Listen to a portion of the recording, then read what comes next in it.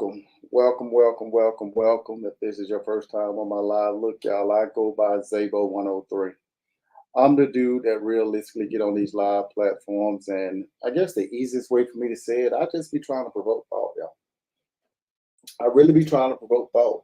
A lot of times I'll get on these live platforms and I'll talk two different things, um, just really depending on how I feel. And it ain't really nothing more than that, y'all. The only thing that I would ask that you all do is I would ask that you all think, you research, and then once you find out what you need to find out, take some action, y'all. I promise you it's a blessing. Once again, for all the new people that just joined the live, I am on 6 different platforms and I'm looking at multiple cameras. So I know I'm kind of looking all over the place. So again, if I'm not looking directly at your camera, don't trip out, y'all. I'm trying something new. Um, I was told by my team that I need to probably move back a little bit when it comes to giving it, giving more of myself to social media, if that makes sense. Um, just in regards to like if you have questions and things like that. Right now, I'm working on trying to get a channel where people can send whatever questions that they have for the most part. And I can kind of answer questions that way. That way, to kind of be more of, directed towards what you're asking for. Um, but I don't know if I want to do that. I kind of like the idea of doing a lot of this stuff on the fly. A lot of times when I get on live and people ask me stuff, if y'all haven't figured it out yet, ain't none of this stuff prepared, y'all. All this stuff is just improv. Let's just say that, right? Literally, I get on here and we just talk through whatever. It is what it is. And again, I will tell you, you need to think, you need to do your own research, and then you need to take action. Don't do that before then. Um, Nothing more, nothing less, y'all. So look, I wanted to get on here today because I know yesterday I didn't get opportunity to get on here and chop it up with y'all. So I said, let me hop on here today. This good, clean Sunday. I hope everything that you all have planned to do today, y'all got accomplished. I hope you have already been, setting stuff in place to get your week going because we're gonna roll through another week, y'all. It is what it is. Time gonna move no matter if you are or not. It just is what it is, y'all. So today, I guess I don't really have a real topic, but it is one thing that I do want to kind of touch on, if that makes sense. Um, and that is fight, fight, fight, fight, fight, fight, fight. Why am I saying that? Not from a perspective of harming anyone, because this is a safe place and everybody's welcome, and I'm just showing love. But from a place of you really got to fight for what you want. And majority of the issues that I continue to see when I get questions and I get just off the top, people asking me different things. People are always stuck in that place of I'm about to do it. I'm gonna do this. I'm gonna do this. Not what you're already doing. Most people are always stuck in that. Yeah, I'm gonna do this. Yeah, I'm gonna do that. Right. And I'm gonna be honest with you. It's not a bad place to get prepared and get ready to do something, but at some point you gotta do it. And I understand the world has put us in a place where nobody really want to fight. Everybody's so afraid. Everybody's so docile. It's a wild situation, y'all. As y'all can see on some of the platforms, and we're gonna kind of ignore them a little bit today. But we have people in here trying to support whatever candidate they want to support. And maybe I didn't give the ground rules before I got in here, before I got it started. So let me say this, y'all. None of us in here, not even the people that's telling you to do whatever they're telling you to do, are part of any electoral colleges. I'm going to say that one more time. None of us in here, and I don't like to speak for everybody, but I ain't ran across one person that's a part of the Electoral College. We can't help you. So go vote for whoever you want to vote for. You ain't got to convince nobody. Just go vote for whoever you want to vote for. The only people that you should be telling who to vote for are the people that are part of this Electoral College. I'm just saying, y'all. So don't waste your energy. Don't waste your fingers typing it. I'm going to be honest with you. We don't care. Hopefully, I made it clear for all 6 platforms that we own. We don't care. Hopefully, all on the same page. So don't waste your energy in here. I'm not one of those people. I'm not going to debate you on who the best, who not. I think we can probably share this time and do something a little bit more productive than that. I think we can spend our time doing something a little bit more productive than that.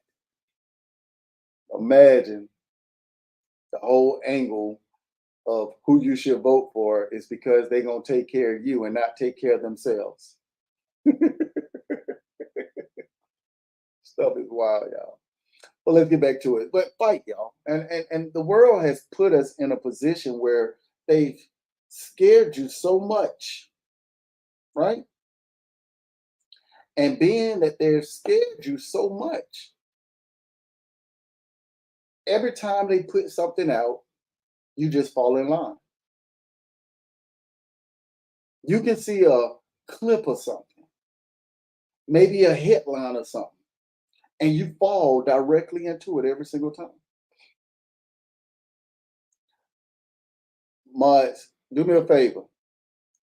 We're gonna do this differently there because normally mods, I normally have y'all sit on y'all thumbs a little bit. But all the mods on every platform, anybody say anything about politics, kick them out and block them. Kick them out and block them so they can go fight the good fight.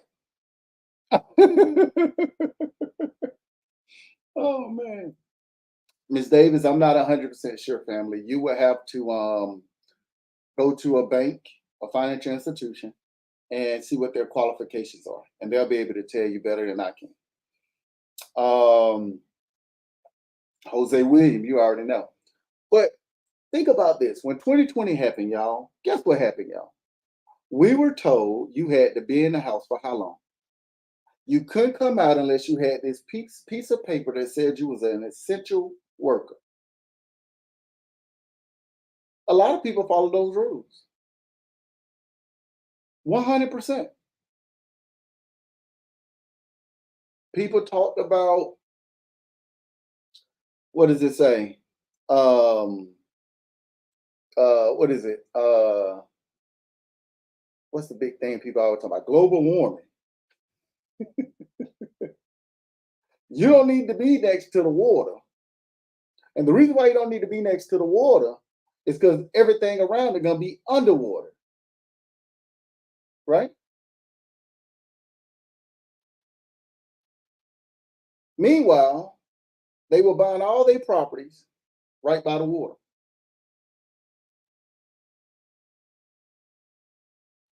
Some of this stuff, you got to use common sense, y'all. And you got to be willing to fight. I didn't say you got to be willing to win the fight. I said you got to be willing to fight. And I think that's the difference. Like when as a person that didn't have wealth in his family for like 4.5 years now, and being around other people that are wealthy, everybody that I run into that's wealthy, y'all, they're willing to fight. They don't care if they're gonna win or not. Because the real reality of it is most people on this planet are scary. And if they know you'll fight, guess what, boys and girls? They're not even gonna put you in a position to fight. Because they know that you will fight. It's the wildest thing in the world to me.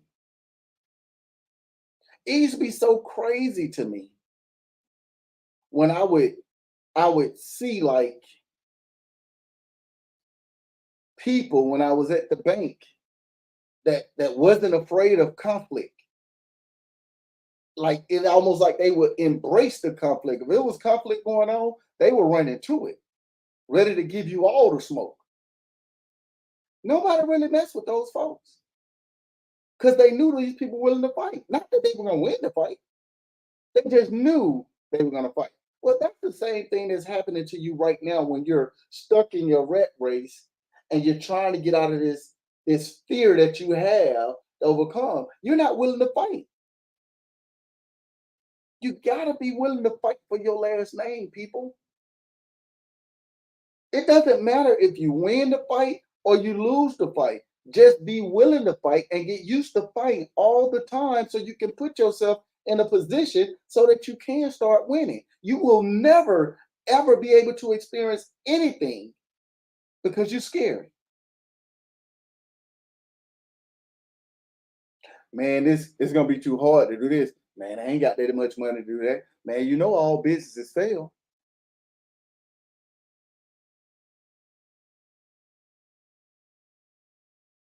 I can't take no chance on that, man. I take a chance on that, man. My spouse might leave me, man. She ain't really willing to stay the long haul.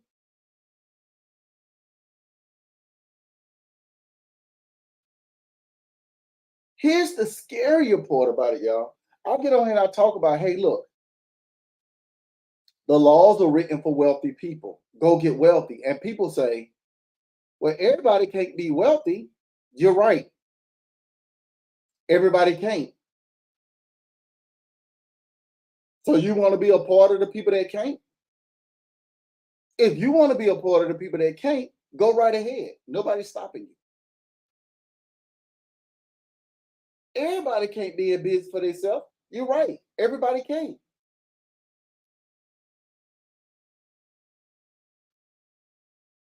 What's the best investment? Land, land, land, land, land.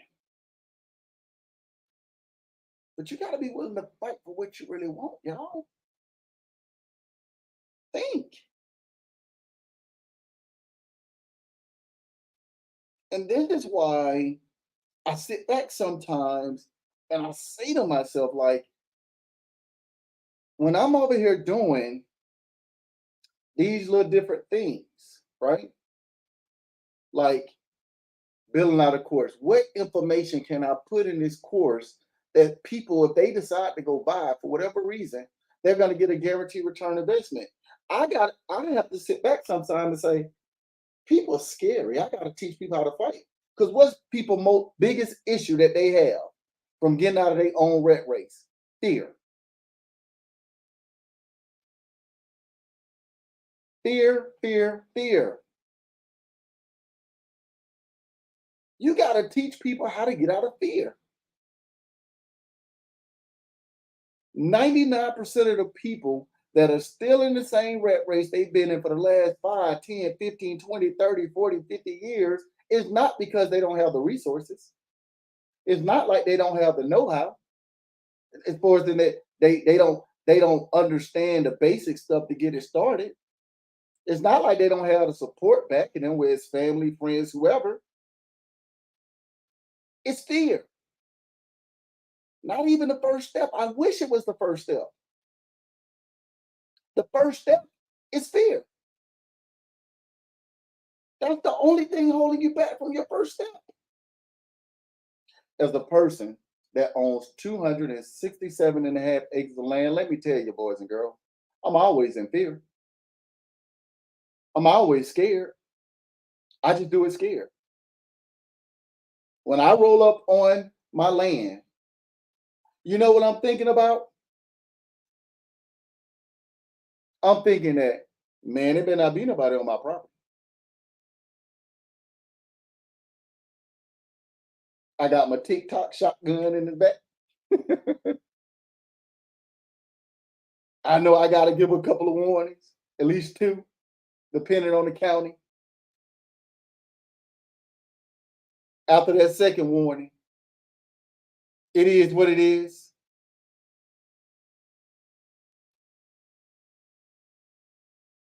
I hope y'all picking this stuff up. So what I'm saying is stop being so scared of making a mistake. You're making a mistake right now by not doing what you know you need to be doing. It's probably the biggest mistake you're making in your whole entire life. Think. Yeah, 100% family. Go ahead. Think about that for a second. You're making a mistake right now by not taking a chance on yourself. Okay. What happened if we go through another 2020 again? And this time, when we go through the 2020 episode again, not only do they say, all right, y'all, we can't be around people, we don't need you no more. We're going to have robots do your work. Now you ain't got no work. What are you going to do?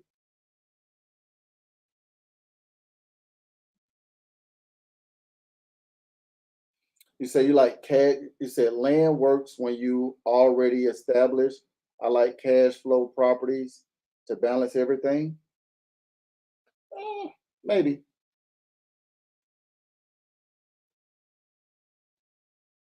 Land works when you know how land works. Now that's a whole nother conversation.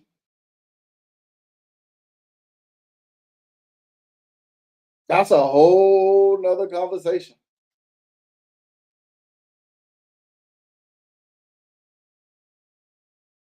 Because the reality of it is,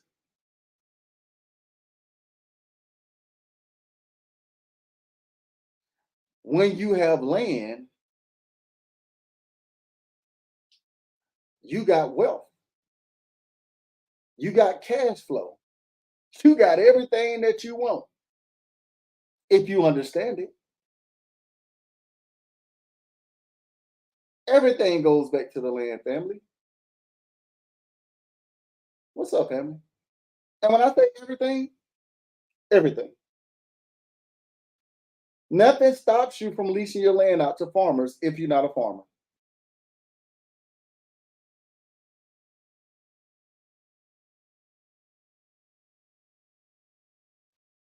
You said land is cool. I mean, that's probably your preference. Well, let me ask you, Meg Pro 99. You said land is cool. You did several acre growth worked well in time. Okay. So let me ask you a question.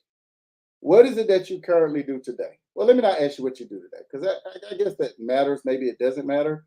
But what do you do for a living today? And this week is what we are. Tomorrow is the 23rd, right? Yeah, tomorrow the 23rd. Hope you're on the same page. Tomorrow is Monday, September the 23rd. Next week, how many hours are you going to work next week? And that's if you're not on vacation. You work because your wife won't let you retire?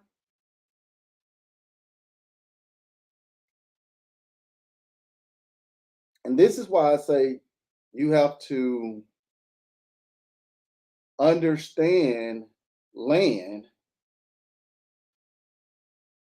because when you understand it, you know you make money when you buy land, not when you sell it.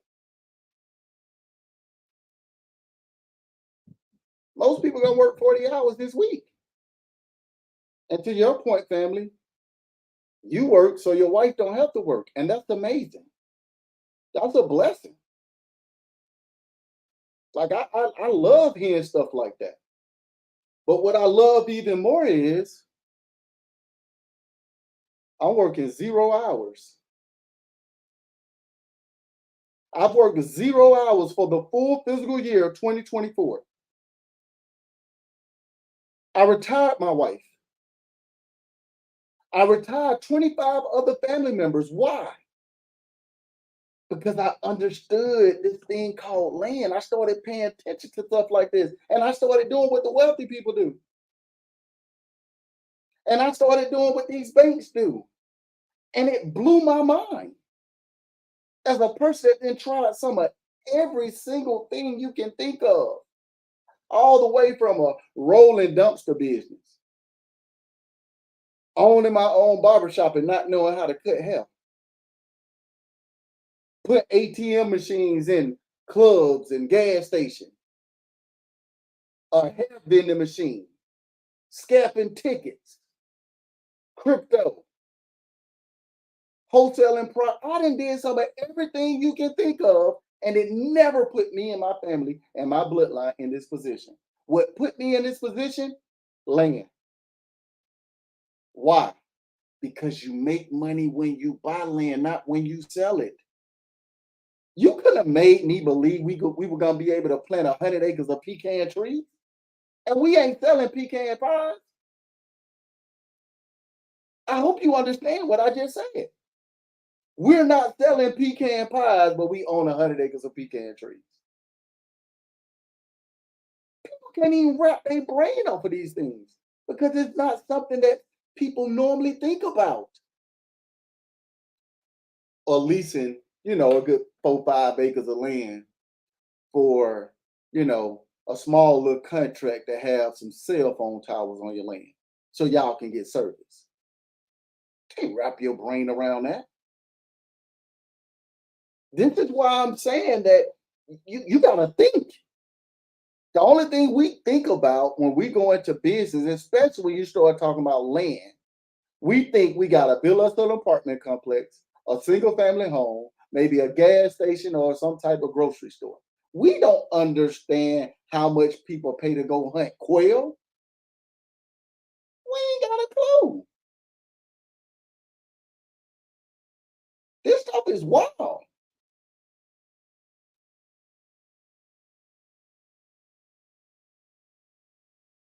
This stuff is wild, y'all. And it's bigger than you. It's way bigger than you. So, as a person that worked at Bank of America for 20 years as an executive without a college degree, made a couple hundred grand a year, working 2,400 hours a year to working 0 hours in a full physical year, you can't tell me nothing different. You can't convince me of anything else because, as a person that has tried all these different things, I'm telling you flat out, this stuff is unmatched. This stuff is unmatched.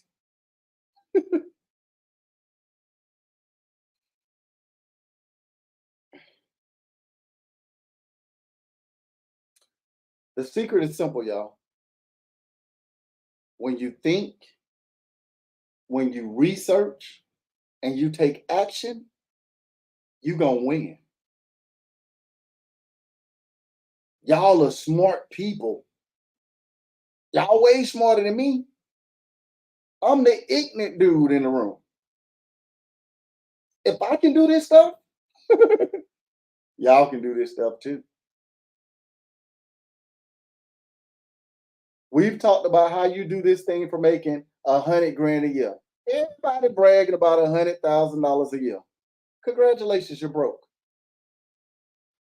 Tired of you bragging about being broke. Why do you keep bragging about being broke? I got on social media a few seconds right before I went live. Somebody, young man, told me, "Hey, yeah, I'm looking for me I'm looking for me a good woman. She ain't gotta work. It's cool if she don't work. I make 6 figures a year, so I'll be able to take care of the household." Fool, you broke. You don't know you broke.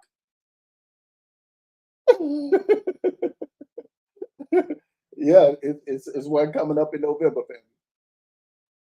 You broke, and it's okay because you're not alone. Wealthy people ain't got no money, y'all. They ain't got no use for it.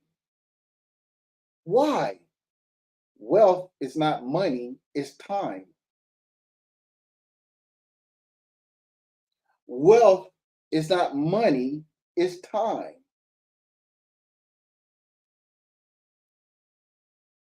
Think about that for a second. And that's what becomes very crazy when I see all these people talking about I go get to a bag. Sure, go get it. Put it over your head. Let me know how it go. What details you looking for, family? Tell me what details you're looking for.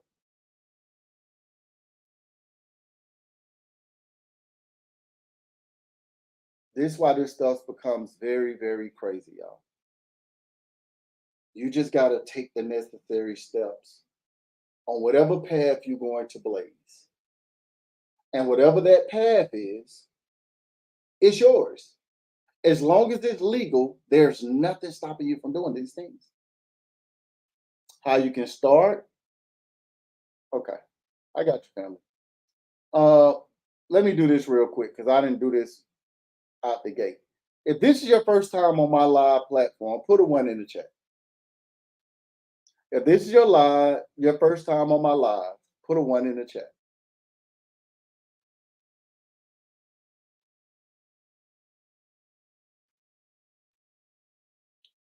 You gotta make sure you're able to use that lumber. If you're able to use it, then great. But in most cases, you're probably not gonna be able to use it to build a house with.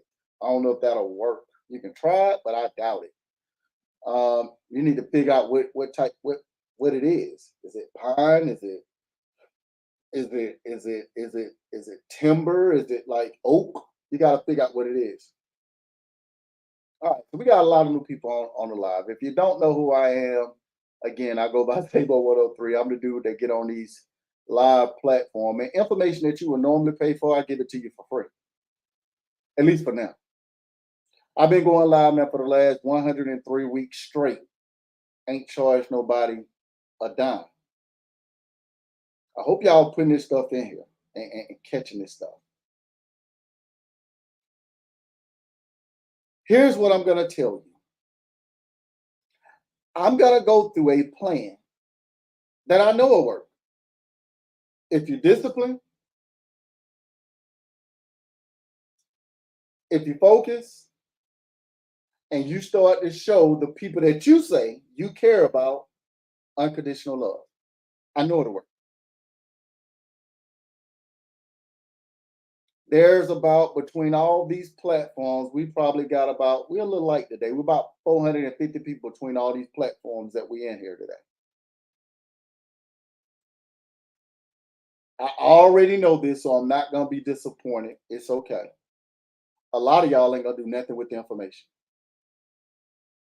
And it just is what it is. I'm not mad at you. You can use it for a good talking point if you want it to be a good talking point. But a lot of y'all ain't gonna do that with the information. But I'm gonna give it to you.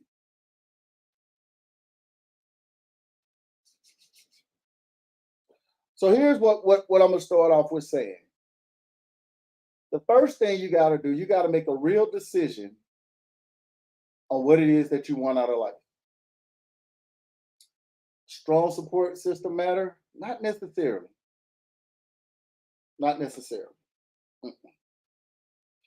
Once you start building this thing that you're gonna build, you're gonna realize that your support system is gonna wind up showing up even if they weren't there from the very beginning. I'm gonna give you that. What appreciate the fresh. I'm gonna give you an example. I own a toilet paper company called Triumph Tissue. 3-ply toilet paper, 200 sheets is the closest thing you can get to wiping yourself with silk. But I ain't on here selling to y'all. I sell it to the government. Watch this. When I very first launched this toilet paper company, me and my wife, it was back in 2019. We had some good traction. Now keep in mind, 2020 hit. And y'all know what happened when it came as far as in the toilet paper world, right? I want y'all to think about that. So you know what they look like. But before 2020 hit, we were just getting regular sales through marketing like normal people and doing different stuff, right? I had family members here in America that weren't purchasing our toilet paper, and it was 3-ply.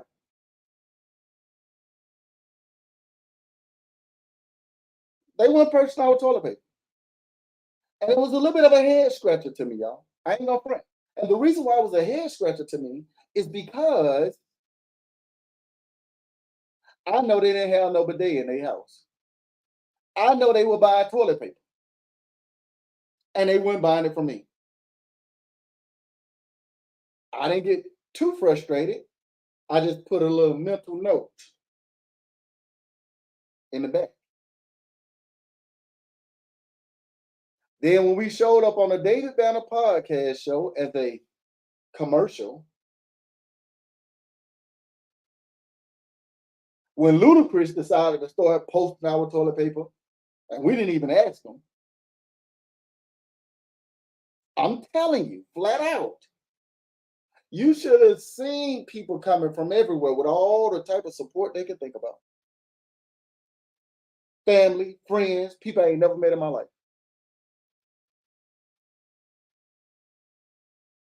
What does that mean? It means that when you go on this journey, you got to make this sacrifice yourself. This stuff ain't gonna be pretty, y'all. I can tell you last year, a person myself, working 57 hours last year for the full fiscal year of 2023, generate 8 figures. I can tell you flat out,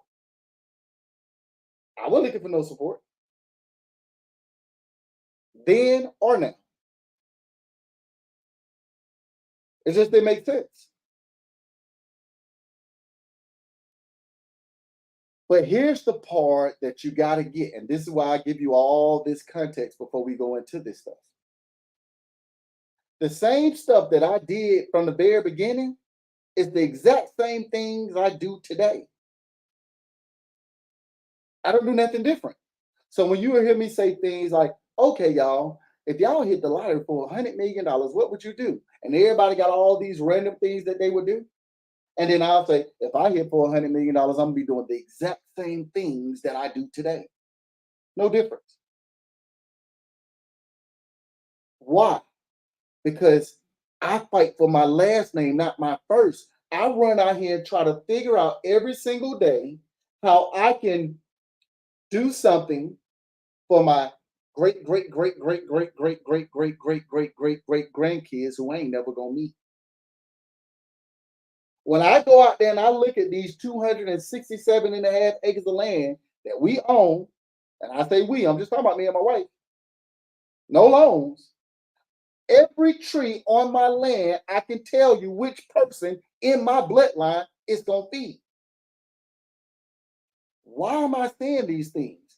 Because it's not about you. It ain't ever been about you.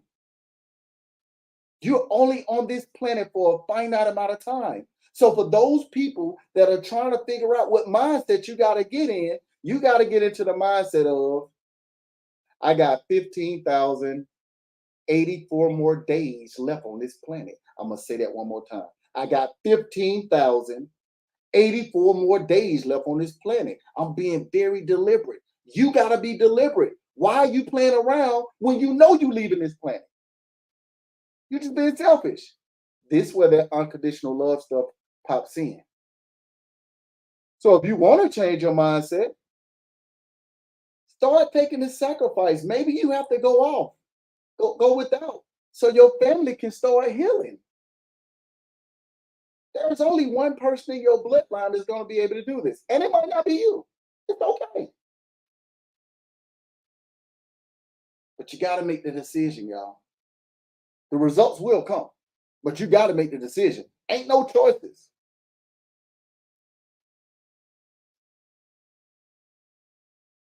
We just talked about mindset. Hopefully, y'all caught that.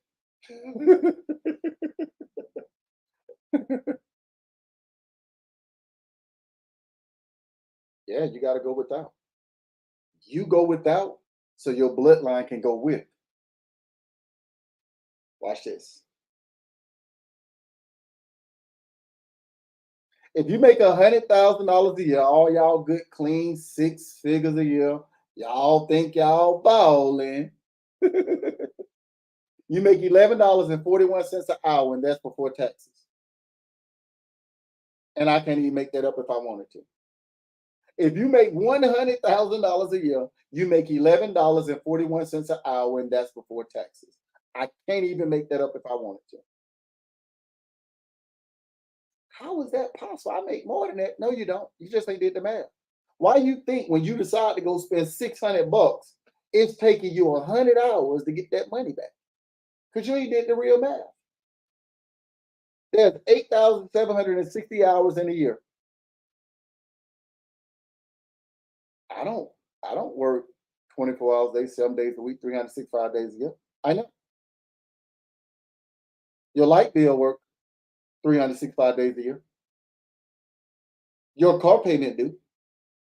In the month of February, was it your rent or your mortgage still the same price? Everything works every day, 24 hours a day, 7 days a week, 365 days a year, except for you. That's nobody's fault but yours.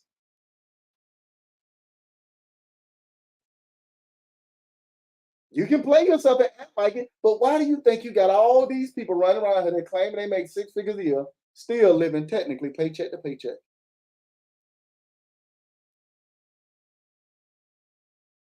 Make that make sense?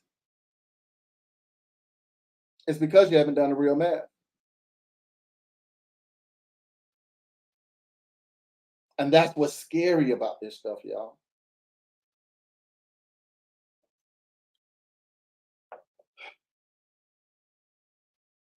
As a person that worked at Bank of America for 20 years as an executive without a college degree, I was over the small business credit card department, collection side of the house, boys and girls. So when you hear the loss number reported to the streets at Bank of America when I was there, I was the person reporting the numbers to the streets. I couldn't even make that up if I wanted to. I figured out something really quickly,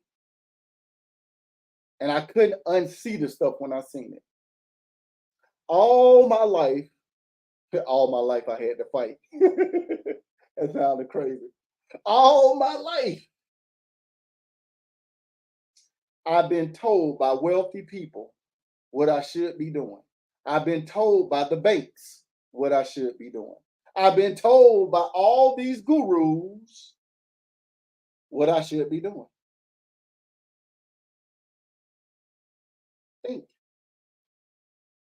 They've been telling me to do all these things, and I've been watching all the flashy cars, clothes, houses, pretty women, all the stuff we've been seeing, just to realize when none of it real.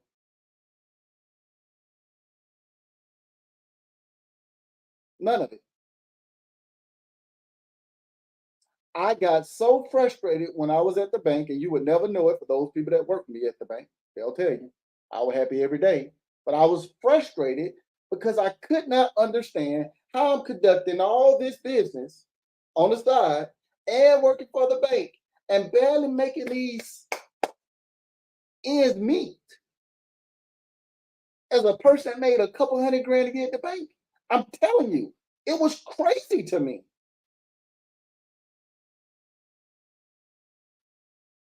And something hit me one day. It hit me like a ton of bricks. I said, what would my kids do? What would your kids do? Your kids repeat everything you say and try to walk out some of the stuff you say too, just like you do as a grown person. You get into these debates and you pulling from all these different topics you done heard other people say. You just repeating everything you done heard, and you try to walk out some of these things. And we be wondering why these things don't come into fruition. But the other things that our kids do that we don't really do that well. At least I didn't used to do it that well. I'm getting a whole lot better these days. Your kids do what you do. They will repeat everything that come out of your mouth, but they watching what you do so they can repeat what you do. So if your kid doing something that you don't want them to do, you need to look at you, right?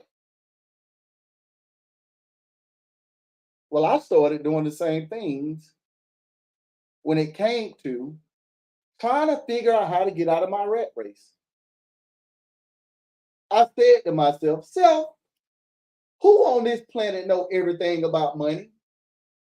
A little note went down to the bottom of my brain and it sent the message back and said, the banks. It ain't nobody on this planet that know more about money than the banks. Nobody. I'll wait. There ain't nobody on this planet that know more about money than banks. Not even close. So I said, if I want to do something with somebody doing, and I want to get to this money, I got to do what these banks doing. I sent another note back to the back of my brain. I use the buzzword that everybody use. Self, I want to know how to build some generational wealth. Little message went all the way to the back, bottom of brain, sent the message back up. Look at wealthy people that they had wealth in their family for 2, 3, 4, 500 years. It ain't nobody on this planet that know more about generational wealth than somebody that had wealth in their family 2, 3, 4, 500 years. Nobody. When I said that to myself, all these people that I had been looking at, they haven't even had wealth in their family 50 years. You better look at Jay-Z. He ain't had wealth in his family 50 years. You better look at Elon Musk. He ain't had wealth in his family 50 years. Better look at Warren Buffett. I need to look at people that had wealth in their family for hundreds and hundreds and hundreds and hundreds of years. I can't be playing no games with this. Because the reality of it is, I'm only going to get this stuff a fraction of it right. So if I'm looking at somebody that's worth, let's say I look at somebody that's worth, I don't know, $100 million, and I get it 1% right. If I get it 1% right, what's 1% of $100 million? 10% would be what? 10 million. 1% would be a million. Back in the day, I used to believe if I had $1 million, man, I could retire and live for the rest of my life. Man, you still broke. You ain't got a clue.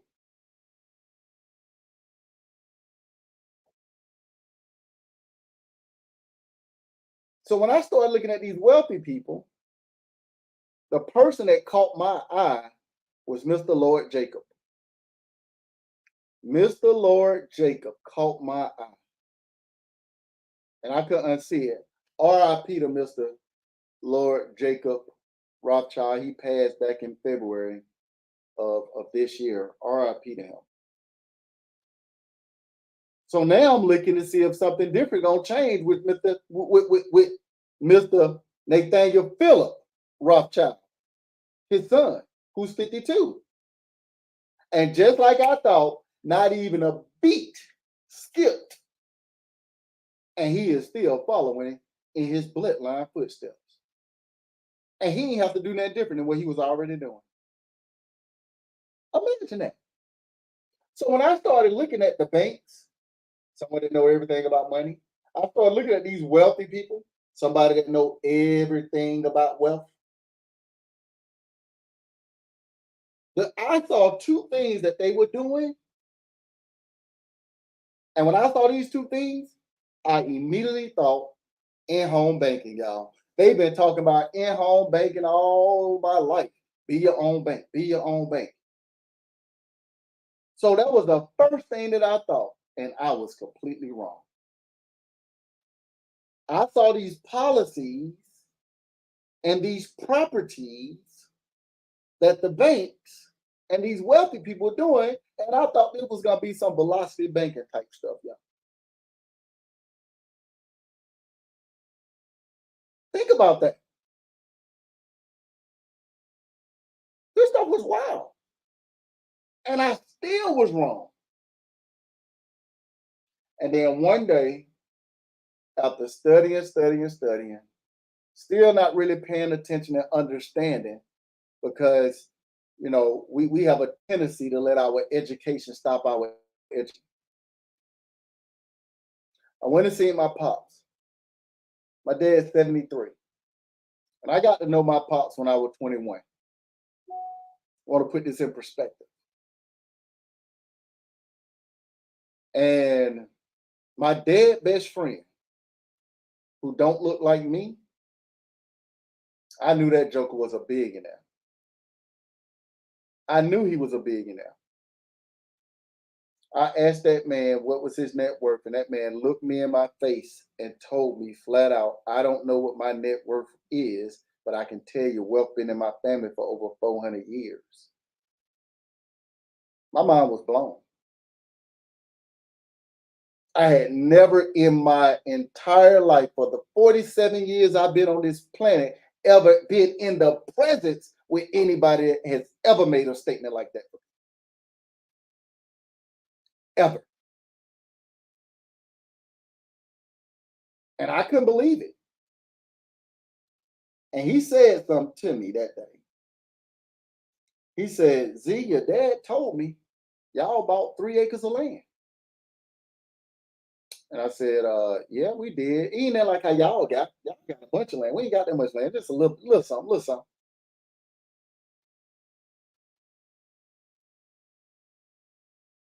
He said, don't ever say it's a little bit of land. There's no such thing as a little bit of land. Any land you get is a lot of land. Don't ever forget you make money when you buy land, not when you sell it. Y'all ain't know what he was talking about. Why am I giving y'all all this context? Because again, your mind got to get right. You got to understand there's a bigger world out here for you. Somebody said, you going to tell us how to do it? I'm actually telling you right now. You better pay attention. Because you missed this first beginning part. The rest of it, you ain't got a shot.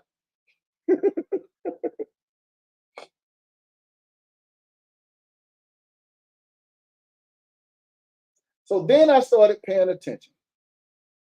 I made a decision to retire my wife because it made sense.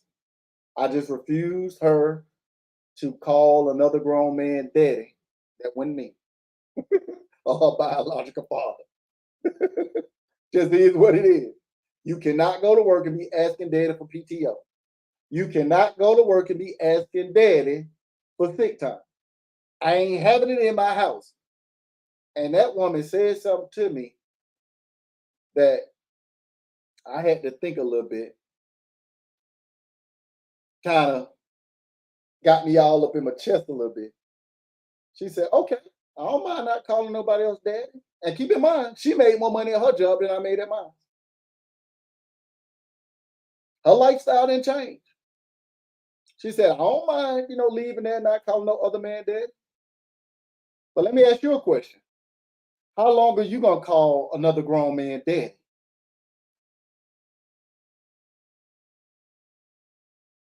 I had to look at my queen. I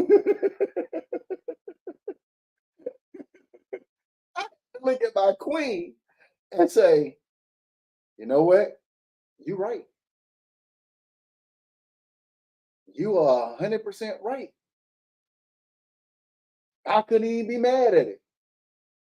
Boy, you don't know how much fire put up in me going to work every single day, realizing I was calling another grown man daddy. Mm, mm, mm, mm. So I told my wife, when I make my yearly salary in a month, I'm out. I'll stop calling this man daddy when I make my yearly salary in a month. I gave myself a crazy target.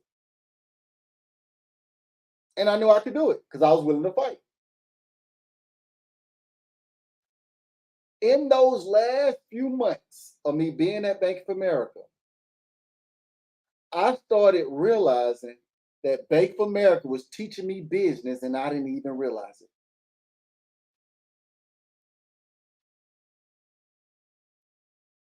I didn't realize it. Your job is teaching you business right now, and you're not paying attention.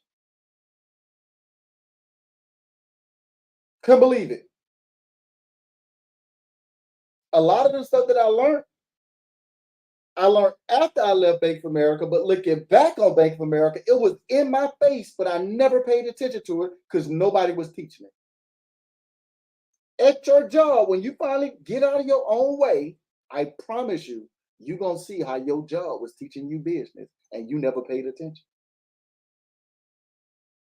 I got so angry that I said I had to hurry up and make my yearly salary in the month because this wasn't going to work. I was responsible for 459 people directly and indirectly over that small business credit card department. We had to hit $720 million a year. That was our target, $60 million a month, and we couldn't miss. I was there for 20 years, y'all. I'm trying to give you a little perspective so you can understand how hard you fight for somebody else's last name, and you ain't doing that much fight for your own last name. Here's the part that made me upset. Every month, I'm leading the efforts of 459 people to hit this $60 million target that we could not miss. Meanwhile, when I looked at all our salary, it wasn't even $5 million a year. It wasn't even $5 million a year. Meanwhile, we're generating $720 million a year. That math is math to me, y'all.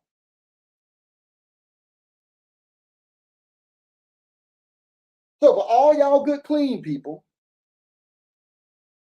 that make 100 grand a year, your standard to keep your job right now today is $2.6 million. If you make 2.599999.99, you're going on performance management. If not, you're going to get terminated.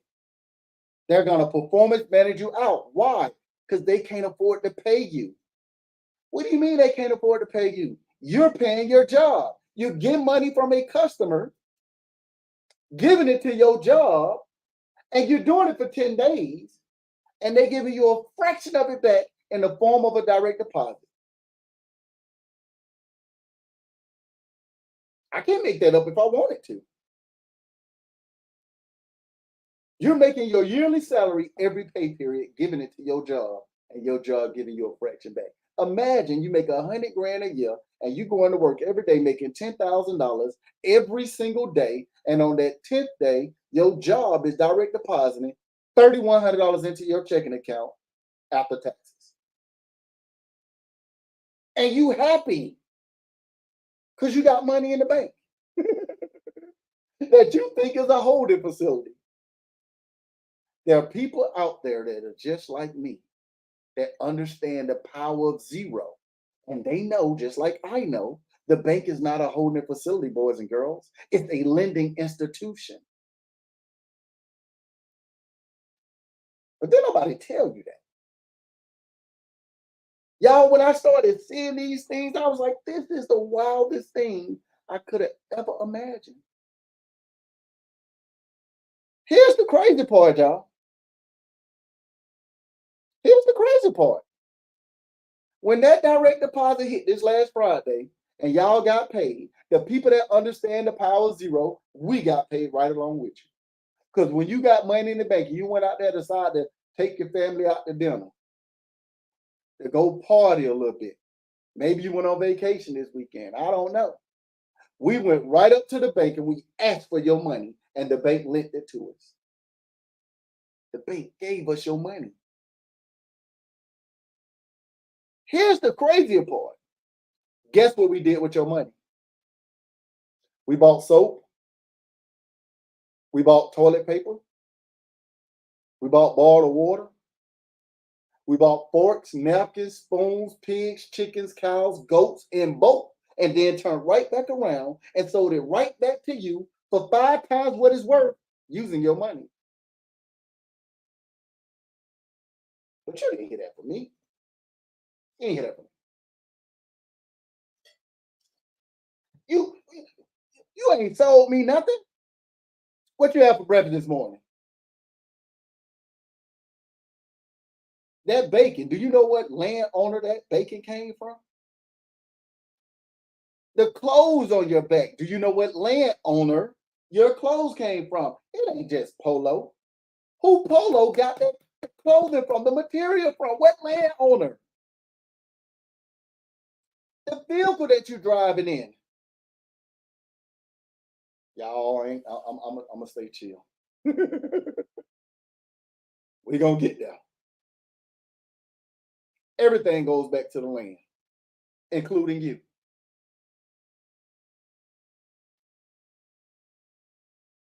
This is why you gotta think. Well, I don't eat meat. Uh, you don't? You drive a car, don't you? The antifreezer that's in your car comes from the cow. The antifreezer in your car comes from the cow.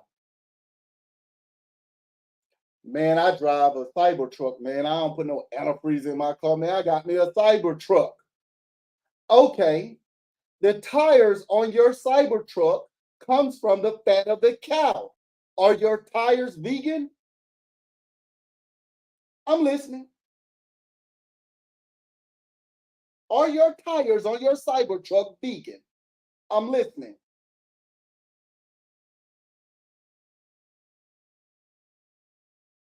You wash your ass today, didn't you? The soap in your bathroom ain't vegan. It came from the fat of the cow. That collagen you put in your body came from the organs of the cow. The sugar that you put in your mouth, that refined sugar, it comes from the bone of the cow. Think. I know you lost. It's okay. Catch up.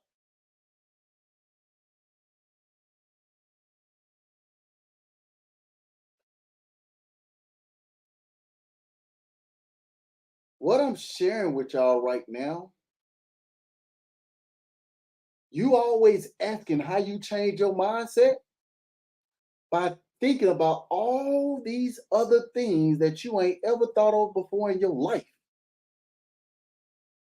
The average person don't even use 5% of their brain power. What you think gonna happen when you use 1 more % of your brain power? I just need you to think. I can tell you, when I started thinking, Bank of America lost an employee because I knew better.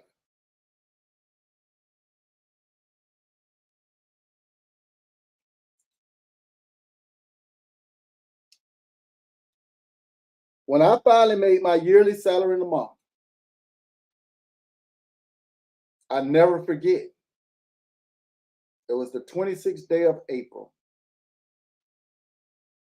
I never, ever, ever, ever forget this, y'all.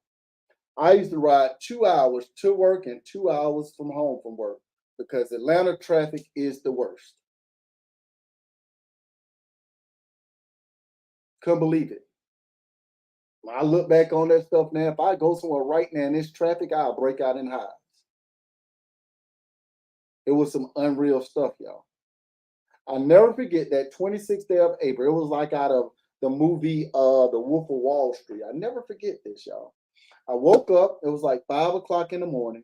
Never forget this, because I had to be gone by 6 o'clock. I was gonna be late. I never forget this. I got up at 5 a.m. You know, I ain't have all this beer stuff then. I couldn't do all that at the bank like that. Daddy didn't like beers like that. But I had to get up, do my morning routine, shower, get dressed, the whole nine, everything you go through, right? And I looked at my account or my accounts, and I had to make my yearly salary in a month. Y'all, a lot of times people, what were you doing? Man, I was doing everything. I had my toilet paper company stuff booming. I had some real estate stuff booming. I had so many different things going that it just didn't make sense, y'all. What did make sense was I was going to get burnt out even after I left the bank by doing all those different things, me doing them. But that day I made my yearly salary of the month. I never forget that 26th day of April. Never forget it. I picked up the phone and called my boss. And I said to him, it's been a pleasure. I learned a lot from you. But today is going to be my last day. I'm going to spend time with my family. And of course, he tried to talk me into it, but there was nothing he can say that could make me change my mind. Nothing, because I made a decision. I hung up the phone with him, called HR, let HR know that the day of my last day, she said, Mr. Gibson, you've been here for 20 years. You know you can retire. I said, I can't. You know you can do the rule of 60. Oh, this is love running. She said, but you have to give us at least a 24-hour notice. So, okay. So go into work, take your belongings up there, and get all your stuff that you need to get from your office and say all your goodbyes. I'm like, well, for the last 20 years, I ain't never took nothing to work that wasn't supposed to be at work. And for the last 20 years, I ain't never brought nothing home from work that's supposed to stay at work. Ever. People come in my office, why you ain't got no picture of your wife and your kids up? Because I see them every day. I don't need no pictures up in my office. Who doing that? Not me. Just in case the bank ever got to lay me off, they ain't got no box to put nothing in. They ain't got no box. Because I ain't got nothing in there. The only thing I got is this corporate cell phone, this corporate credit card, which I just cut up into 1,000 pieces, and this corporate laptop. These things I'm putting inside of this box, this UPS box, and I'm shipping it back to y'all. She said, well, you still should go on up there and say your goodbyes. I said, okay. Hung up the phone with her, and I ain't did this in 20 years, y'all. Hung up the phone with that young lady and called the sick line and called out sick. Because I made a decision. Because in my mind, I said to myself, when I make my yearly salary a month, I ain't going back into that office because I've been around these people for 20 years. I didn't grow real relationships with these people. They're going to convince me to stay. And because I care about the people, they're going to convince me to stay, still calling another grown man dead. I couldn't do it. I was too much of a coward to go back to work. I couldn't face nobody. I couldn't do it. Because in my mind, I said, if I do what I do for Bank of America for myself, if I get this 50% right, I can generate $360 million in a year. So when I made my yearly salary a month, I said, I'm jumping out the porch going to do this, period. Because I know I can get this 50% right. That's an F in anywhere in this great country that you live, any school. So I made my yearly salary a month, jumped out the porch. I'm about to get this 50% right, y'all. Man, was I wrong. Not only did I not get it 50% right, I ain't get it 25% right. I ain't get it 15% right. I ain't get it 10% right. Y'all, I got it 1% right. It generated me millions. That was the day that I learned how to fall forward. Remember, y'all, we're talking about mindset. We're talking about mindset. It taught me how to fall forward. That was an amazing, it was the most amazing lesson I ever could have learned about what somebody would say, hey, you failed. No, I ain't failed. It's not a loss. It's a slow win. I learned something super amazing that day. Won't change it for the world. Now, what does that mean? It means you got to fight, even when you're scared. Keep in mind, I had already told my wife, I'm leaving the bank. Ain't no going back. I've been telling people for the last 20 years, Bank of America is the last company I would ever work for in my life. I'm only working for my last name.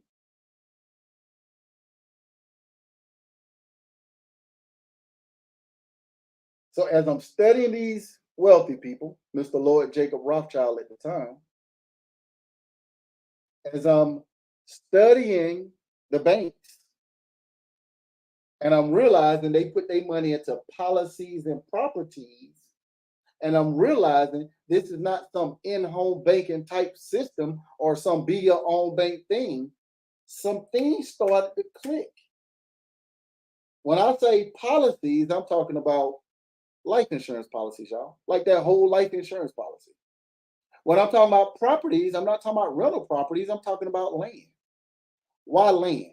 Again, you make money when you buy land, not when you sell it. Land is the only thing on this planet that only goes up in value and don't go up and down. It just is what it is. When I looked at that life insurance policy, I said, let me put my money into this whole life insurance policy. Y'all done heard the saying, your health is your wealth, right? The healthier you are, the bigger the insurance policy you can get. Hope y'all caught that. Imagine you put money into that life insurance policy, getting compound interest on that money tax free. And that compound interest is daily that you can borrow against and pay yourself back with interest. Uh-oh. You telling me I can put my money in this policy and it's getting compound interest daily, tax free? Well, it ain't like that 401k, they just deferring your taxes to another day. Think about what I just said. I don't know why people say it's not legit, but here's what I would say. And you're probably talking about people that do that in-home banking stuff. This ain't no in-home banking stuff that I'm talking about, y'all. And somebody said that's the oldest game in the book. Why people ain't doing it?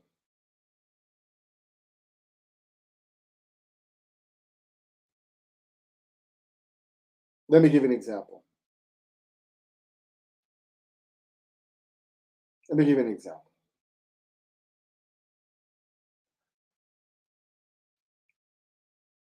If you have a life insurance policy on yourself, and it don't even have to be on yourself. If you go get a life insurance policy, how much is that policy? I just want to see something.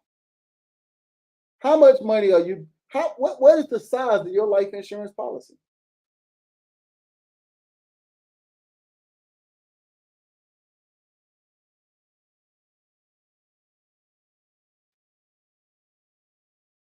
$500K, 30, 30,000, $250,000.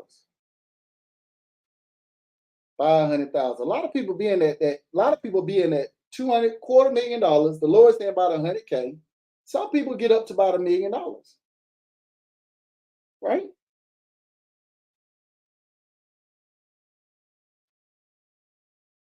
I got a $10 million whole life insurance policy on myself, 10 on my wife, multi-million dollars on my kids, multi-million dollars on my grandson. I want y'all to think about what I'm saying. Why am I doing that? Why is that? Why is that? Why does that make sense?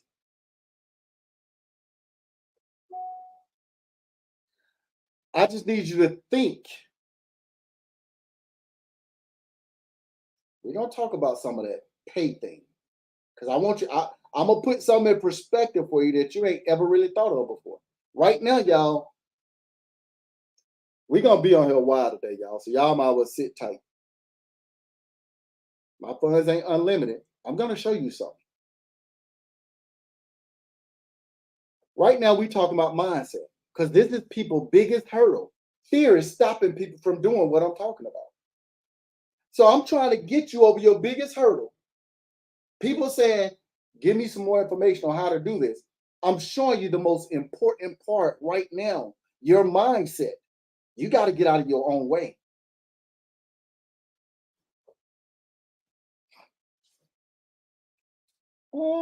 Not really. Let me explain a different way so you can get it. The first thing you got to understand, people, is these different classes of people that you think people are in. You got poor, middle class, rich, wealthy. Now, all four of these different classes, if we're being honest, they all should be like doing four different things, right? They all should be doing four different things. As far as then, like, these four people should never really be on the same page with what they actually do. If they all are different, right? Put a one in the chat if you believe these are all four different classes. Even if you heard them, you ain't heard them. Poor, middle class, rich, wealthy. If you think those are four different classes, yeah, I'm not talking about no term insurance policy, family. Not even close. Okay, so people believe those are four different classes. People believe that these people do four different things. What would you think if I told you middle class and rich doesn't exist? It's not a real thing. What would you think if I told you middle class and rich is not a real thing? I want y'all to just open your mind just a little bit, because I believe that if it was four different things, they would be doing four different things, y'all. You got poor people, middle class, rich people that all trade time for money. You got poor people, middle class, and rich people. They all trade their time for money, and they all retire. All three of those classes. How are all three of them doing the same thing?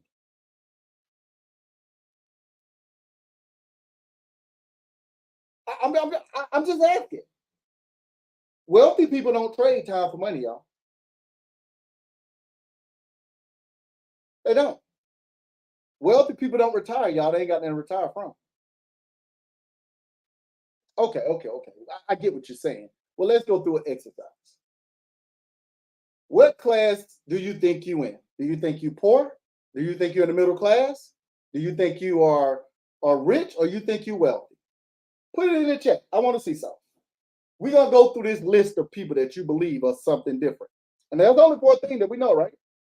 Most people believe that they poor in the middle class. We got some people that believe they rich. And we got some people that believe they're wealthy. That's the only four classes that people talk about, right? Right? Okay. So majority of people say they believe that they poor or in the middle class, right? Let's go up a notch. Let's go up a notch. And we're gonna go up a big old notch for the people all the way in the back. And we've done this exercise before. And again, this is about mindset, y'all. That's only four classes, right? If you believe that you're poor right now, I want you to stay where you at. If you believe you're in the middle class, I want you to stay where you at too. LeBron James, do you believe he's poor, middle class, rich, or wealthy? Do you believe LeBron James is poor, middle class, rich, or wealthy? A lot of people say wealthy. Tons of folks. Now remember, there's only four things, y'all. There's only four. Said poor. I'm with that. We got a lot of people saying wealthy. Okay. Let me ask y'all a question. If LeBron James is wealthy, right? if he's wealthy,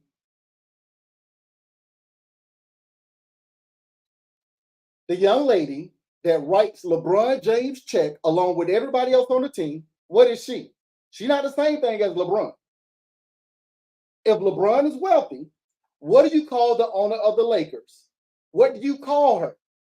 She can't be the same thing as LeBron because she pays his check and everybody else on the team.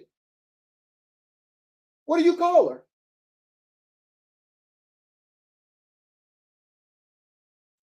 I need y'all to think. I want y'all to open y'all mind up just a little bit. It ain't richer. That's not a such thing. It's only poor, middle class, rich, wealthy. Remember what I just said. There's only two things on this planet, y'all.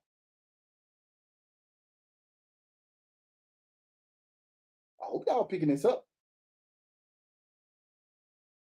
So wait, y'all naming all this stuff that we ain't even talked about. There's only four things that y'all name. I just told you it's only two. You either poor or you wealthy, y'all. There's no such thing as rich. There's no such thing as middle class, y'all. These people that y'all calling rich, they're just the richest poor person you know. It's not wealthy. He's trading time for money. Let's not get confused with how much money is coming through with the time that he's spending. He's still trading time for money. I hope y'all understand what I'm saying. Okay, let's take it a step up. Okay, we've established that LeBron James is no longer wealthy. We didn't establish that the owner of the Lakers, she is wealthy. Let me ask y'all another question. It makes him poor, 100%. Watch this. So if you're saying the owner of the Lakers is wealthy, the people that writes the owner of the Lakers check, who writes her check, what are they?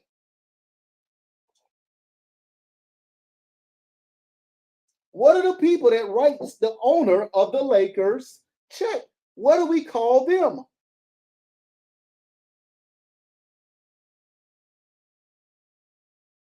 Poor. We call them you.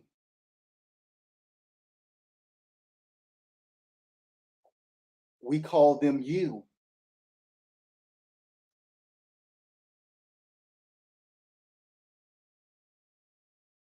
Wait a minute.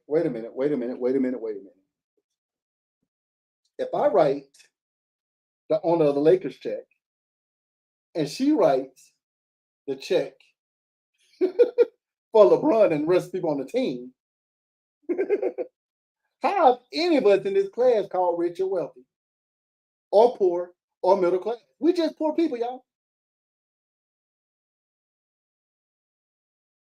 Because if you call her wealthy, I think she's worth 10 billion. No, it's probably like 15, 20 billion now. If she worth $20 billion, what do you call Elon Musk that's worth $250 billion? He's not the same thing as she is. She's not the same thing as Bernard Arnault.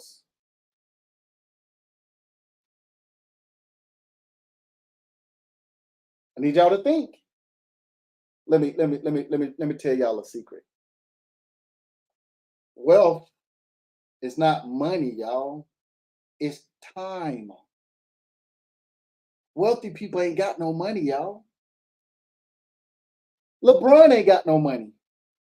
You ain't got no money. You only holding this thing called money to give to the next person. It's got to go back to the original sender. It's not yours. Let me give you a better perspective. If you look up the wealthiest person alive today, you're going to pull up either Bernard Arnault or Elon Musk. I think Jeff Bezos was hovering around there the last couple of days, and Mark Zuckerberg was hovering around there the last couple of days. $250 billion, which means their company worth like 2.5 trillion. Think about that for a second. Meanwhile, Nathaniel Phillips, you ain't ever heard of him before in your life, He's the wealthiest man alive, walking around, and you ain't never heard of him.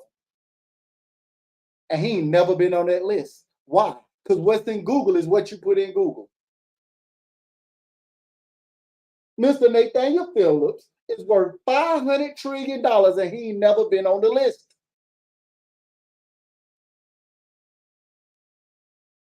Before February, it was Mr.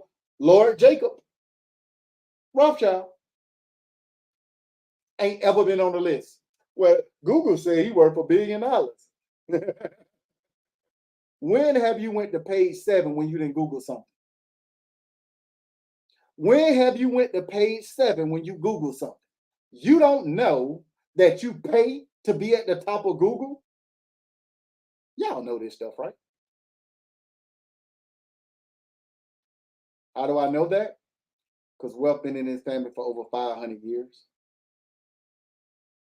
Because Wealth been in his family for over 500 years. Study. Here's what's really scary, super scary. Go look at the family that started the 5 central bankings. Now, when I talk about the 5 central bankings, I'm not going to say too much about it, but I'm not talking about Bank of America. I'm not talking about Chase. I'm not talking about the banks that you go in and get your money direct deposit. I'm not talking about that. I'm talking about who the bank get their money from. That's the Federal Reserve. No. You're missing what I'm saying. I ain't gonna talk too much about it. You can go look it up when you got a little time. I don't want to get too far off topic. But let's do an exercise. If you got cash in your hand, I'm gonna show you something. If you got cash, pull out. I don't care if it's a dollar bill. I don't care if it's a $2 bill, a $5 bill, a $10 bill, a $20 bill, a $50 bill, a $100 bill. It does not matter. Pull it out. I'm gonna show you. The money ain't yours. And you got clear direction on it. You only holding your money for somebody else. The money that's in your bank right now, you're holding it for somebody else. And you get directions on these things. But we don't understand that because we take it personal. And y'all don't understand money ain't personal. Money is only supposed to be used, boys and girls, for public use and private use. Let's go back to that for a second. Money only supposed to be used for public use and private use. Well, you did say you do what the banks do. Well, explain that a little bit more. Well, let's think about that for a second. When you walk inside of the bank, there's a sign on the door that says FDIC, right? That same sign is a plaque on the teller desk that says FDIC. It's in the personal banker office. It's on the branch manager office. Yeah, what does that mean? What is it? What are they trying to tell you with that sign that says FDIC? What are they really saying? 100%. That means. What are they saying when you see that sign? Anybody know? What does it mean? Why do they have it everywhere when you go to the bank? The money is insured. Insured to what? It's insured to what? Like, what's insured? Your money insured. What money? All your money insured? Or is it a certain amount that's insured?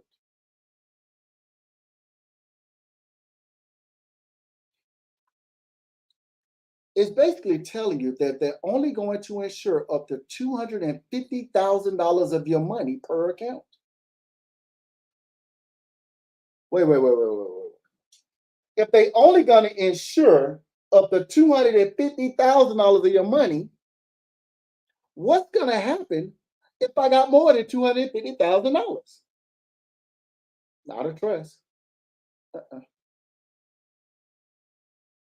What's going to happen? Ask the young lady out there in Silicon Valley Bank. She had $10 million in Silicon Valley Bank when Silicon Valley Bank went under. They gave her $250,000 because that's what it was insured up to. And they wrote her, I owe you for the rest. When she asked, when would I get the rest of my money? They said, we don't know. When the next bank buy us out, you will have access to your money. I want you to think about that for a second. I want you to put that in perspective. We talking about mindset. All I'm asking you to do is to think. What do I mean when I say think? When you say something like that? Well, if the bank don't put their money in the bank, why you putting your money in the bank? The bank know they don't need no money. So if the bank not putting no money in the bank, why you putting your money in the bank? Now I know you can't put your money up under the mattress. Why do they need insurance on my money? So you telling me I'm going to the bank for them to put insurance on it? Why wouldn't I just go get the insurance? Uh-oh. Message. Why wouldn't I just go get the insurance? Come on, y'all. I need y'all to think. You're making a fraction of it. This stuff is going to get very wild in a second. I heard somebody say, nope, you put your money in a trust. If you put your money in a trust, your money going to be good. Y'all do know if you got money in a trust, it's just a checking account with the trust name on it, right? I'm going to ask that question one more time. Y'all do know if you have a trust and you got money inside of a trust, it's just a checking account with the trust name on it. Y'all do know this stuff, right? Or am I tripping? It's just a checking account with the trust name on it. Don't ever get it twisted, y'all. A lot of people think these people got all this money when they got a trust. If you know better, you do better. And the people that know better, they ain't got no money in the trust because they know the trust don't need no money. Well, I was told on social media that you want to get you something tied to the market. And if it's tied to the market, you can have that percentage go in there. You can live off the percentage. Y'all, it's a great product to sell you.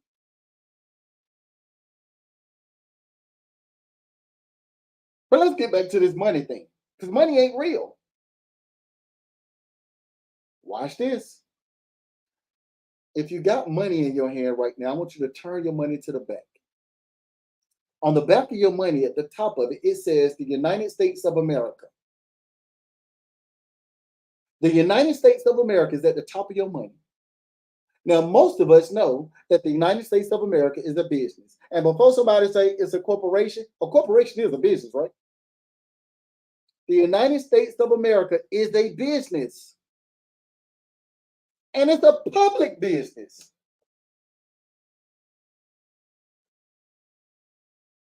Who would have thought that the United States of America is a public business?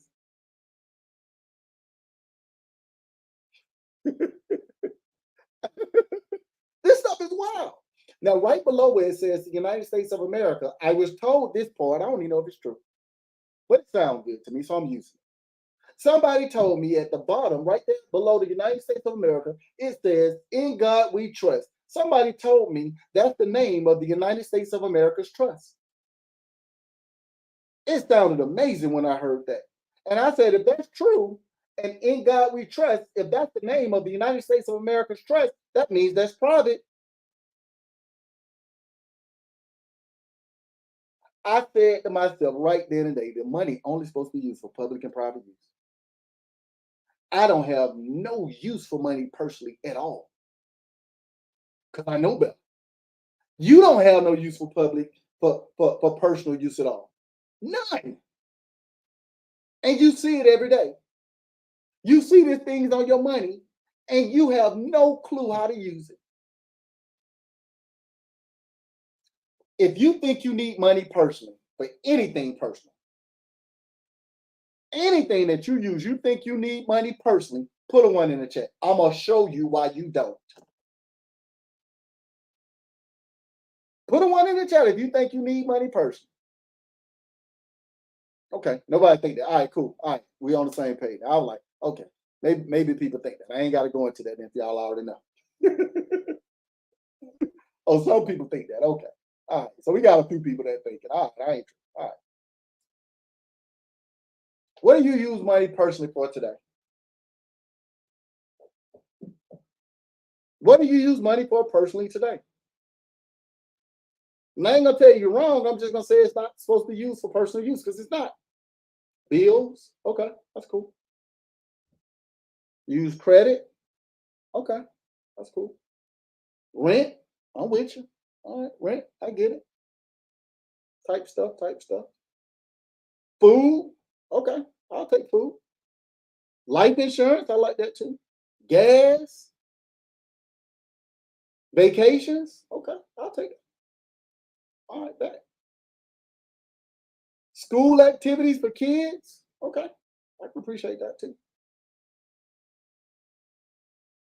Anything else? Hospitals, okay, that's cool. So when you say hospitals, what do you mean? Like I don't get that. Are you talking about like medical insurance? Is that what you're talking about? If you got insurance, right, that's like covering your hospital stuff, right? I would think. We'll call a hospital. Your vehicle, okay. Everyday things, okay. Trips, lotto. You a gambler? Okay, that's cool. I don't know what the staff in the hospital mean. I don't know what that means. Personal development, okay. Invest in mentorship classes, okay.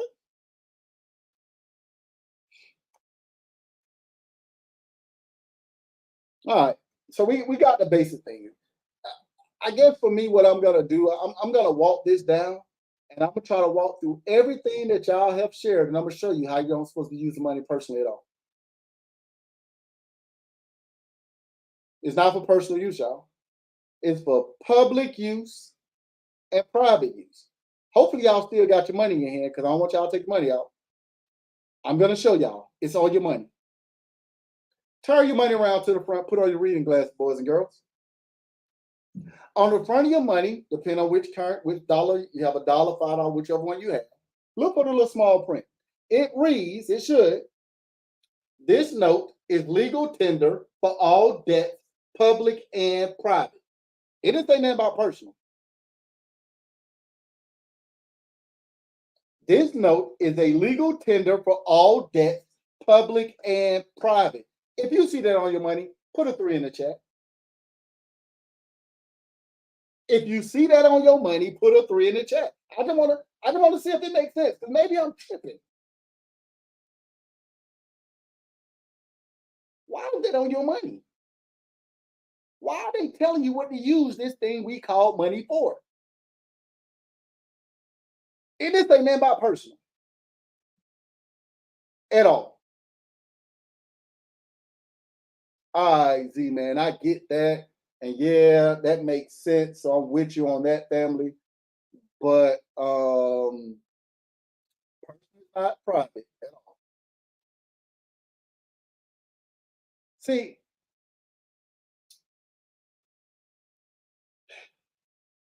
here's what you got to understand. And I'm gonna break this down. Everything y'all threw up me that y'all said y'all use for personal, I'm gonna break all of this stuff down and I'm gonna show you.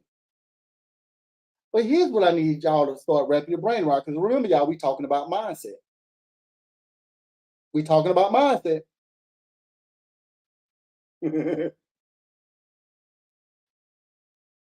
don't own nothing on this planet but your soul. Man, I'm gonna say that one more time. You don't own nothing on this planet but your soul.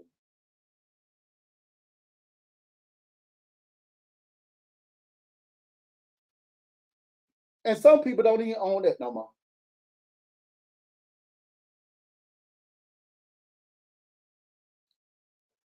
I want you to think about that for a second. Now watch this. You thought that you're supposed to be using food personally. Let me ask y'all a question, boys and girls.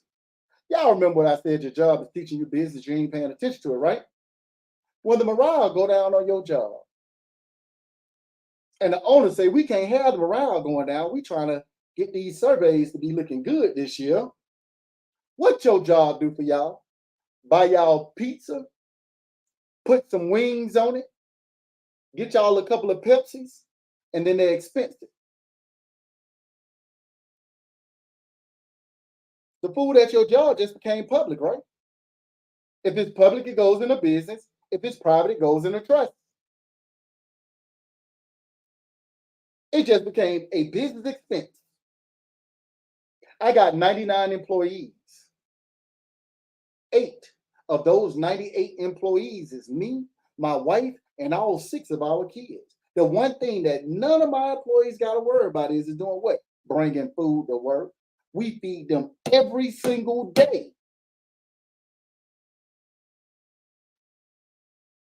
And then we expense it. Food is public, boys and girls. Uh-oh, this is going to get crazy. What was the next thing on the list? My vehicle. Man, you know, in 2022, one of my business needed a vehicle. Went out and bought a 2023 Cadillac Escalade for $140,000 cash. It had 2 miles on it. The business bought it because the business wanted it. It needed a business vehicle.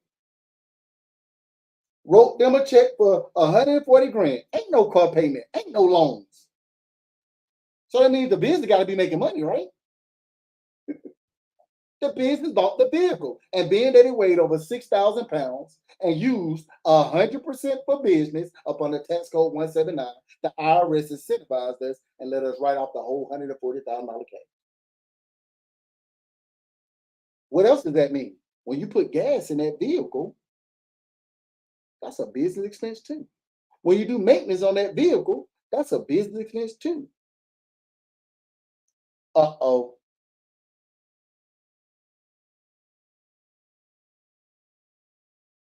A lot of people get on me about these lies. You on these lies, you got to be selling something. I ain't selling nothing, but don't get it twisted. This is a use situation.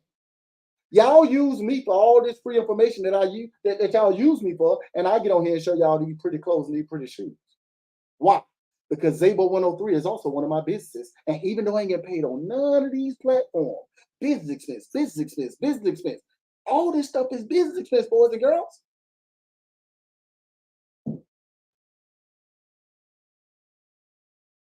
Mm, mm, mm, mm.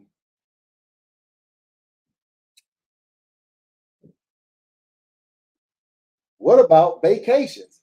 Yeah, you got me on the vacation thing, family. We don't go on vacations no more. We go on locations. We take business trips.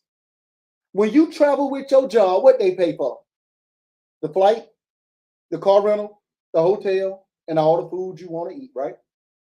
And if you're doing content on social media, and that's one of your businesses, you can actually, use that on your business trip as well to show all your content that you're airing for. The camera crew that you got following you around when you're on your business trip. You know.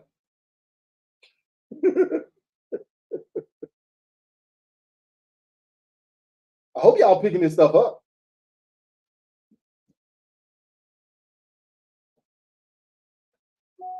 You said something about a life insurance policy. Imagine when I was at Bank of America gave me a free $50,000 life insurance policy that I ain't have to pay for. 50 grand. Couldn't believe it. When I left the bank, they ain't canceled that policy. I knew it's gonna lapse after a certain time frame whenever it expires, but they ain't canceled out the gate. I called my broker, my insurance broker, because I had our own policy, and I asked that joker, these beneficiaries on these policies, that to my wife, maybe me, maybe my kids, they might not be as strong as me. I need the beneficiary to be the trust. Can you change that for me? He said, yeah, man, give me 2 minutes. I said, 2 minutes? How long is this? He said, it's gonna take 2 minutes. It's only gonna take 2 minutes. I said, yeah. I said, for real? He said, it's gonna take a couple months to show your statement, but it's gonna get done. It's gonna be active in 2 minutes. Are you serious? Yeah. You don't need my wife consent? My kids that are old enough to give consent?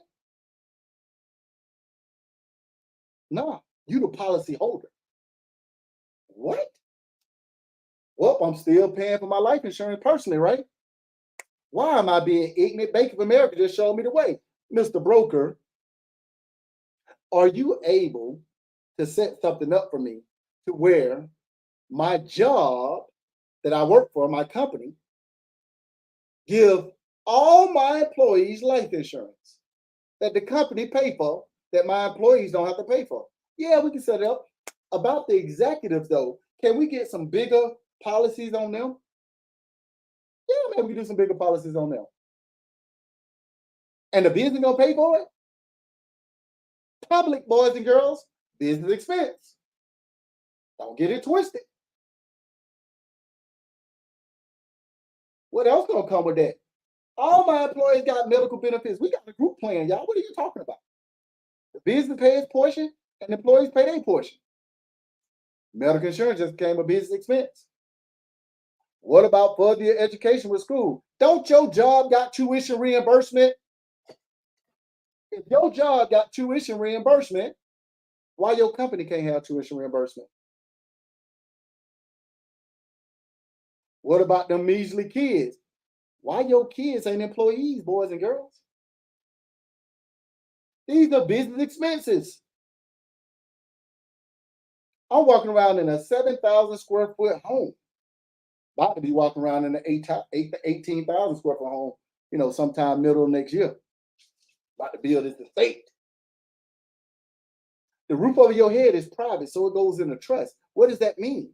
The bills that come in the house don't belong to me, they belong to the trust. Those are the trust bills. I ain't got no bills. What does this stuff mean, y'all? Your business is gonna have to be generating money, y'all. You're operating in public or private. I'm still waiting on y'all to tell me what you need money personally for. I'll wait.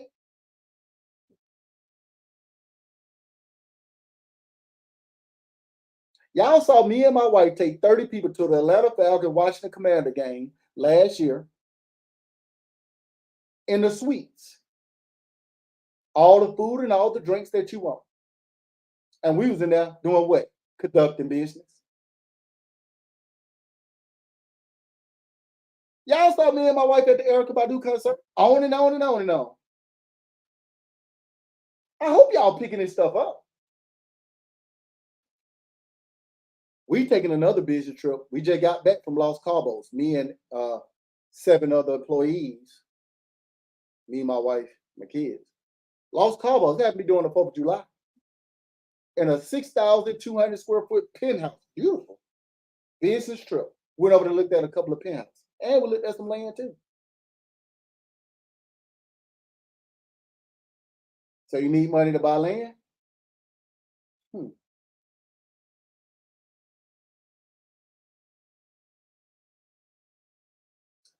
Business, land, life insurance policy, trust. Your business gonna conduct business. Your business gonna have business expenses. Your business gonna have taxes. The write-offs are between you and your tax attorney or your CPA. The rest of the money is going to 2 places. A percentage of the money is going to the trust checking account, so the trust can pay the trust bills because I ain't got no bills. The rest of the money is going to zero doing what? Buying land. It ain't my money. The land that you purchase is either for public use or private use. If there are going to be other people, public use you conducting business on, it's going into the business. If it's going to be private use, it's going in the trust. I don't own no land personally. I would never own no land personally. I ain't got no money.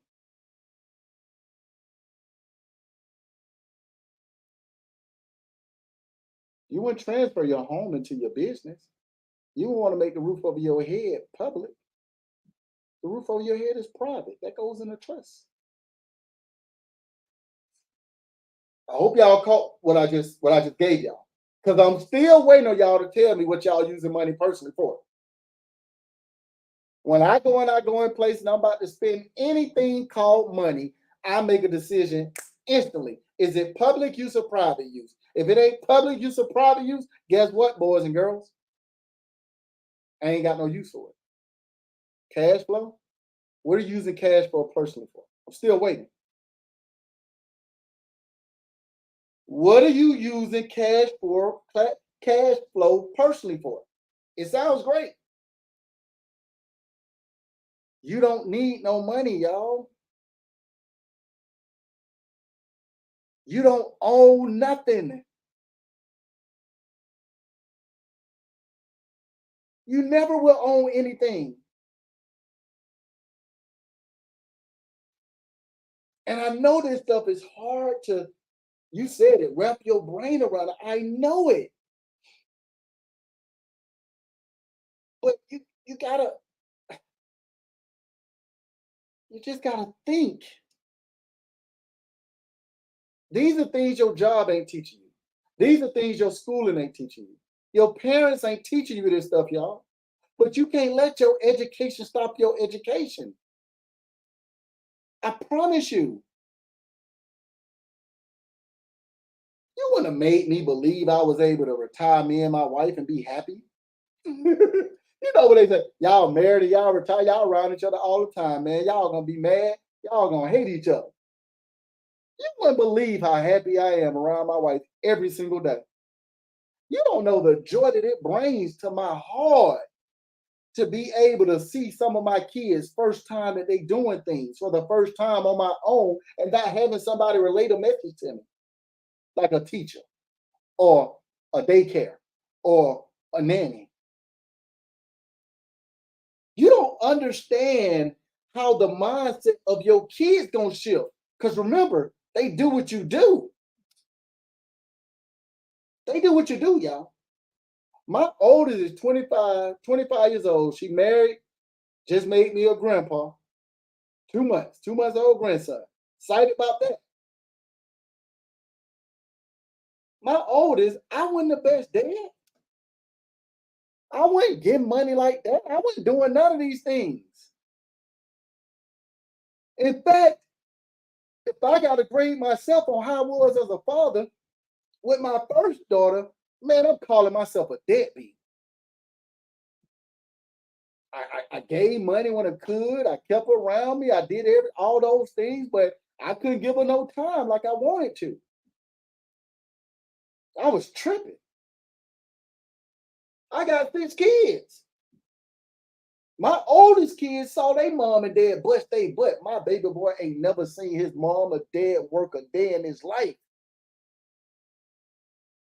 His mentality is different from all the rest of my kids.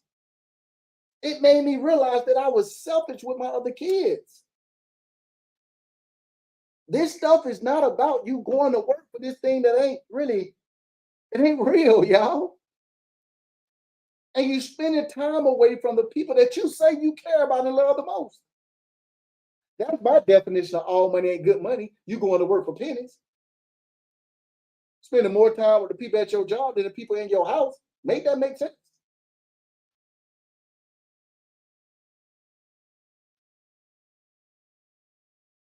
When this stuff clicked,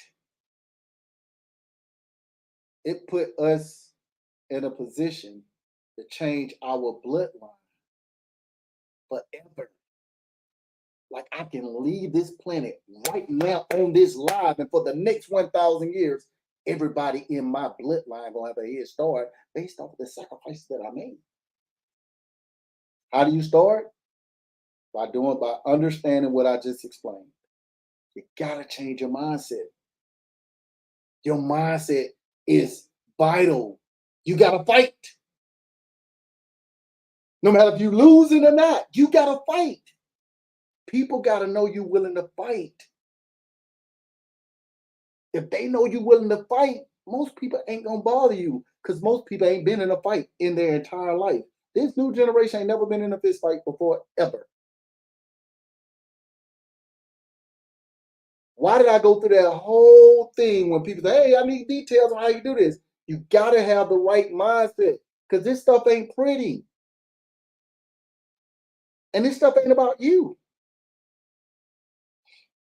How long did it take me to switch my mindset? Um, I don't know. I can't really say. It's hard to say because I was already on a journey to get out of my rat race. And I can't tell you when that started because I've always been like, I'm gonna work for my last name and not my first. I've always been that way. But in the know what I'm knowing now, probably about the last 4.5 years, man, it's been crazy.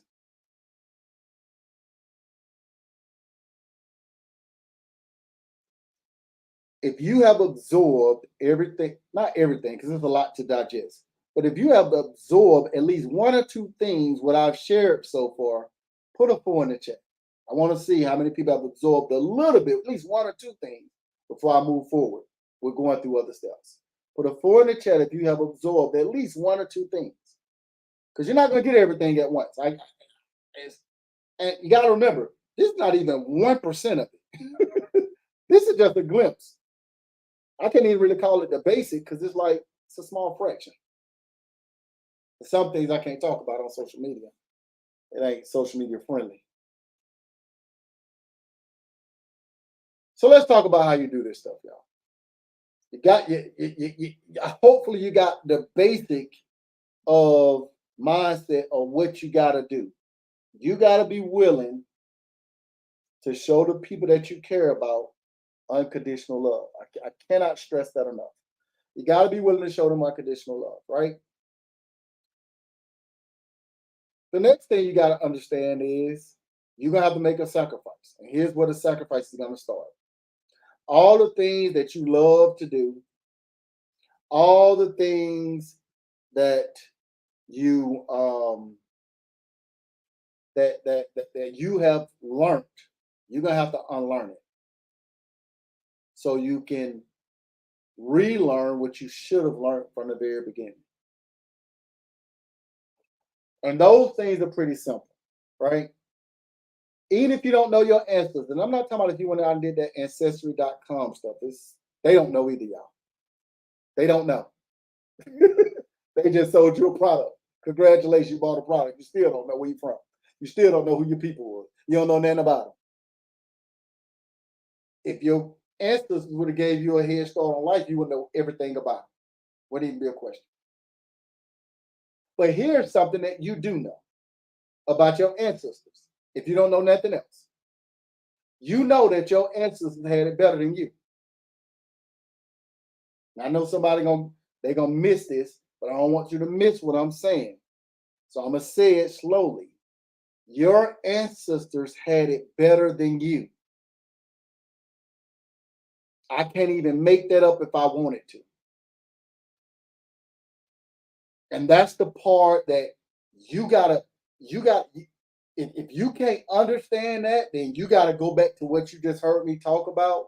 And the replays are instantly going to be up on Zabo103 on Instagram, Xavier Gibson on Facebook, and Zabo103 on YouTube. So you can go back and look at it. But your ancestors had it better than you. I'll explain. They had two things that y'all will never really be able to experience unless you shift your mindset. I understand that now because I had to make that shift. Your ancestors had land and they had each other. I'm going to say that one more time. They had land and they had each other. Y'all ain't got no land and y'all ain't got each other. The whole world has made you become the ultimate consumer by keeping you fighting every day, all day. Women out here talking about, I don't need no man for anything. I'm an independent woman. They ain't no good anyway. They're just gonna dog you out. Fella, man, I ain't studying these women, man. Ain't nobody got time for them, man. They just some gold diggers. I'd rather hang out with my homeboys. We'll take a trip and we'll go do what we do out on that trip. The money you spending on that trip is the same money you need to be spending on your old lady right here where you at. Ladies, don't complain about paying 50-50. You paying 100% right now. What y'all don't realize, y'all done fell into the trap of consumership. While y'all fighting, staying single, thinking y'all don't need nobody and it need to be all about you, you ain't never gonna find the right person. You paying a rent, she paying a mortgage. Y'all paying two different light bills, two different grocery bills, spending extra money on gas because y'all don't live together. Y'all Y'all got played. Two is better than one, boys and girls. You ever look at these super wealthy people? They're with their significant other until one of them leave this planet. And when one leave that planet, they're not redoing it again. They just do what they want to do at that point because they've already built the wealth. Your significant other, significant sign, if I can't, is vital. You know how much stuff you can build if you with somebody from the age of 21 all the way till you leave this planet? The reason why you can't build no wealth is because you keep starting over. I done got with old girl, man. We were together for like 7 years, man. And then we had to start all over. I got to start all over, man. I had to leave her, man. Why you had to leave, man? It just wasn't working out, man. You know, she had her thing going on, and I had my thing going on, man. We just weren't compatible. AKA ladies, he was cheap.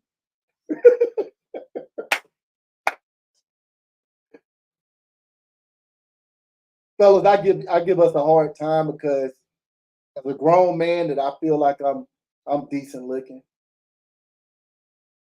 I understand some of the struggles that you call struggles, but the mindset is a crazy thing. Think of it this way: I have over 1 million followers between all these platforms that I'm on. 90% of my followers are women. You ain't ever gonna catch me sliding in none of their DMs. Why? Because I'm not gonna let 5 minutes of fun take hundreds and hundreds and hundreds and hundreds of years worth of wealth out of my mouth. I ain't doing it. It ain't gonna happen.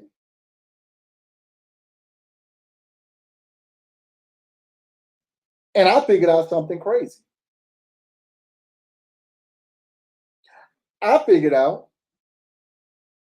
if I can put my wife in a position to where she never have to worry about money ever again in life, meaning she ain't got no bills. She can still do all the things she would love to do with that finance would take.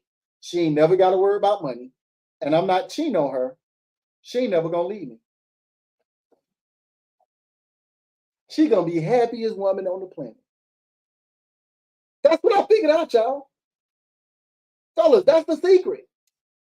I don't know a woman on this planet that don't ever have to worry about bills ever in life, and they ain't never got to worry about their man cheating on them. She ain't ever leaving. When I figured that out, it was game over. You couldn't tell me nothing.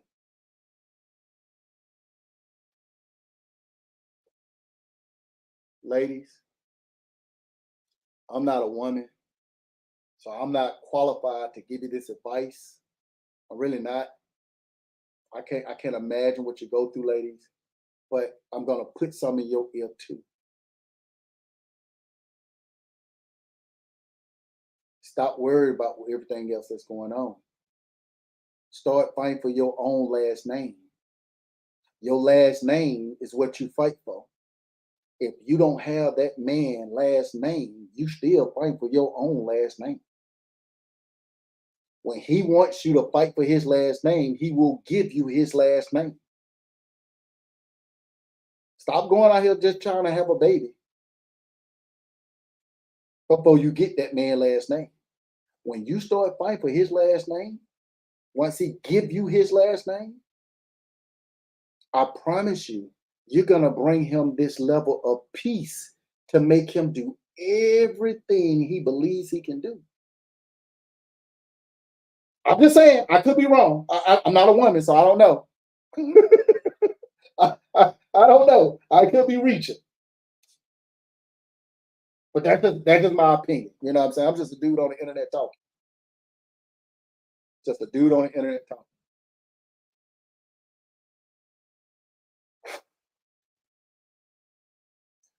These are different things that you got to get an understanding of so you can make this beautiful thing. If you want to go back to you having it just as good as your ancestors had it, you got to do what your ancestors did. And in fact, there are 4 things on this planet today that your ancestors had to do. They had to have that way in the 1500s, even before they started dealing with cash. Would you believe in 2024 those same 4 things you got to have today? In 2024, you got to have those same 4 things: food, water, shelter, clothes on your back. Notice I ain't say money. Food, water, shelter, clothes on your back. If you had those 4 things and you never had to spend money on it ever again in life, you know how different your life will be?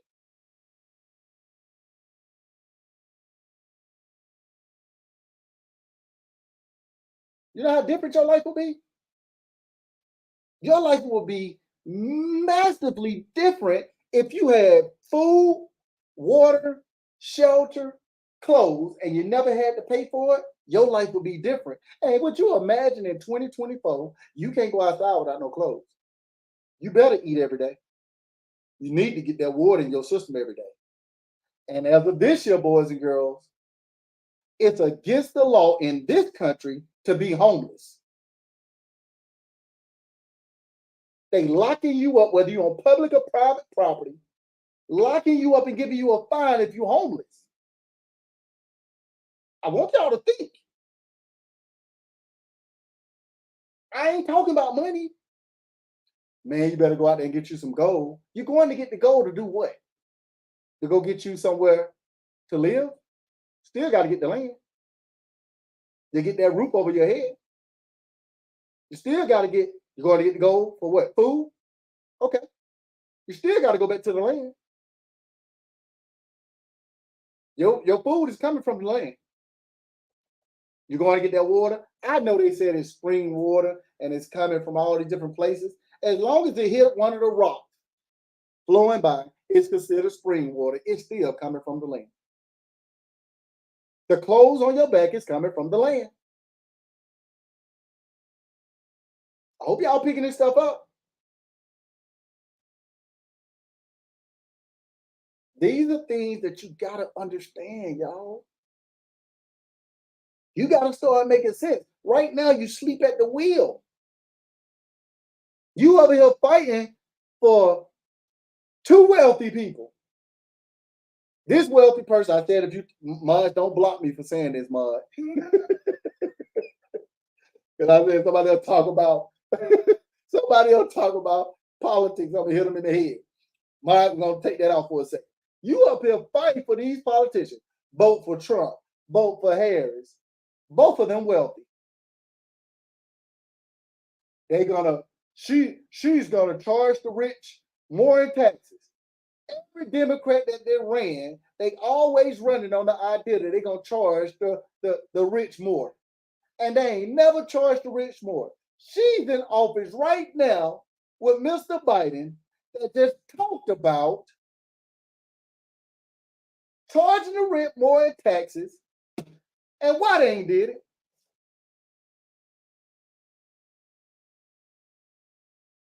Crazy Trump talking about animals doing things, they eat animals. What are you talking about?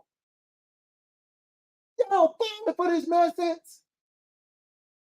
Nobody on this planet, that includes you, boys and girls, is ever gonna put rules in place that will have a negative impact on themselves. I'm gonna say that again. No one on this planet is going to put a rule in place that's going to have a negative impact on themselves. Why would the Democrats charge the rich more money in taxes? I know why. Because rich don't exist. Charge them whatever you want to charge them. You can charge the rich as much as you want to charge the rich. It doesn't exist. It's not a real thing. We're going to help out the middle class. Why the middle class ain't being helped? They always talking about they going to help the middle class. The middle class ain't a real thing. It don't exist. Y'all better wake up. I hope y'all picking up what I'm putting down. Man, I feel, man, I'm gonna get up off of this conversation.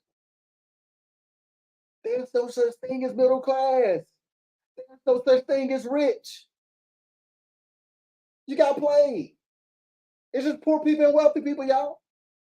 We're gonna charge the rich more in taxes. Go right ahead. Charge them 1,000% more in taxes. We're gonna help out the middle class. Let me know when they get to you. Let me know when they get to you. Wealthy people don't have no money. So if you're gonna charge the wealthy people more in taxes, what's 99% times zero? Look up the definition of taxes, y'all. The only people that pay taxes are people that earn an income, right?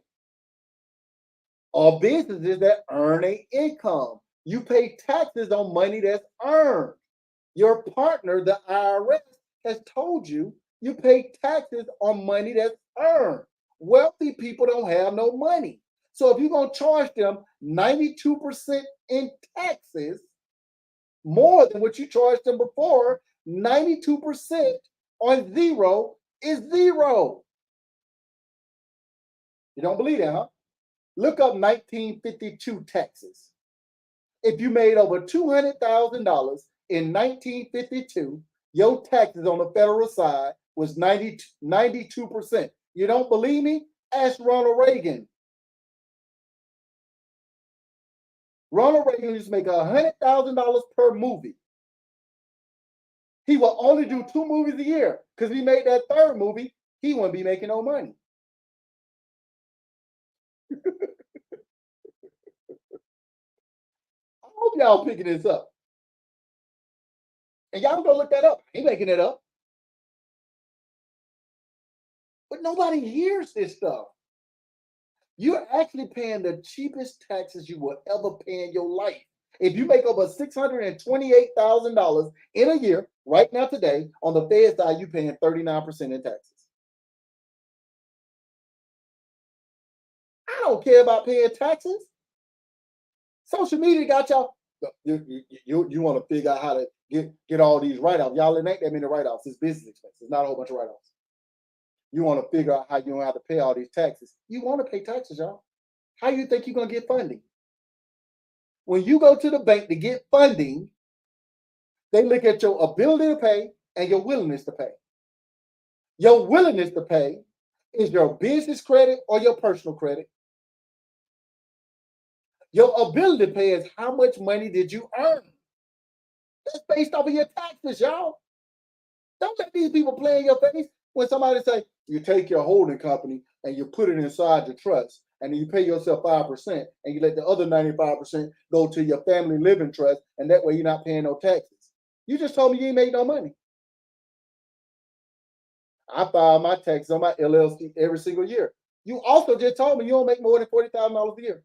Because if you did, your tax attorney would have told you it needed to be changed to an S corp.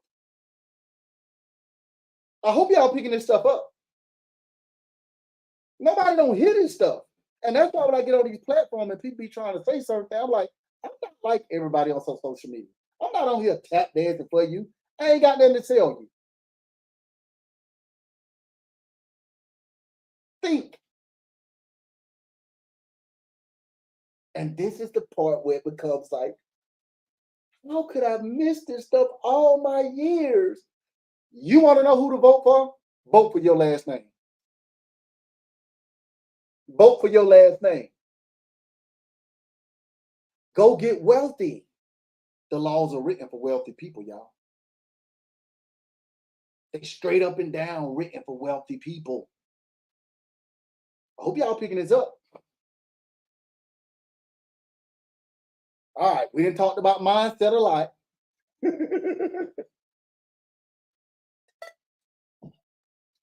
Before I ask you if you learned one or two things that help open your mind a little bit, if you done learned 4 or 5 different things, put a 7 in the chat. Put a 7 in the chat if you've learned 4 and 5 different things, and we'll move on to the next thing. We're gonna dig into it now. Mindset is a key, y'all. Got to be on top with your mindset. All right, let's make this happen.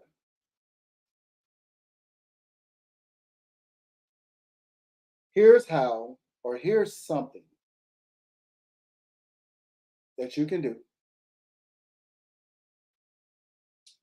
that if you take the time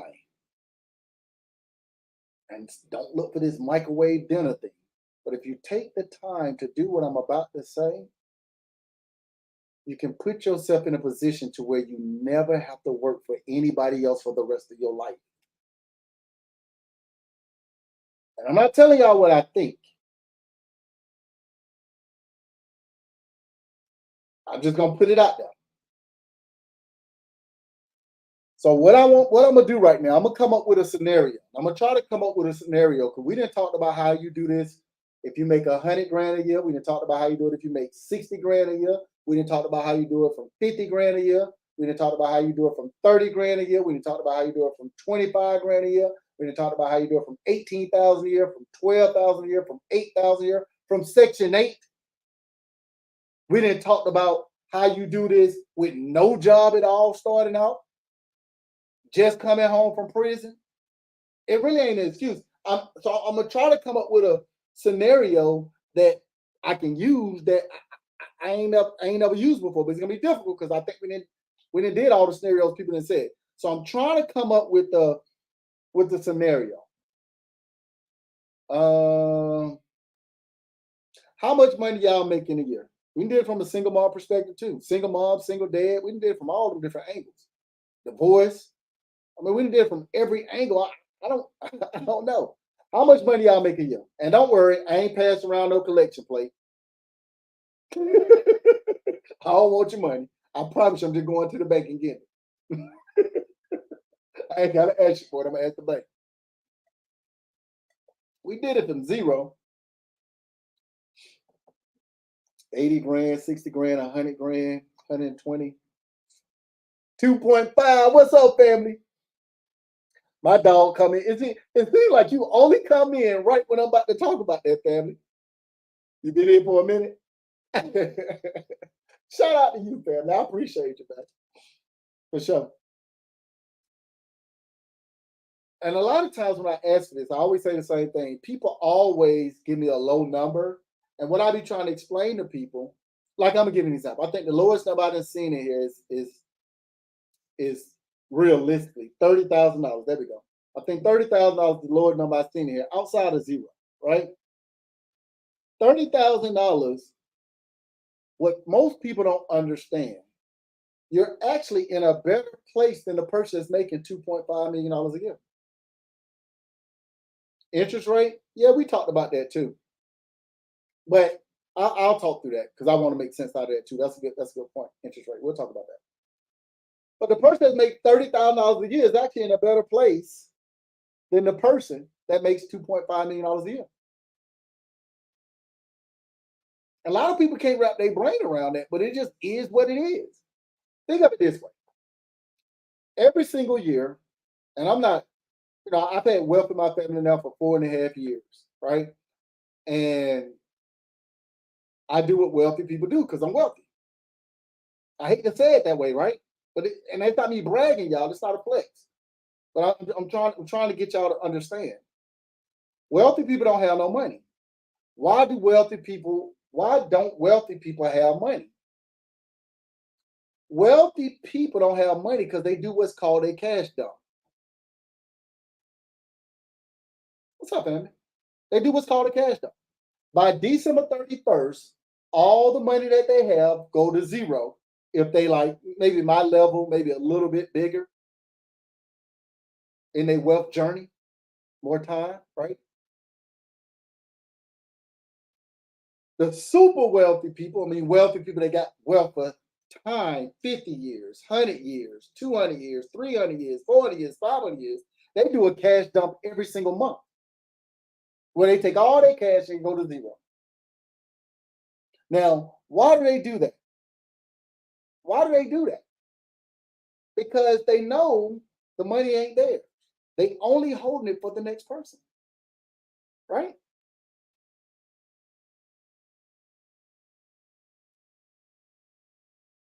They're only holding for the next person, right? Watch this. What you got to understand with all the stuff we just talked about when it comes to mindset, you got to go into that mindset so you can make the sacrifice. Because when you make that sacrifice, no matter how much money you make, it doesn't matter. Your money only going to three places. Period. How do I know that's possible? When you went out and got that rent, when you went and got that mortgage, you know what you did, right? Back in the day, what they tell you, you got to make three times the rent. You showed them three times the rent. That's how you got in your apartment. Your mortgage, you didn't go above 35%.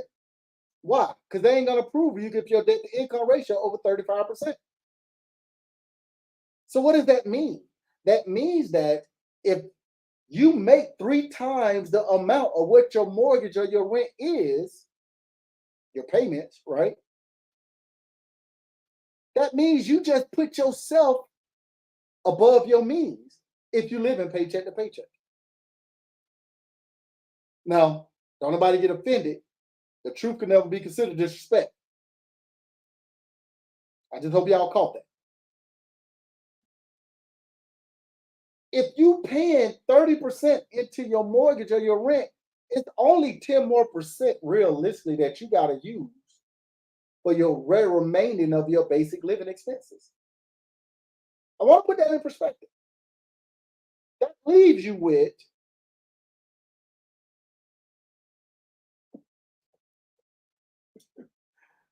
oh my goodness. Well, actually, that's what call it 30%, another 30% basic living expense. That's 60%. That leaves you with what? 40%. I hope y'all catching this. All right. So with your money going into three places, 60% of your money is going to basic living expenses. Not a penny more, not a penny less. 25% of your money is going to the biggest whole life insurance policy you can afford. Why? Because your health is your wealth. The healthier you are, the bigger the insurance policy you can get. That last 15% is going into land. Why? Because they ain't making no more. They're not making no more. If you do those three things over time, it will put you in a position to where you never have to work for anybody else for the rest of your life. I just want y'all to think about that for a second. Basic living expenses, 60%. 25%, the biggest whole life insurance policy you can afford. Last 15%, land. Now, I want you to think about this for a second. Not an IUL. And here's why I say not an IUL. A lot of people hear the IULs on social media and they talk to it. And again, let me say it this way, because I'm not going to say it's a bad thing, because it's not necessarily a bad thing. But let me say it this way. Respectfully, IULs are not for broke people. It has fees, y'all. You can't afford it. You already living paycheck to paycheck. It sounds good on social media, but it's not for broke people. And that's just me being honest. All right, so check this out. Basic living expenses, the biggest whole life insurance policy you can afford, and land.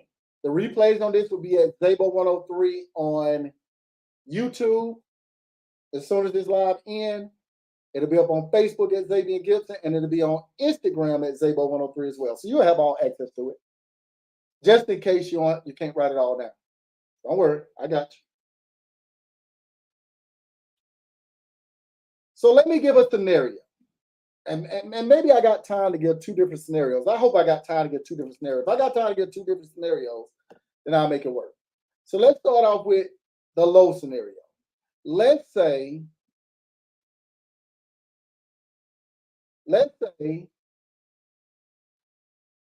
I'm separated. Me and my wife are separated, right? We going through a divorce. We got 2 kids. I'm gonna try to paint this picture so y'all can hear. So we going through a divorce. We separated right now. We got 2 kids. I bring home $70,000 a year. Bring home 70,000 a year. 2 kids, going through a divorce. Um, credit is like we'll say bad credit. I don't care. Bad credit. No family to support. The only family I had was my soon to be ex-wife and my kids. My other family, we cool, but I can't really depend on them. They ain't really gonna look out for me like that. I'm working. I'm bringing home 70K a year. So that means I make decent money if I'm bringing home 70K a year. I got a car payment. Right? I said I got bad credit, so I got credit card debts. I got a student loan. That's fair, right? Um, I am I am 40 years old. Is that a fair assessment? Everybody understand where we at? 40 years old, separated right now, going through a divorce, bringing home 70K a year, 2 kids, bad credit, car payment, no family, no friends. I can't tell y'all what to do. I only can tell you what I would do. I ain't on child support yet because we separated right now. Well, let's say this. Watch this. Let's say we just got a divorce and I got child support. Let's add child support on the equation. Amazing. And fellas, let me give you a little heads up. Child support is a gift to a man that want to take care of his kids. I'm gonna say that one more time for the person all the way in the back. Child support is a gift to a man that's taking care of his kids. I can't stress that to you enough. It ain't a court system on this planet that's gonna stress a man out with child support that's taking care of his kids. And I'm not saying that from not being experienced. I got 6 kids. I want to put that in perspective. Watch this.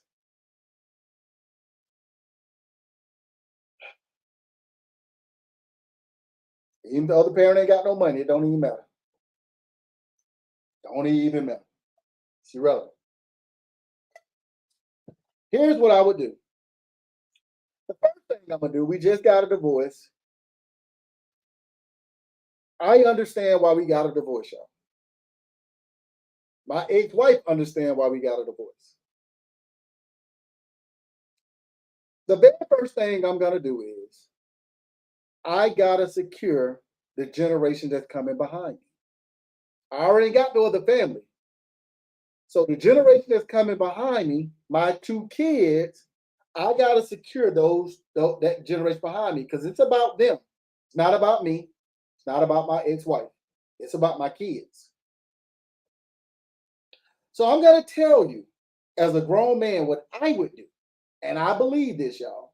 Men do what they want and boys do what they can, and I'm a grown ass man. I'm gonna reach out to my ex-wife, and if she hasn't moved on, I'm gonna ask her out to have a long conversation with her regarding our future because we got kids together. I'm gonna invite her somewhere, maybe to a restaurant or something.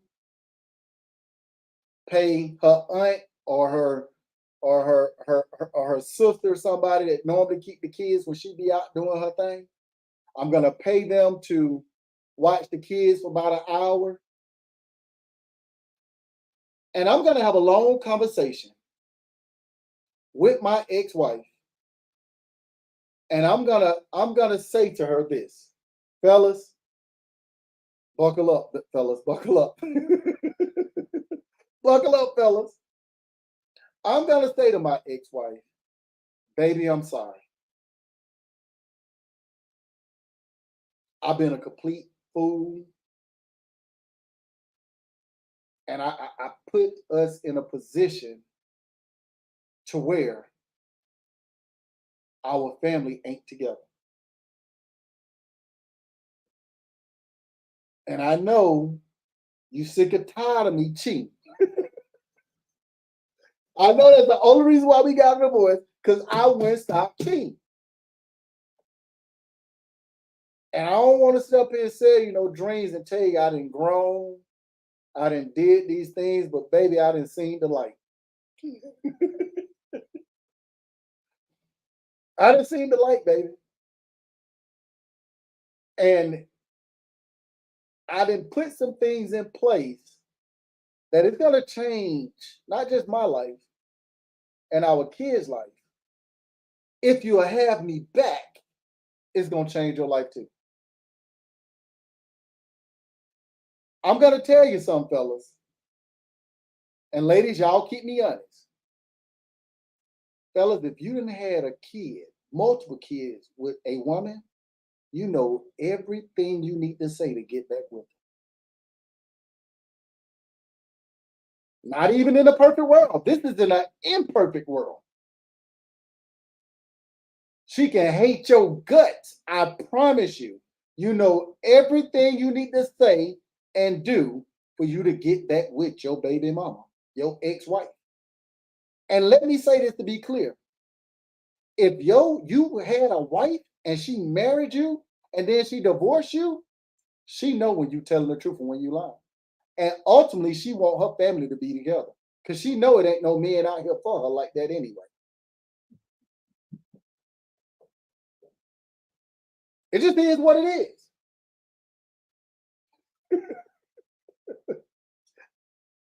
Y'all, I'm begging, I'm pleading, I'm telling we can go to counseling. I need you to take my last name back. I already talked to the pastor. He said we'd come down there on Wednesday. We come down there and sit down here, give us an hour after Bible study. I'm doing whatever it takes. I'm telling you, y'all, I got to. Why? Because I'm willing to make the ultimate sacrifice for my last name. I know it's a bigger picture. Remember what we're talking about. Not cheaper to keeper. Mm-mm. It's about changing your bloodline like forever. Watch this. She gonna say, "You didn't say this 20 times. You didn't cheated on me 20 times. I'm sick of you. I'm sick of you." Hey, man, for real though, we going to the pastor. I'm telling her, let's call the pastor. Pastor Johnson. Talk to her because I told her that I talked to you already, and I told her that we coming out for counseling. She don't believe me. Let me put it on speaker. Tell her, Pastor John, she can hear you.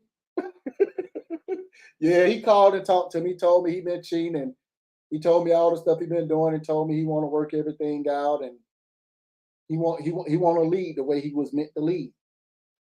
And I'm gonna be honest with you, I believe him, and I know you believe him too. I think y'all should come down so we can talk. He really trying to get us to put some more money in that collection plate, but it's okay. It's helping me. And when I get down, I'm gonna throw him a little something too. We gonna make this happen, y'all. I gotta get my family back. This is important. We get down to counseling. We're done with counseling. We get back to the house. I talk to the kids for a little while. Read them their bedtime story so they can go to sleep.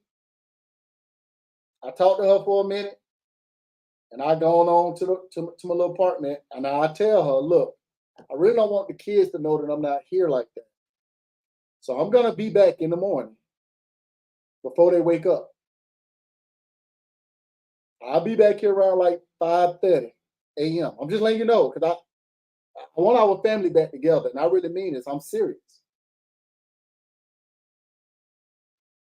I'll be outside taking out the trash in the morning time at 5 o'clock in the morning, sweeping up around the outside, come up in the house, cooking breakfast for everybody. This might go on for a few months, y'all. I ain't doing that with the credit. I ain't doing that with that else, y'all. I'm still struggling, trying to keep up. But I gotta get my family back first. A couple months go by, she know I'm serious now. She slip up and let me spend the night. Ooh, it's over now. I'm really in there now. We on our way to get back married. I gotta make this work. She let me start spending the night. 3 months in. We've been going to counseling every Wednesday. I'm filling all the commitments that I said I gotta fulfill by coming over the house, waiting till the kids go to sleep. Now I'm back at the crib. She gonna say to me,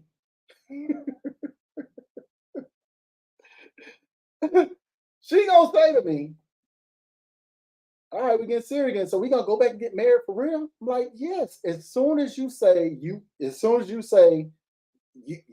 really can fully trust me, and you know I'm serious, 100%.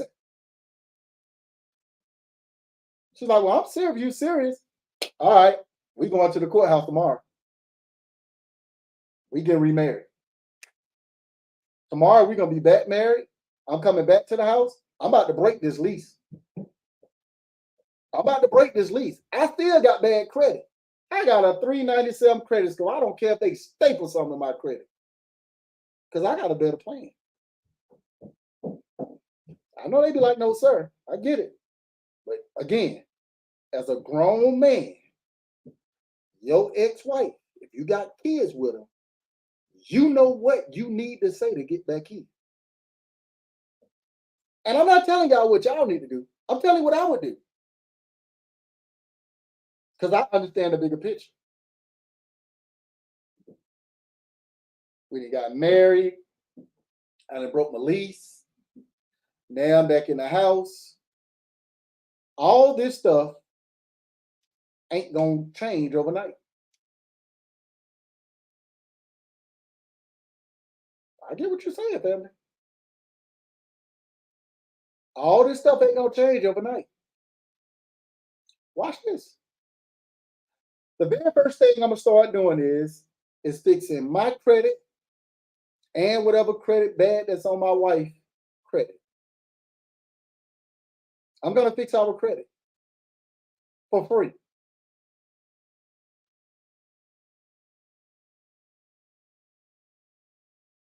I'm gonna reach out to a company called LexisNexis. LexisNexis, LexisNexis, LexisNexis, LexisNexis, LexisNexis. I'm gonna reach out to a company called LexisNexis. LexisNexis is the company that houses all your information. I mean, all of it.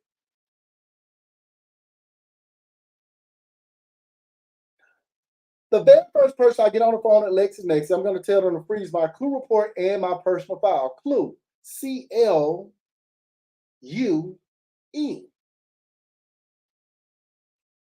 Ma'am, sir, can you freeze my Clue report and my personal file?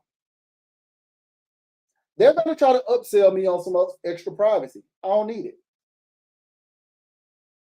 Just freeze my Clue report and my personal file. They're going to say, okay,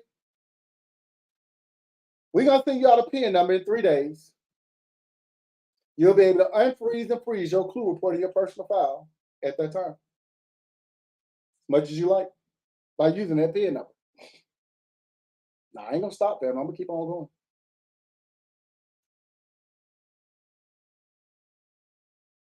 I'm also gonna do it for my wife at the same time. When I get that PIN number, I'm gonna reach out to Equifax, TransUnion, and Experian, and I'm gonna start disputing. That's not my account. Verify this debt. Verify that balance. I wasn't late. I don't live at that address. I never applied for those credit cards. No, this is an old studio, family. Stay here for a minute. You already know that. Now, y'all know these credit bureaus got 30 days to verify your information, right? Put a one in the chat if you know when you dispute something with the credit bureaus, they got 30 days to verify your information. Clue report, personal file. Clue, CLUE, personal file. Most people know that, right? That's not a secret. Most people know you got 30 days, to verify your information. What people don't know is they're going to reach out to LexisNexis to verify your information. A lot of people don't know that.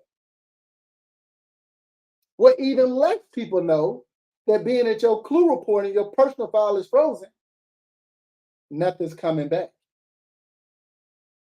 Now, we all know what happened when nothing come back in 30 days, right? It's coming off your credit. And it's free. Now, I didn't fix my credit for free. And I didn't fix my wife's credit for free. Boy, she happy she made that decision. Give me one more chance like Biggie. She happy as a heart attack. Because we didn't fix our credit. Now, I'm not going to tell her to do with her credit. Because she ain't built that much trust in me yet. She got enough trust to marry me, enough trust for me to be back in the house so we can raise our family. But I can't tell her to do with her money. She got to see me walk it like I'm talking it. I still ain't touched this 70 grand yet, y'all. Other than the little knick-knack bills. Because my plan ain't in full effect yet. The next thing I'm going to do is I'm going to tell the wife, hey, babe, we're going to go down here and sign up for the NACA program. NACA. NACA. NACA is a program that will help you get a home, even if they got to get you down to a 0%.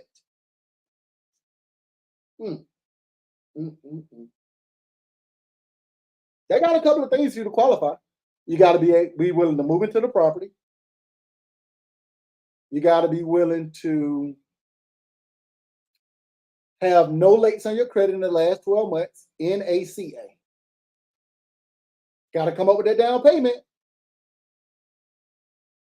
NACA. Two different things. Now, I ain't never owned no house before. Me and my wife, we never owned no house.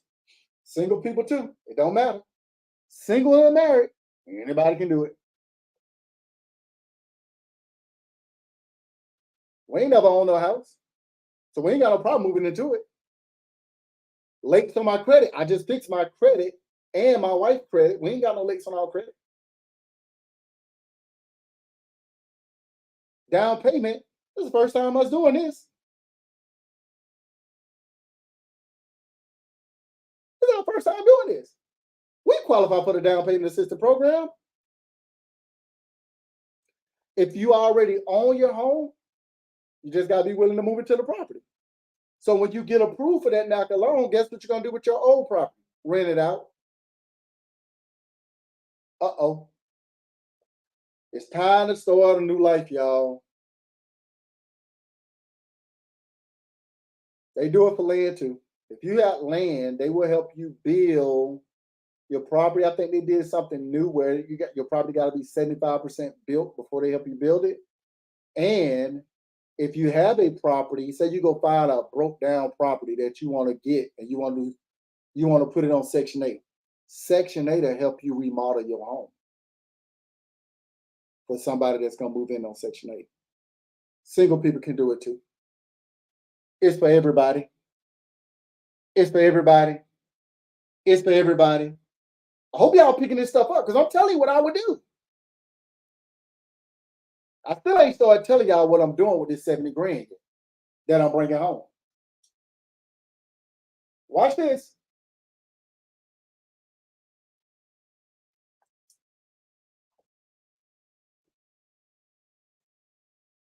What I'm doing with my 70 grand, I'm not worried about what my wife is doing with her money. She can do whatever she want to do with this money.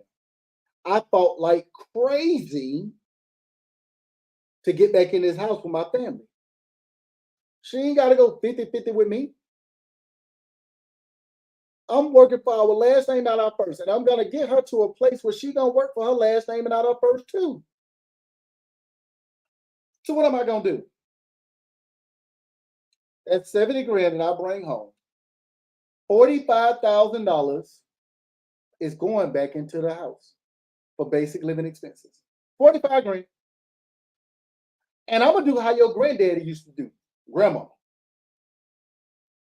Every pay period that's going to equal up to $45,000 a year that I'm bringing home, I'm going to put on a nightstand for my wife to pay all the bills and do what she need to do with the money.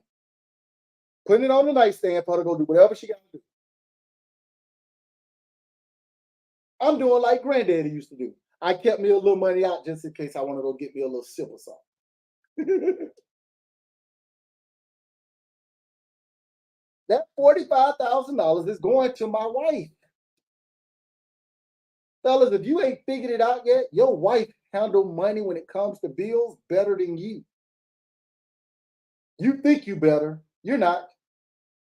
She the one gonna make that house a home. If you ain't figured it out yet. That's why granddaddy used to put that money on the night table. On the nightstand so grandmama can get it so she can take care of the business. Grandma ran the house. You don't run that but your mouth. You only wear the pants outside of your house. Don't get it twisted, boys and girls. That 45 grand, basic living expenses. The wife can do whatever she want to do. Take care of the bills the way she got to take care of the bills. It is what it is. I ain't got no credit no more, y'all. I done did away with it. Done with it. It is what it is. Hope y'all picking this up. That's going to leave me with what? $25,000. What am I doing with that $25,000? 15 grand I'm going to put into the biggest whole life insurance policy I can afford. Why? Because your health is your wealth. The healthier you are, the bigger the insurance policy you can get. Definitely whole life. It got a living benefit and a death benefit. I'm getting compound interest on this money tax-free. I hope y'all picking this up. That's going to leave me with $10,000. What you think I'm doing with that 10 grand? I told you my money only going to 3 places. I'm going to go buy me 2 acres of land. And I'm saying 2 right now, but the land prices are going up again, y'all. They've been $5,000 per acre in every state across this country for a while now. I'm seeing it going up to almost like 6,000, 7,000. But we're going to say 2 acres of land. I'm going to find it. Ain't got no choice. I got to do what I got to do, y'all. I'm going to go get me 2 acres of land with that 10 grand. I'm not buying land in a major city. You have 15,000, family. I just broke it down. If you bring home 70 grand a year and you put $45,000 into basic living expense, you left with $25,000. 15 grand going to the biggest whole life insurance policy you can afford. That leaves you with 10 grand.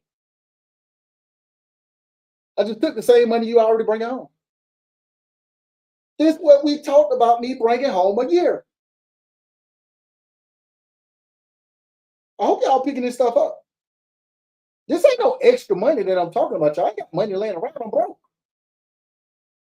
I'm doing it for my paycheck. I hope y'all picking this up. I'm gonna go get me 2 acres with that $10,000. And this is gonna be my process for the next 10 years. It ain't gonna be pretty. I'm still gonna be doing little things with the family every chance I get. I'm gonna be cooking, cleaning, helping with homework, at PTA meetings, surprise nights with the wife. Not 30 to 45 minutes outside of the major city that you live in. This is $70,000 that I said I bring home. This is after tax money. I hope y'all picking this up. Y'all got to stay with me. This is after tax money, y'all. Don't worry. I'm going to get in another scenario. It's going to be way more crazy. Stay tuned. Because I want y'all to understand it don't matter how much money you make. Money is not your issue. Information is your issue, and taking action with the information that you get is your issue.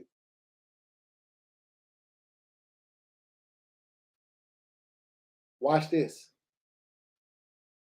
I'm telling my wife, significant other, sign if I can't, because she ain't put none of her money into this stuff. She ain't put none of her money in this. She gonna start because she's gonna understand that working for her last name is more important than anything else she's gonna want to accomplish. So if she decides to put something with me, great. But if she don't, it's okay. I'm doing it for our last name. And she just, all them years that she took that sacrifice, it made me into this amazing husband that she always wanted. Watch this.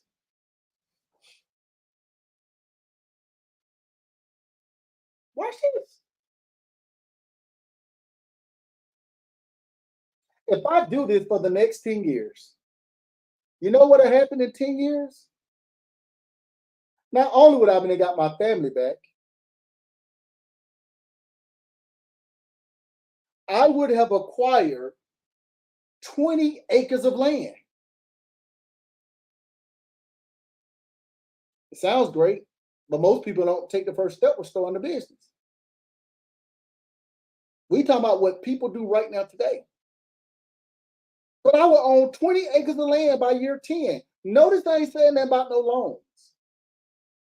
Notice I ain't saying that about no credit, no partnership, no mentors, no coach, no courses. I will own 20 acres of land just by using those basic principles that I just talked about. Basic living expenses, the biggest whole life insurance policy I can afford, and land. We're gonna talk about it. Don't worry. That's why I'm giving two different scenarios. It don't matter.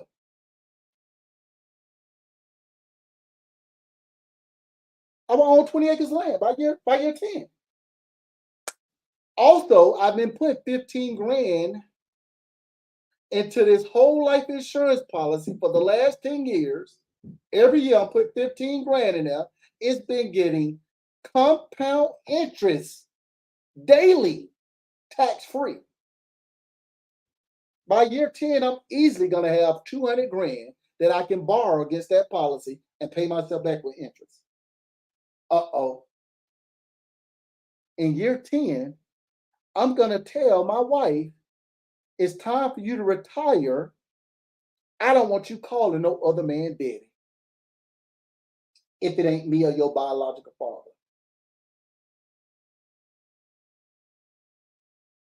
I hope y'all picking this stuff up.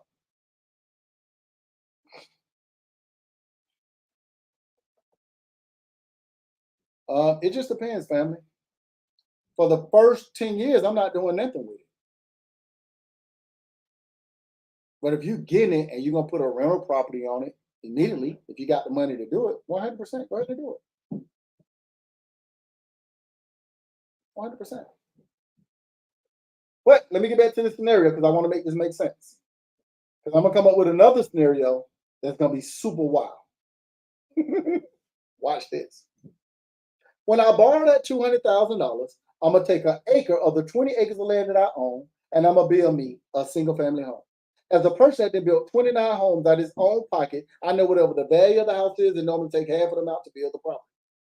So if I take this 200 grand and I build me a single family home, I got me a property worth $400,000 easy. What you think I'm gonna do when I get this property built? I'm gonna rent it out. I ain't moving into it. I don't care if I ain't got no house yet. I'm not gonna sell it.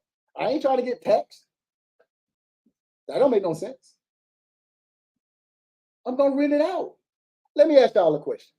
A 3-bedroom, 2.5 bath, 2-car garage, new construction home, 30 to 45 minutes out of the major city, whatever state you live in. How much is the rent? A 3-bedroom, 2.5 bath, new construction, 2-car garage home, 30 to 45 minutes outside of the major city. How much is the rent? 1,700, 1,800, 2,500, 5 grand. Okay, California, Hawaii. Jeez Louise. $2,000, 2,500. George, you probably spending like 3 grand, depending on which direction you go. Could $2,000, 6 grand. Jeez Louise. You must be in California somewhere, New York. Jeez, that's crazy. But wait, you're not becoming a landlord today. No, no, no, no, no, no, no. You're not becoming a landlord today. What you think that 3-bedroom, 2.5 bath, 2-car garage, new construction, 30 minutes outside of the city? What you think the rent gonna be in 10 years? That's when you're gonna become a landlord. It ain't gonna be $1,800 no more. What you think the rent gonna be in 10 years? That's when you're gonna be a landlord. It's easily gonna be double. I can't make that up. So in Georgia, you're saying 3 grand, it'll be at least $6,000. That's wow, y'all. What you think I'm gonna do after that? Now I'm about to go put this property in debt. I'm going to the bank. Let me give this cash out refinance mortgage. The bank gonna say you an investor on this $400,000 house. It depends. It could be more, could be less. See, what most people don't understand is builders charge you 20% for the land, even if you own it, and they charge you an extra 30% to build your property. So that's 50% out the gate that they charge you. They'll tell you that the cost of material went up, but since 2022, the cost of material went down. I hope y'all picking this up. If they got money, you definitely can start this process right now. Hope y'all picking this up. So it could go up, sure. But over those 10 years, guess what you're doing? You're thinking, you're dreaming, you're researching, you're studying. By year 10, you're gonna know all the ins and outs to build your own home, to be your own owner builder. Not all the way down, but it's down. Builders say the cost of material went up because they tack on their price on top of it. It just is what it is. If y'all stay tuned on my live at the top of the year, we just bought that on that 41.5 acres of land that we bought cash last year, 38 minutes from downtown Atlanta. We're going to build an 18,000 square foot estate down there. Owner bill. The builder was going to charge us $4.5 million to $7 million to build that property that we want. I told him I can't work with him. I decided to be my own owner builder. It's going to cost me anywhere from like $1.5 to $2 million to build out this property. Uh-oh. The milk's gone bad. When you know better, you do better, y'all. But y'all ain't even got into the meat and potatoes yet.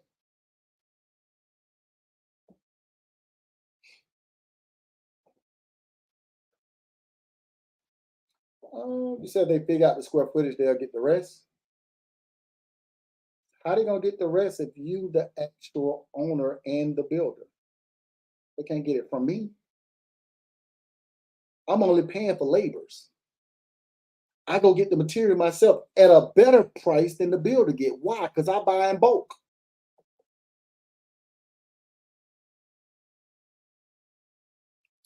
Let me keep going. Now I'm not doing no contractor work. I hire the laborers. Okay, you're a builder. What is your specialty other than subcontracting out to other people to do the work? I'm going directly to the people that's doing the work. How much you charge me to put down these floors? Well, how many floors? What's square footage on your floors?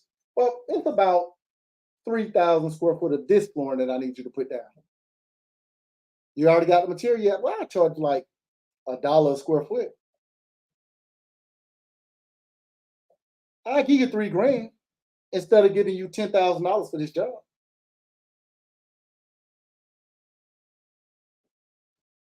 I don't even have to go buy no floors. I'm gonna do some polished concrete, make that thing look like marble on the floor.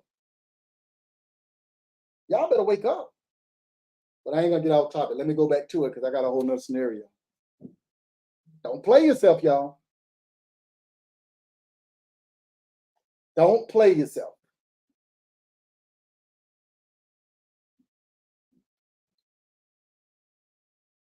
When I get to the bank, they're gonna look at me like an investor. They're gonna say to me flat out, you need to put 20% now because you're an investor.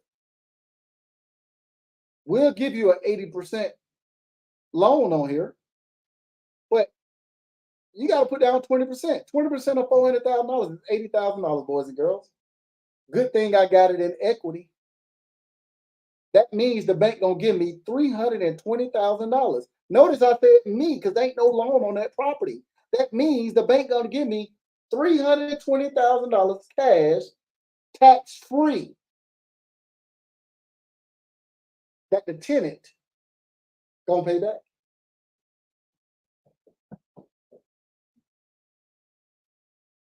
Don't worry, you're gonna use it immediately.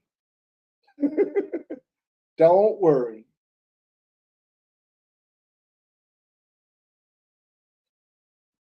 What's the mortgage on a $320,000 mortgage? How much is the mortgage? Anybody want to guess? I know it depends on your interest rate, but what's the mortgage on $320,000? I don't know what that is these days. Couldn't tell you. What is that number? 25, $3,000, 2,500. I think $3,000. Hold on a second, y'all.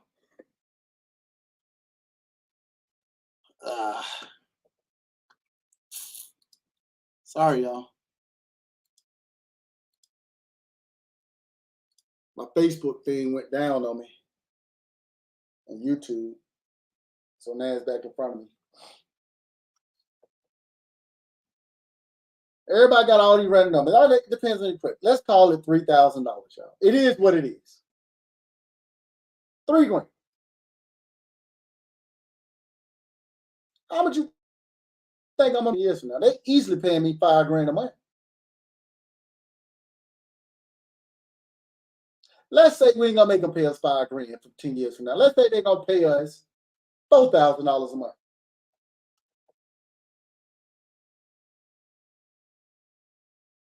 At $3,000 a month, the tenant is paying the $3,000 a month, and they giving me $1,000. That $1,000 ain't taxed out the gate, y'all. Why? You got to get what's called a return on your capital first. You know the $80,000 in equity you put down. That $1,000 ain't taxed till you get that $80,000 back. Uh-oh. This is gonna get scary. I got 320,000 in this hand, 1,000 in this hand. My wife is happy now because she ain't working no more. She's starting to see how her life has changed, but she don't understand what just happened. Our life just changed forever. What you think I'm gonna do after this? I got 19 more acres left. I'm only gonna do this a total of 20 times. Wait, if I do this a total of 20 times, if every time I do it, I'm putting my 200,000 up, I'm getting 320 back. That means I'm getting an extra $120,000 every time I do this. If I carry the one, that's $2.4 million tax free. What job y'all got making this type of money? I'm listening. What business y'all doing right now getting this type of bread? $2.4 million tax free. I was just struggling. Credit was bad. Bringing home 70 grand a year. Then begged my ex-wife to marry me back so we can keep our family together. Struggling. What job y'all got making this type of money? I'm listening.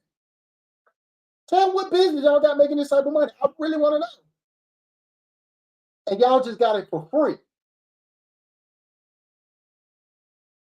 And I'm not telling y'all what I think. I just told y'all what I did.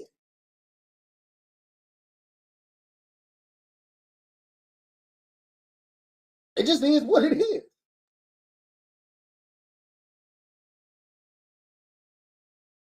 Nobody don't hear that. For real. Nobody don't hear that stuff. I almost forgot, y'all. There's more. There's more. Y'all remember that extra $1,000 on this side too?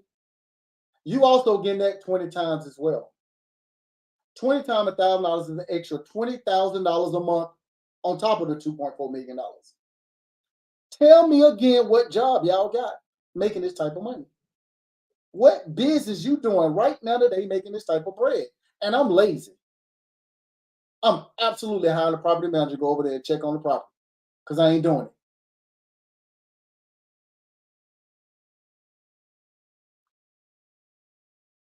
It ain't a course you didn't pay for that you didn't got this information. It ain't a guru that didn't told you this. Why? They don't know. Because if they did, they would be doing it. They wouldn't be tap dancing for you.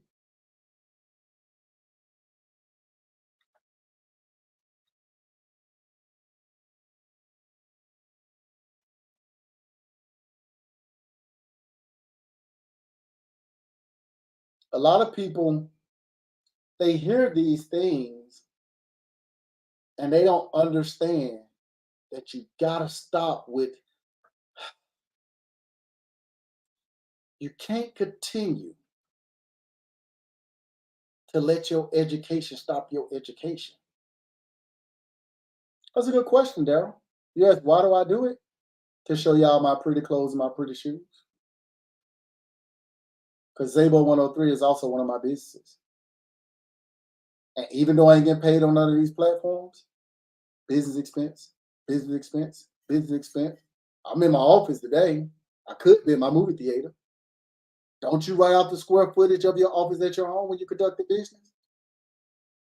I write off the square footage of every place that I'm at conducting business when I'm on social media. My wife won't stop shopping.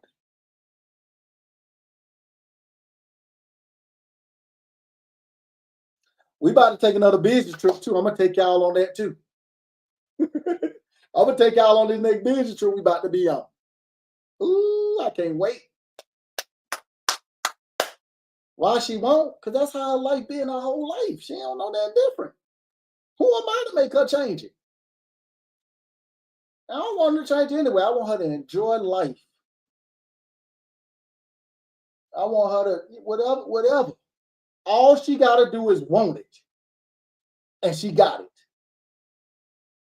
Just like me.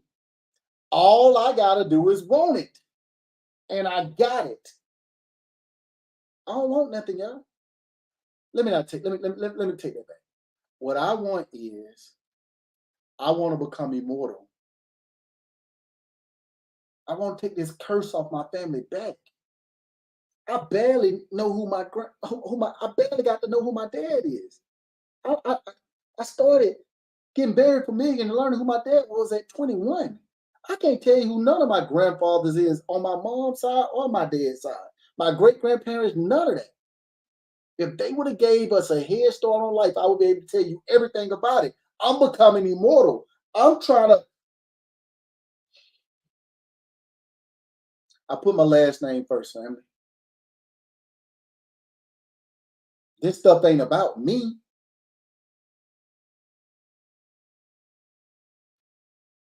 Keep telling y'all, I got 15,084 more days left on this planet. I'm going to say it one more time. 15,084 more days left on this planet. I hope y'all picking this up.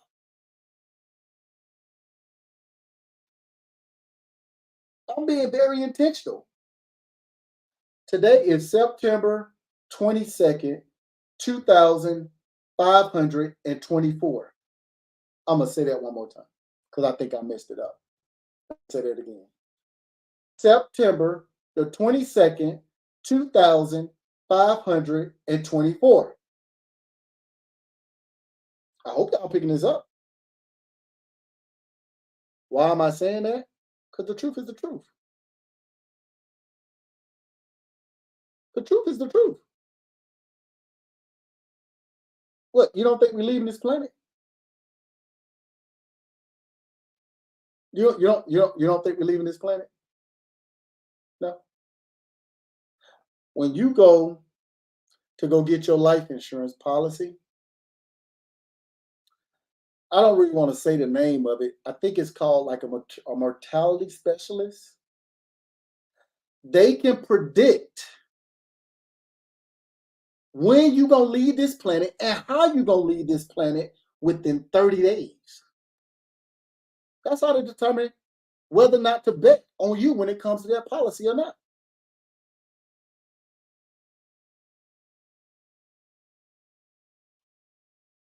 So I need y'all to stop being so asleep at the wheel. This stuff ain't about you. It's about your last name.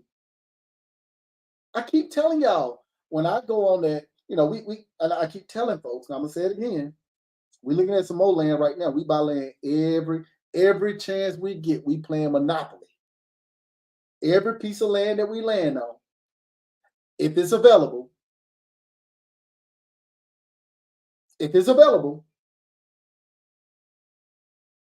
and I got the money, I'm buying. I don't care what it is. If it's land, I'm buying it.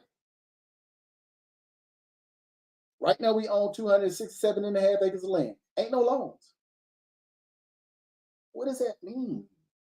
If you get denied, what did you get denied for? Did you get denied because of your health? If you did, you better get that right. Stop playing. Stop playing around. That's what it just is what it is. Now we talked about it from this scenario of bringing home 70 grand, going through a divorce, getting remarried with the same woman, so you can have your kids in the same house, fixing your credit, all the other stuff. Let's talk about it from another perspective.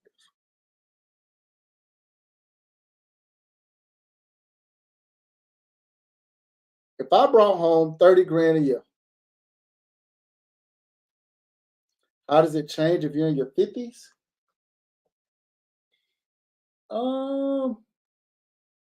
It depends. If you listen, I've been on this planet for 47 years. So if you're 50, you're 3 years older than me. I just want to put that in perspective.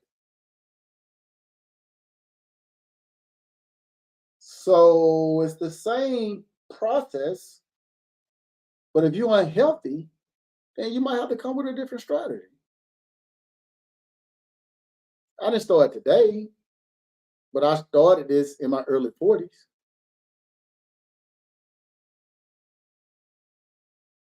If you're healthy, then go see how much of an insurance policy you can actually afford.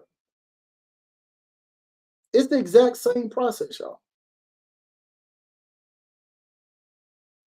Don't put a roadblock up in front of you. I promise you, it's the exact same process. Let me give you an example.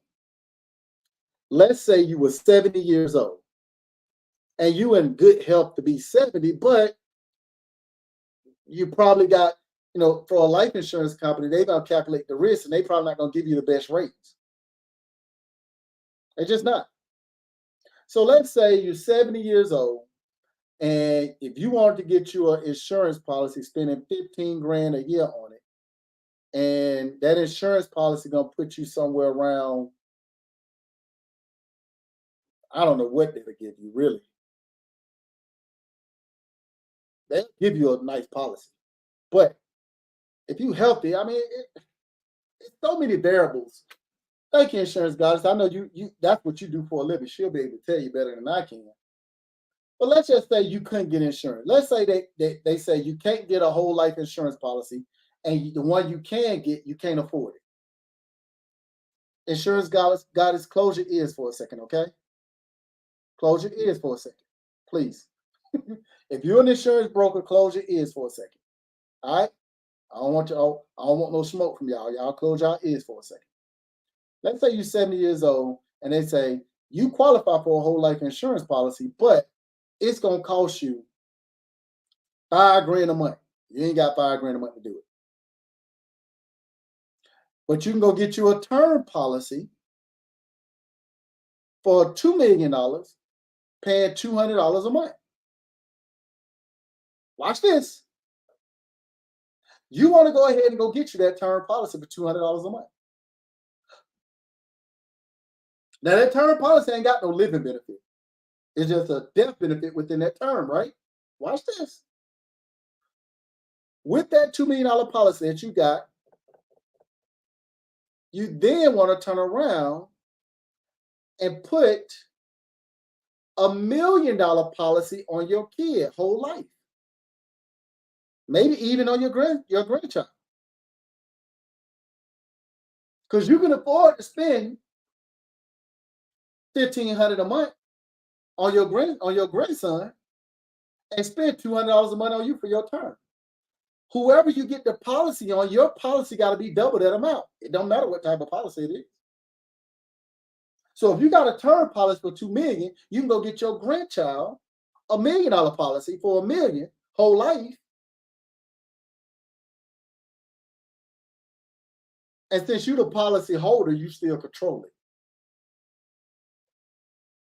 You're still doing the same thing, y'all. Uh-oh. It just requires you to think just a little bit. This stuff really ain't that complicated. Let's take it to the next step. So let's talk about this for a second. So originally, when we very first started this out, somebody asked me in regards to what was it? They asked me about if they made 30 grand a year. And I'm gonna say this, and I don't know the best way to say this, but y'all, it's the same way. Like, it's the same process, y'all. And the reason why I say you're in a better position than the person that's making 2.5 million a year, you ain't got no bills making $30,000 a year. You ain't got no bills. You just don't. You either live with somebody or you in a place where the home is already paid for and you just got property taxes. You ain't got no bills for real. Where do you live making $30,000 a year? Where? You had to make 3 times the rent or your mortgage. Where do you live? You live with somebody. So let's paint this scenario. I guess we'll paint the scenario a different way. Mississippi is cheap. But if you make $30,000 a year, I'll tell you what I would do. I can't tell you what you should do because I'm not in the business of giving out advice. I'll just tell you what I would do. If I made $30,000 a year, and my scenario was, I still got my big brother who a year older than me. His situation is where it is. He got a pretty decent situation. I still got my little sister. Her situation, where her situation is, pretty decent situation. My mom, God rest her soul, she still passed away. My pops, I met when I got to know him when I was 21. That's the scenario. We're not gonna do the bad credit. I ain't got no credit, which is still bad credit. But let's say I got a car payment over my head, an apartment that I barely can afford, bills. Man, I'm doing all this crazy stuff, man. And I just blew that little 30 grand I'm bringing home every year. That ain't no money. I'm going to tell you what I would do. The first thing I would do is I would call my big bro and say, big bro, I need somewhere to live, man. I know I've been struggling, man. I've been out here running the streets, man. I know I've been put on the front, man, but I need to move with y'all, man. I know you gotta talk to your wife about it, man, but talk to your wife about it, man, and see if she okay with me moving in with y'all, man. I really need a place to live. My big brother said, man, you be out here doing all this stunting, man. You need to get your shit together. That's my big brother talk to me. I don't know how y'all brother talk to y'all. But that's my brother, you need to get your shit together. You can come here, man. I'll let her know, man. She ain't gonna mind. You gonna have to stay in the guest house. I don't care where I gotta stay, bro. You know, it ain't much over there in that guest house. I'm like, I don't care, man. I just need a roof on my head. All right, man. I'll let her know. And she, she ain't gonna mind. But you're gonna be in the guest house. Don't be caught. Don't be bringing that nonsense here, man. We don't do that. You like to party and have a bunch of women. Oh, I ain't trying to hear that, bro. Stay where you gonna stay at, wherever that is. If you can't do it, but you can stay in the guest house, bro. What you gonna do about your little son? Man, I'm gonna do the best I can. You still paying child support with that with your son? You ain't behind on your child support, are you? Nah, man. That's the only thing I've been maintaining. Is only because they've been taking that junk out of my check. But yeah, man. How much is child support, man? I know child support kicking your butt, man, because I know child support is expensive. Well, man, they really don't charge nothing, but like it's really 18%, but call it 20%. So I'm only really paying like it's like 10% of it's like 3,000, like 6,000 a year. 6,000 a year. And then they take off of the insurance that I get because I got them on my insurance and stuff. So 6,000 is like it's like $500, and then you got to subtract the insurance, which I pay out of my insurance every pay period like $150. So they took off like $250 for my insurance. So I have to pay $250 a month. Y'all, for the fellas that don't have child support, be complaining about child support, I always bring up child support because I want y'all to, if you complain about child support as a grown man, you sound ridiculous. The average child support in America is $336 a month. That's the average. She trying to take it and get her help. Man, she can't even buy her help for $367. She can't. Well, I don't know. Maybe women can. I don't know. My wife can't. She can't. She can't. Not with her. No, she can't. If she go get her nails done, her toes done, and she get them eyebrows weaved, whatever they call it, they weaving them eyebrows, whatever they got. She didn't spend that little $306 when she included that tip. It's gone. My nephew, God rest his soul, he was paying $25 a month. I'm just saying, y'all be complaining about the wrong thing. But nevertheless, child support, $250 a month.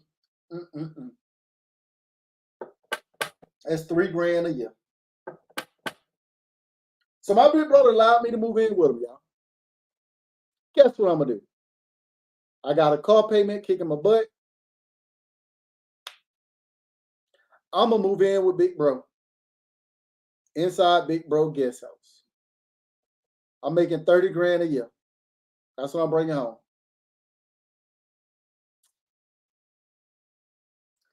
Here's what I'm gonna do.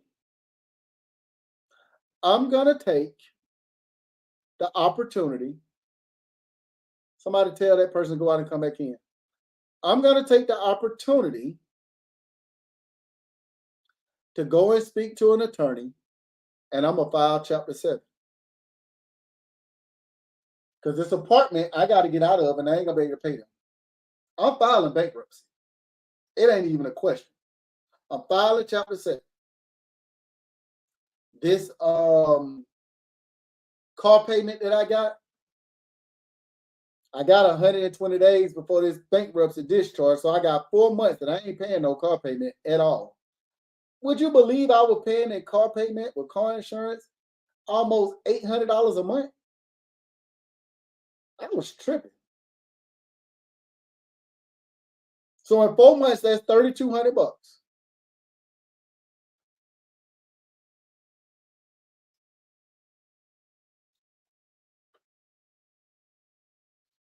I'm going to file this bankruptcy, Chapter 7.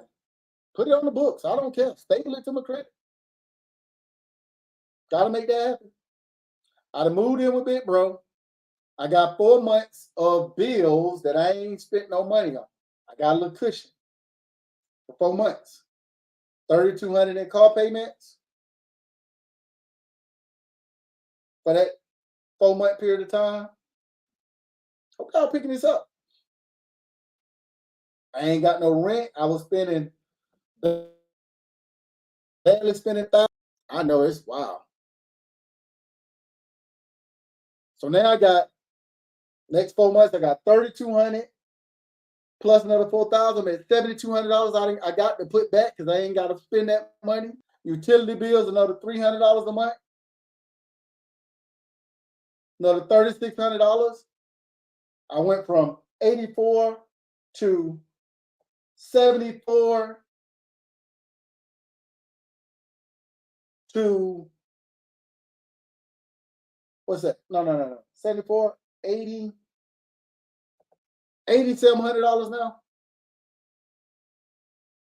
What do you think the first thing I'm gonna do? I'm going down there to the Section 8 office. I'm applying for Section 8. Depending on what state you in, you can qualify. Some states at 30 grand, they still like, nah, you don't qualify. What do you mean? I'm going to go apply, y'all. Put me on the waiting list. I don't care if it take me 5 years to get approved. I'm doing it. While I'm down there applying for Section 8, I'm also going to apply for food stamps. I qualify. While I'm down there for food stamps, I'm also going to apply for that Obama phone, that government phone. I'm applying for it. 100% I'm applying for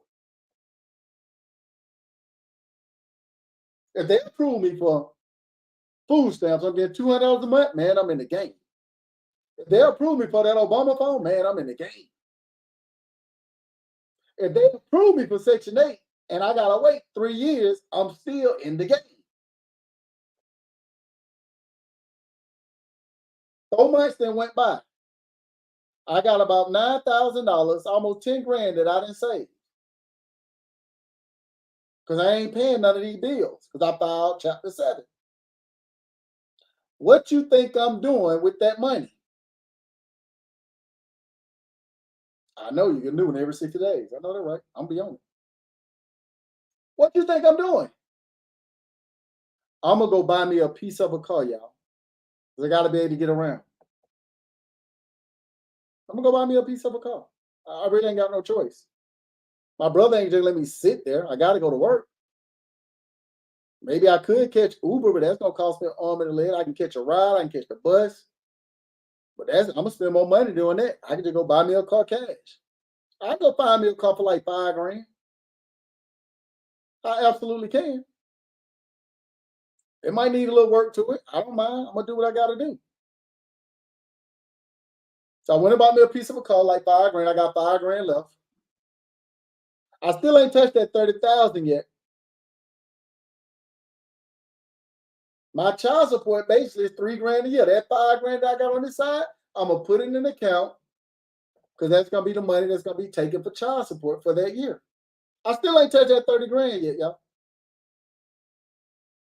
Well, I'm technically into the 30 grand, but y'all get the point. Watch this.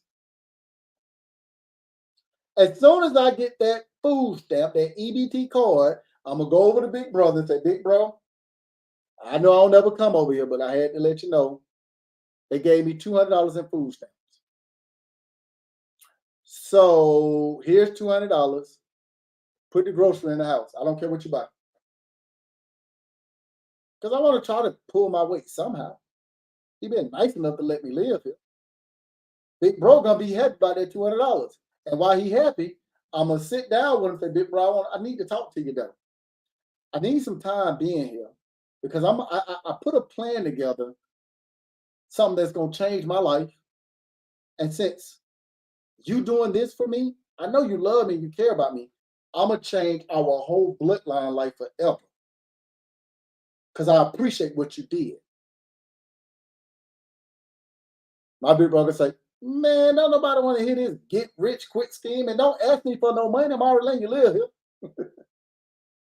And I'm gonna say, nah, bro, ain't it like that, man. Like for real, I don't need nothing else, man. You let me live here's enough, man. But I'm telling you, man, I'm gonna change our life. Like, all right, man, give me that $200.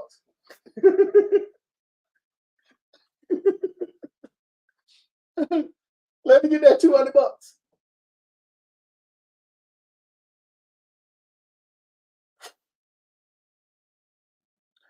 The bankruptcy has discharged.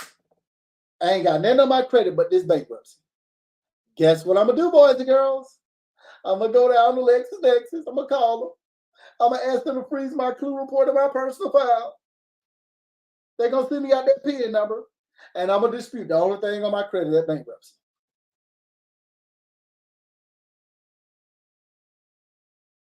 They're gonna call to try to verify this bankruptcy. They're gonna send a letter. They're gonna do all whatever they gotta do to verify that bankruptcy. They got 30 days to verify. Would you believe they're gonna come back and say they verified that bankruptcy?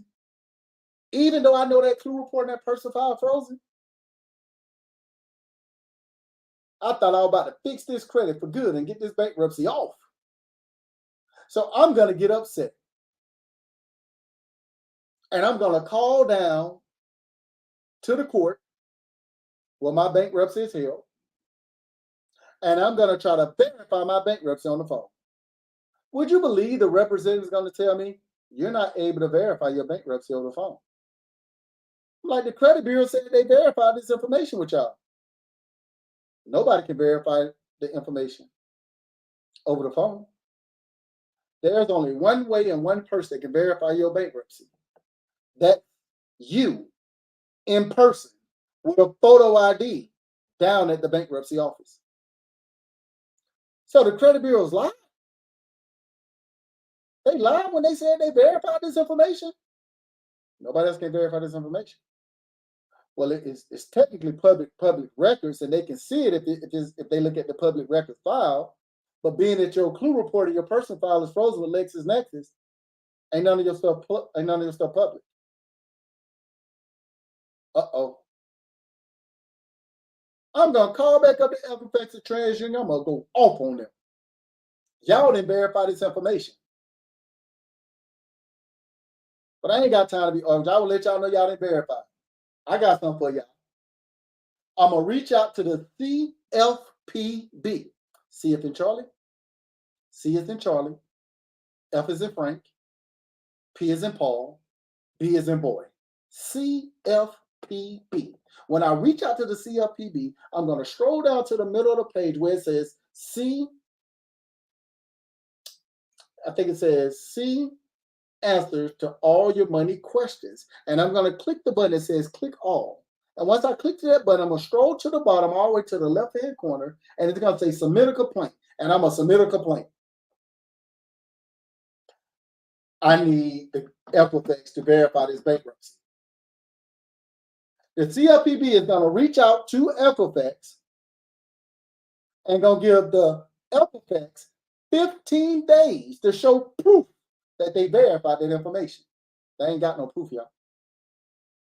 It's coming off my credit. And it's free.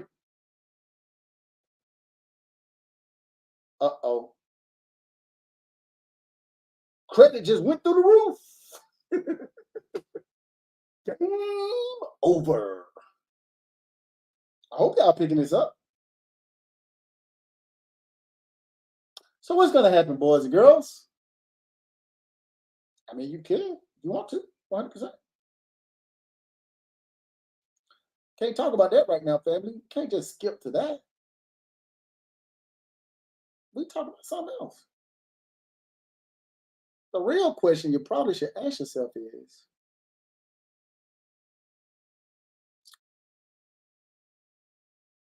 if you can do this with me bringing home 70 grand a year without no 401k, notice I ain't mentioned that. With me bringing 30 grand a year home, no 401k, bad credit, you're just doing the same thing.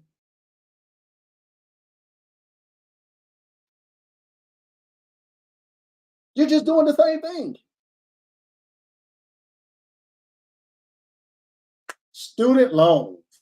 I almost forgot about student loans. I ain't got to it yet.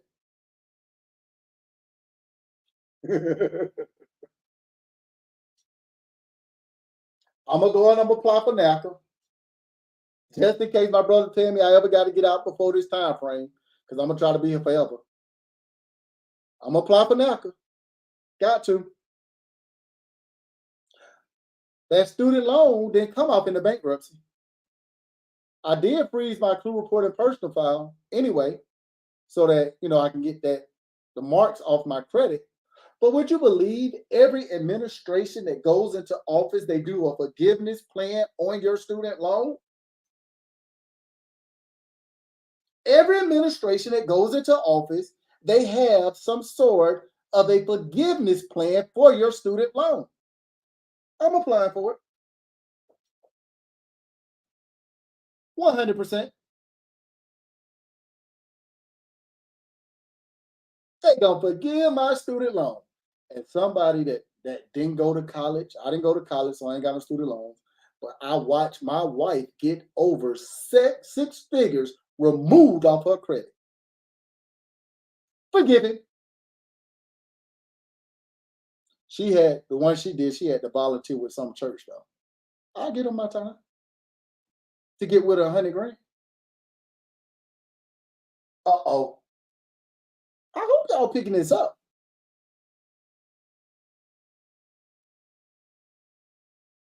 It's called a forgiveness plan for your student loans. Just Google it.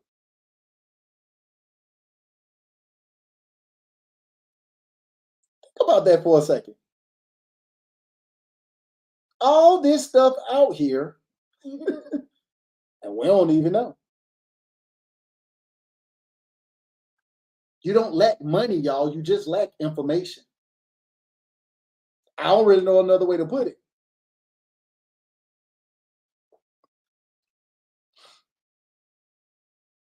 I went through the process of getting student loan forgiven.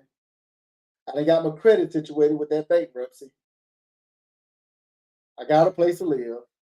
I'm getting food stamps. I'm on the wait list for Section 8. I got me an Obama phone so I can throw my phone away. How is this going to play out? I already told you.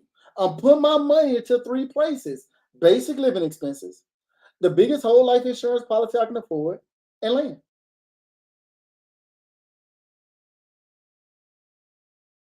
I would just say just Google it, family. I ain't go to college, man. I ain't got no student loan. I don't know. I just know to do it. Every administration that come into the office, they have a forgiveness plan for student loan. Every last one of them. Just Google it.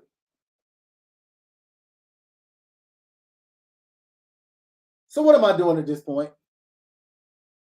What am I doing with this 30 grand?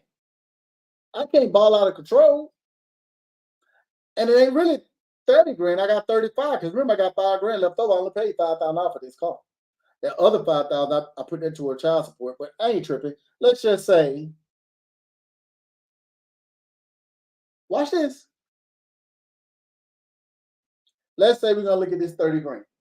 Here's what I'm doing, boys and girls. With that 30 grand that I'm bringing home, $10,000 is going to basic living expenses. Now I ain't got no grocery bill no more because I'm getting food stamps. I got the child support, it's $250 a month. I ain't got no car payment. My car insurance, $200 a month. I ain't got no utility bills, no rent. So $10,000 a year going to basic living expenses. Not a penny more, not a penny less. I ain't out here whining and dining, trying to holler at nobody, going out on dates. I can't afford it. I'm in between blessings. It ain't gonna happen. If somebody want to come and sit at the park with me and talk, we can do that. If they willing to jump on the game plan with me and just sit and talk to me while we at the park, we can do that. But I can't get in no relationship. I gotta stay focused. Just is what it is. That's gonna leave me with 20 grand a year. What you think I'm doing with that 20 grand? 15 grand going to the biggest whole life insurance policy I can afford. Y'all already know the reason. Your health is your wealth. $5,000, I'm gonna go find me 1 acre every single year.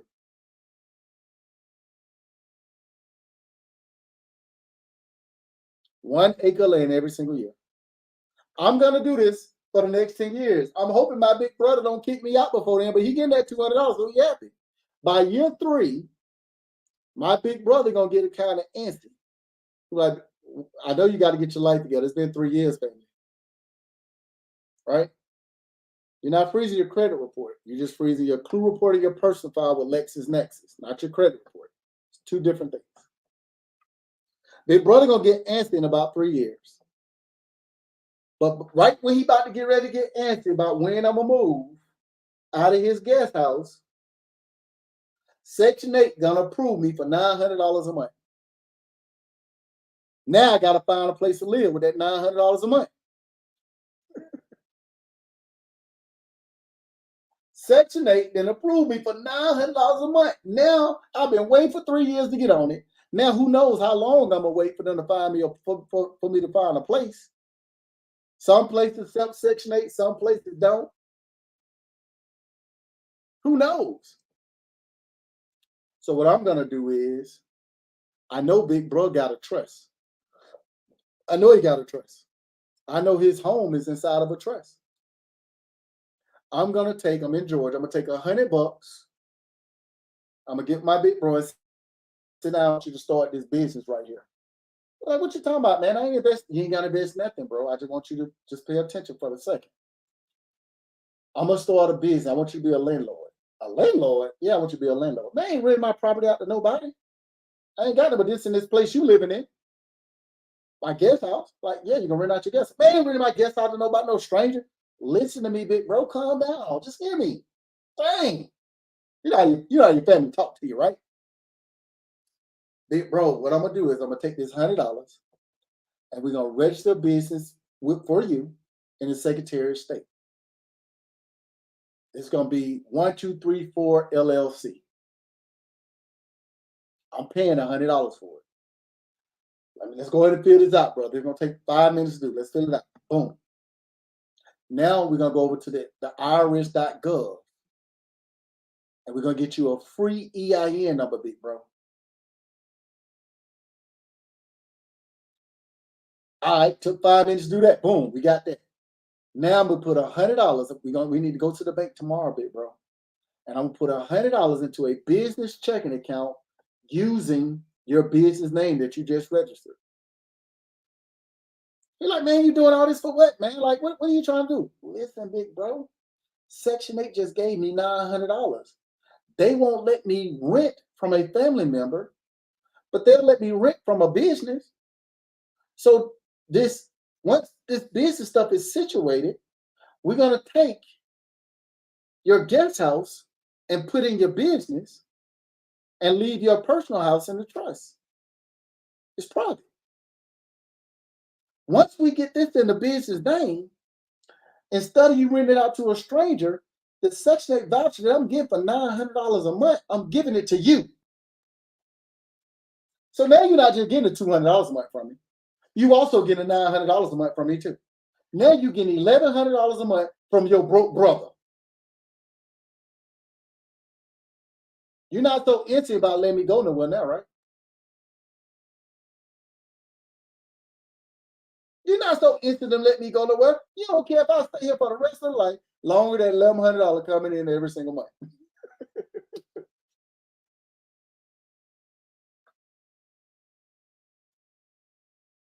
I hope y'all caught that. So that 10 grand a month for my basic living expenses really ain't nothing no more after year 3. But I'm still gonna keep that 10 grand going to basic living expenses. I'm still that 20 grand I got left over. 15 grand going to the biggest whole life insurance policy I can afford. That 5 grand I'm buying 1 acre land. Big bro, okay, me living here for the next 10 years. By year 10, watch this. By year 10, I would have bought minimally 10 acres of land. Notice I ain't used my credit to do this, y'all. Notice I ain't saying nothing about partnering with nobody. No course, none of that. I'm bringing home 30 grand a year. I filed bankruptcy. I'm paying child support too. I had to swallow my pride and move in with my big bro. In year 10, I own 10 acres of land. I told my big bro I'm gonna change his life. I've been putting 15 grand into this whole life insurance policy that I've been getting compound interest daily, tax free. By year 10, I still got that same 200 grand that I can borrow against and pay myself back with interest. I haven't used the NACA program yet because I told my big bro I'm gonna change his life too. I'm also gonna change my little sister life. I'm gonna change my son's life. Everybody in my bloodline, I'm gonna change their life. Y'all don't see it. I'm gonna borrow that 200,000. I'm gonna build me a single family home on 1 acre. It's the same process, y'all. I put 200 grand in. I got me a property worth 400 grand. I'm gonna rent it out for what? 4 grand a month. I'm getting 320 back once I refinance and put this property in debt. That's 120,000 above. I got $320,000 in my hand now, tax free. That my tenant paying back. My tenant paying 4 grand a month. The mortgage 3 grand. 3 grand going to the mortgage. Another $1,000 over here. I got 10 acres. That means I'm gonna do it 10 times. 10 times $120,000 is $1.2 million tax free from 30 grand a year. And an extra 10 grand a month from 30 grand a year, chapter 7. It's not about how much money y'all make. Now, I done gave y'all 2 different scenarios. 2. If you make more than, you bring home more than 70 grand a year home, she have no issue with doing it. If you bring more than 30 grand home a year, you should not have any issues with making this happen. Y'all, we've talked about how you do this with no money, being broke, no job. You lost your job, you can't find work. Come on, y'all. This stuff don't matter. Here's the scarier part. 30. Say I can't get on Section 8. Say I can't get food stamps. Say I got this vehicle. Drive Uber. Go get another job.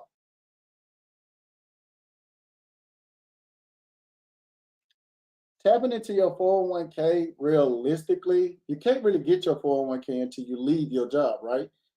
And it's going to get, it just is what it is. If you're going to borrow against it, maybe like a general purpose loan, right? Or some form of a hardship loan, you only can get 50% of it, and you only can have 2 loans out. And that depends on the type of 401k you got. Most 401ks won't let you take more than 50% of it out. So if you got, I think you said 400,000, say you got 300,000 in your 401k and you don't have no loans on it, they'll let you take 150 grand out. Some companies have a limit on it that you can take. So you just got to look at what it is and make it make sense. But what you got to remember is poor people believe that the primary use of money is to pay bills. Wealthy people understand the only purpose of money is to make money. It has no other use. So what does that mean? If you borrow money from your 401k to do these things, it better be making money. You shouldn't spend that money on anything other than making money. If you're going to use your credit, you should use your credit. It's still money. You shouldn't use that money for anything other than making money. If you're using it to do something that you got to pay back and it's not making money at all, you might as well just left it where it was at. It's not going to help you. It's actually going to hurt you. The money is not yours. The money always goes back to the original sender. That's the real truth. So you just gotta make this stuff make sense when you decide to jump into that arena. And again, these things I'm talking about are like basic level things, y'all. You gotta be willing to make that sacrifice. The thing, like a lot of people, when I talk about this portion, that 10-year plan, this portion of it, people be like, yeah, that's amazing, that's amazing, that's amazing.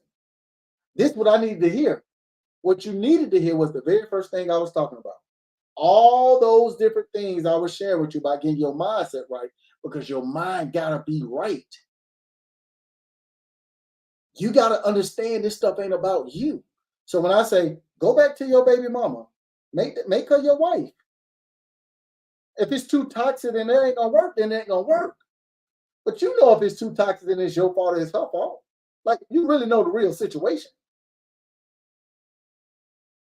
If you got somebody right now and y'all not one, what the hell are you waiting on? Two is better than one.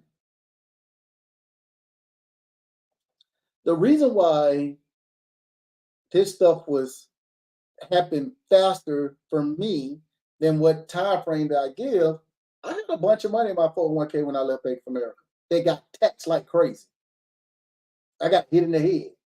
Taxes, another 10% tax, another penalty tax. It was crazy. I'm like, this is wild to me.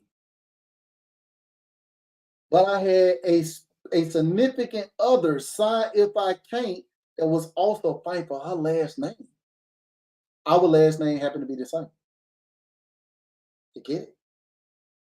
I understood it wasn't about playing the games. I understood it was about the people that I ain't gonna meet. You gotta understand that. You can't have generational wealth without a generation to leave it to. You just can't.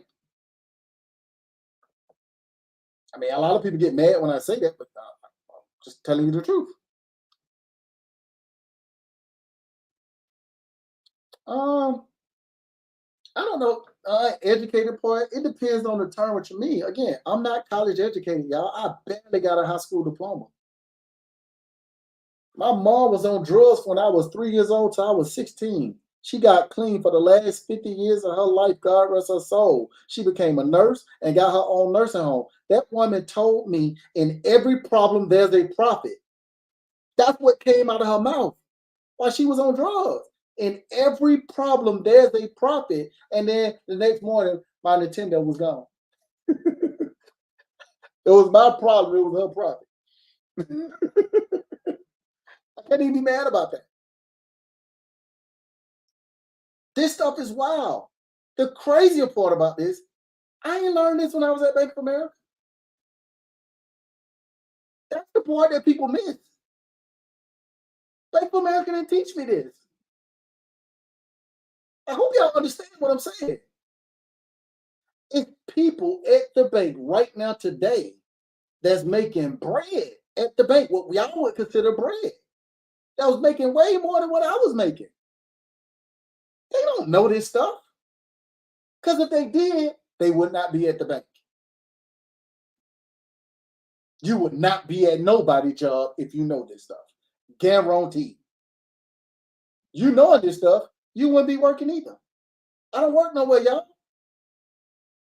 I have 99 employees. I don't work nowhere. Tomorrow morning, when people about to get up and fight traffic, I'm gonna be in the bed sleep to whatever time I wake up. I might pop up for a little while, take a shower, put on some clothes, and pop live. But I ain't going nowhere. That's the truth. I don't know how to make that if I wanted to. Although tomorrow I might get up early because I do want to go back down to the 41 and a half acres of land that we purchased last year. I keep going back down there because I keep seeing different stuff when I'm looking at my mapping and where we put our property and how we doing things. And every time I go down, I get more excited. I might make that ride down there tomorrow. Here's the crazy part, music. Y'all earn this stuff too. Imagine you've been working hard, busting your butt your whole life, fighting for somebody else's last name.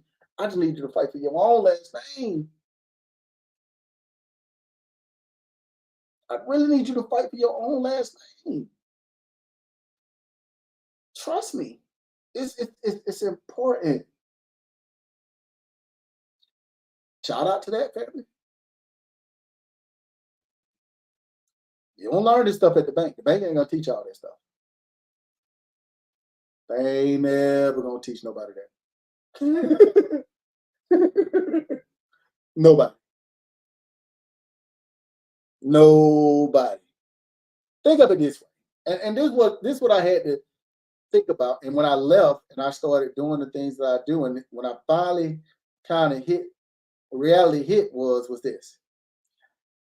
If I would have stayed at Bank of America, right? The CEO, Brian Moynihan, one of the smartest people I have probably ever met in my life. I met that man once. That dude's smart. I can't even front. Like, and there's probably people out there smarter than him. Don't get me wrong, but that dude's sharp. He's a smart dude. He used to be an attorney before he became Bank of America CEO.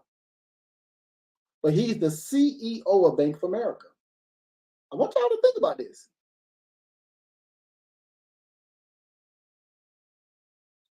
Brian Moynihan makes 8 figures a year. It's only one of him at the bank. It ain't nobody else at the bank making 8 figures a year. It ain't. Even the people that's directly up under him, they not making 8 figures a year. They making multiple 7 figures, but they're not making 8. He make 8 figures a year, and there's only one of him there.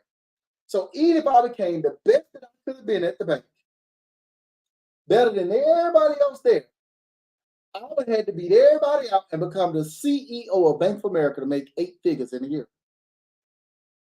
I want y'all to think about that for a second. Think about what I'm saying. This stuff is wild. When I was at Bank of America, I was working 2,400 hours a year, making a couple $100,000 a year. Don't no school teach this stuff. None of them. They're only teaching you how to follow orders. Watch this, y'all. I want y'all to catch what I'm about to say. Imagine you going to school for 4 years, 8 years. You done spent $60,000 in student loans. You done spent $100,000 in student loans, $200,000 in student loans. And the financial institution gave you this student loan when you were 18 years old. You didn't have a job. They would depend on your parents' job or what they thought you would become. You was in there for 4 years, 8 years. They gave you $200,000 in student loans. Watch this. You 40 years old right now with an 800 credit score. Your job you got, you making $100,000 a year. They won't give you $200,000 for a business loan. You won't even get 50. If you just started business right now, you barely would get $50,000 for a business loan, maybe. But they gave you $200,000 out the gate in student loans for when you were 18 years old and you didn't even have no job. Here's the other scary part, and we smart people, if we're gonna be real, most of the time when you go to school for some, majority of people, when they get out of school, they're not even working in their field. Imagine you just spent $100,000 in student loan and you went to school for photography. You went to school for whatever you went to school for, communication. You were an English major. You were an English major. You just spent $100,000 in your student loans to work at a call center, putting on a headset, barely making $57,000 a year. Make that make sense? Some ain't adding up.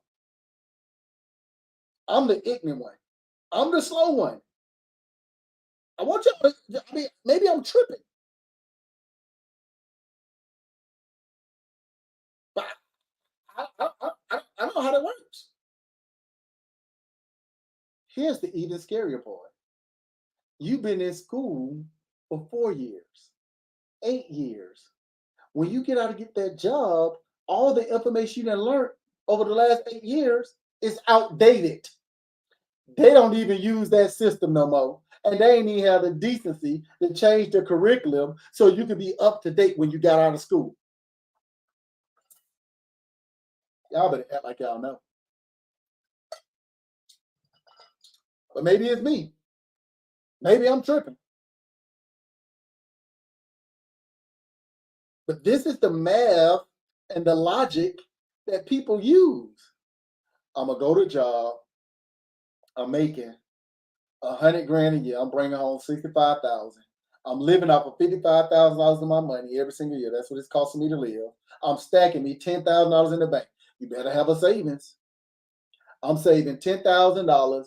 I got money going to the 401k. By the time I retire in 30 years, on that $10,000 every single year I'm saving, I got 300 grand. I'm probably at $320,000 in the bank because that's all the interest I done got off that money over the last 30 years. My 401k, I'm sitting on $600,000. Let me ask y'all a question, boys and girls. Y'all do know when y'all retire and y'all start pulling that money out of y'all 401k, y'all know that money get taxed, right? Y'all know that money get taxed, right? When you 59 and a half, 60 years old, and you start to retire, I just said something wrong. So my Instagram about to go down over here, y'all. I apologize. So I'm gonna wrap up so y'all can catch everything. But when you retire, it's getting taxed. Go read it. You start to pull that money out when you retire. It's not that it's tax-free, it's penalty-free. So you ain't got no penalties at that point, but you still get taxed. Let me ask y'all a question, boys and girls. Do you think taxes going up in the future or going down? Once you start taking that money out your 401k, it's getting taxed. You're just gonna leave it in there forever and never do nothing with it? If taxes are going up, why would I defer my money to a later date to get taxed at a higher rate? In 1952, the high end tax you made over $200,000 was 92%. Let's say it's up to 60%. You got $1 million in your 401k when you retire, and you decide to take that $1 million out. You ain't got $1 million, boys and girls. The taxes on that thing is 60%. You just got 400 grand, and you just wasted 30 years.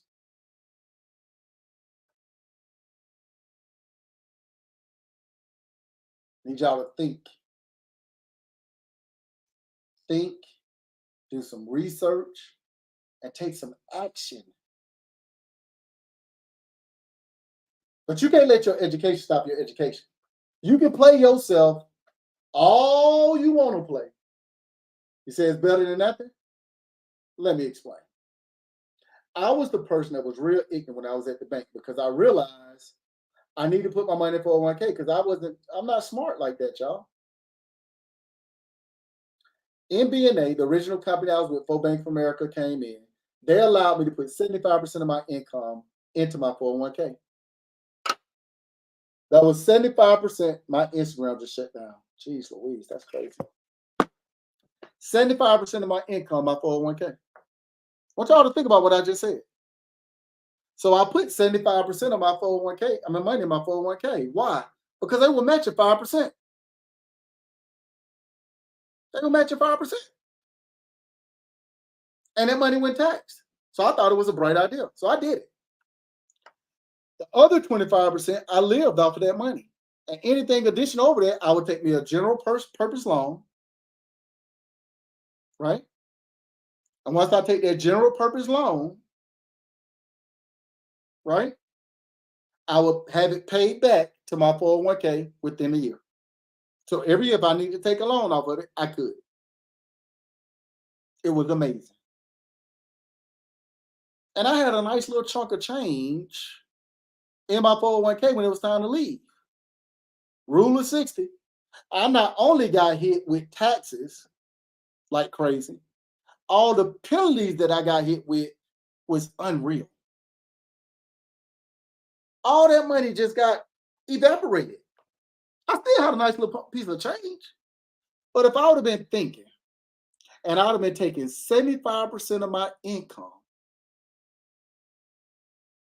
doing like I was doing at the bank, and putting it into the biggest whole life insurance policy I can afford for the last 20 years. By the time I would decide to leave the bank, because I didn't learn everything I need to learn, and now I'm going off on this journey working for my own last name. You know how much money I would have had into my life insurance policy that's been getting compound interest daily, tax free, that I could have borrowed against and paid it back with interest? It would have been unmatched. I can't make that up. I'm talking about millions. Easy. Because I would have been putting somewhere around, like, I don't know, somewhere around about almost like $10,000, $11,000 a month in. Call it 10 grand a month. That's $120,000 a year that I'll put into a policy. If I'd have been putting 120 grand a year into that life insurance policy, then compound interest tax free over 20 years, 10 years, that's $120 million, $1.2 million, 20 years, that's 2.4 with the compound interest. I would have been damn near 3.5, almost $4 million.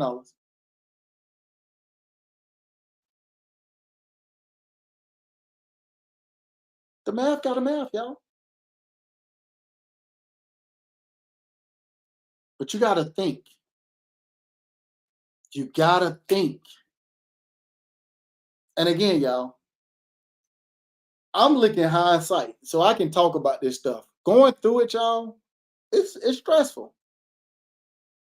It's stressful. It is stressful. It's very stressful, y'all, because you're making a sacrifice and you got all the people around you. They doing all these different things, and some of these things that they're doing, you just ain't gonna be able to do. And that's okay, y'all. But you gotta think. So that's what I'll leave y'all with for right now. We didn't spend, damn. Shout out to y'all that's been rocking with me for the last 4 hours on here. We've been on here for 4 hours and 10 minutes. If you've been rocking me for the last 4 hours and 10 minutes, shout out to y'all. I know this is probably a little bit way longer than I would normally be on live, but shout out to y'all for tapping in. I got to get off here. I was only going to be on here for an hour today. I don't know what the heck I was thinking. My wife, I think my wife is back. She might be live now. See what they doing. When you pay back your insurance policy, yeah, you're paying it back with interest because you're paying it to yourself.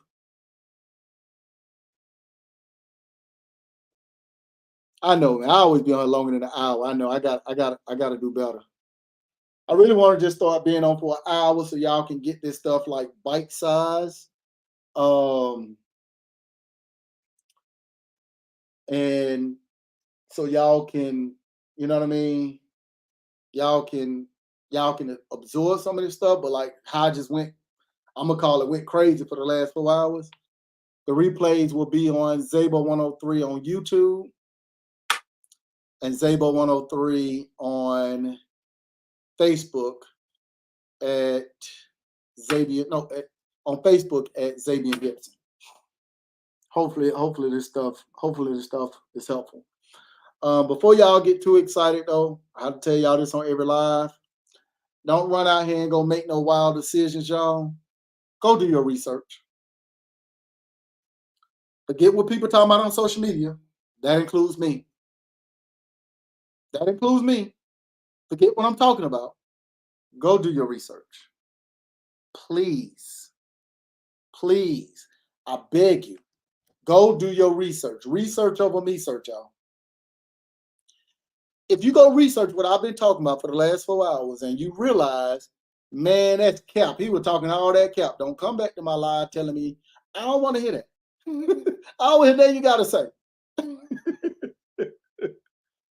Can't wait with Keisha. I think she live right now. It sounds like she live. She might be live right now. Can't wait with Keisha. But If you go do research and you realize that this information is legit, apply it in your life. I promise you, your future self will thank you. I promise you. I promise you, it's worth it, y'all. I can't tell you, man, like how much life is different, y'all.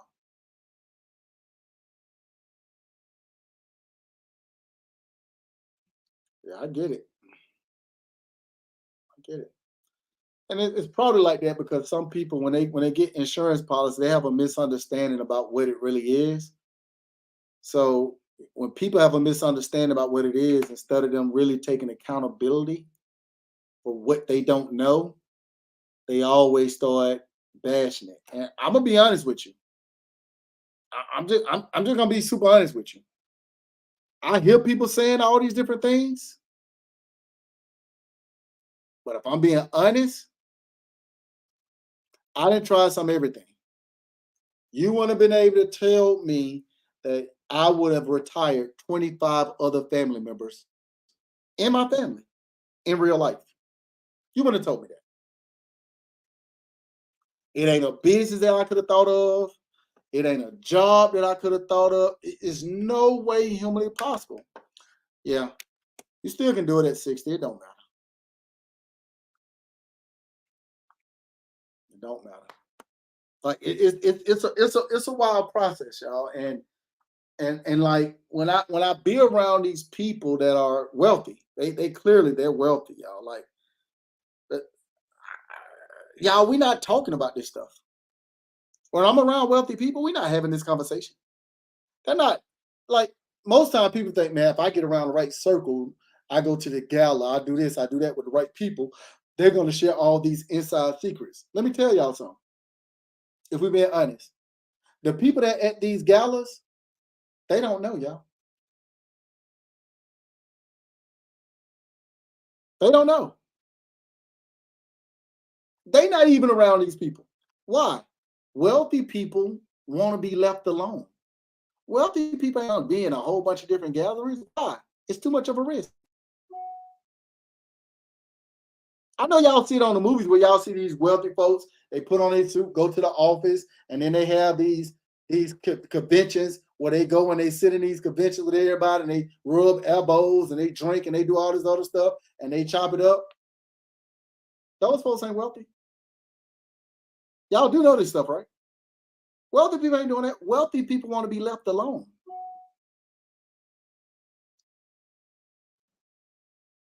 I'm just telling you, like, I went to an event last year with 25 other landowners.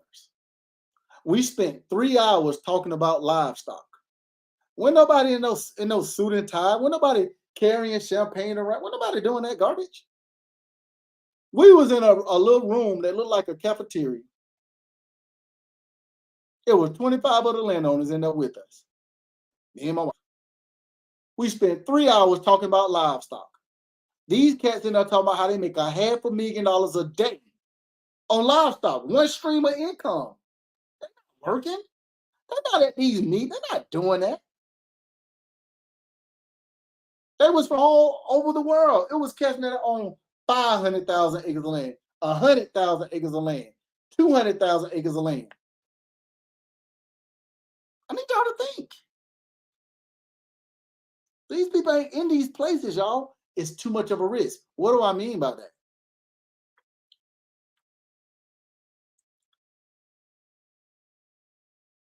If I go to one of these events and it's a mass group of people and something catastrophic happens in this place and I'm in there, I got the wealth stuff in place for my bloodline, but the longer I'm on this planet, the more I can teach and train the bloodline behind me.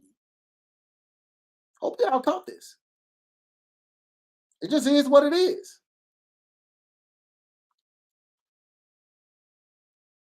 If I I'm at one of these meetings, I'm not drinking. I got a driver, most likely, right? If somebody else drinks and drive and they hit me and take me out, I'm not here to continue training my bloodline. You get it?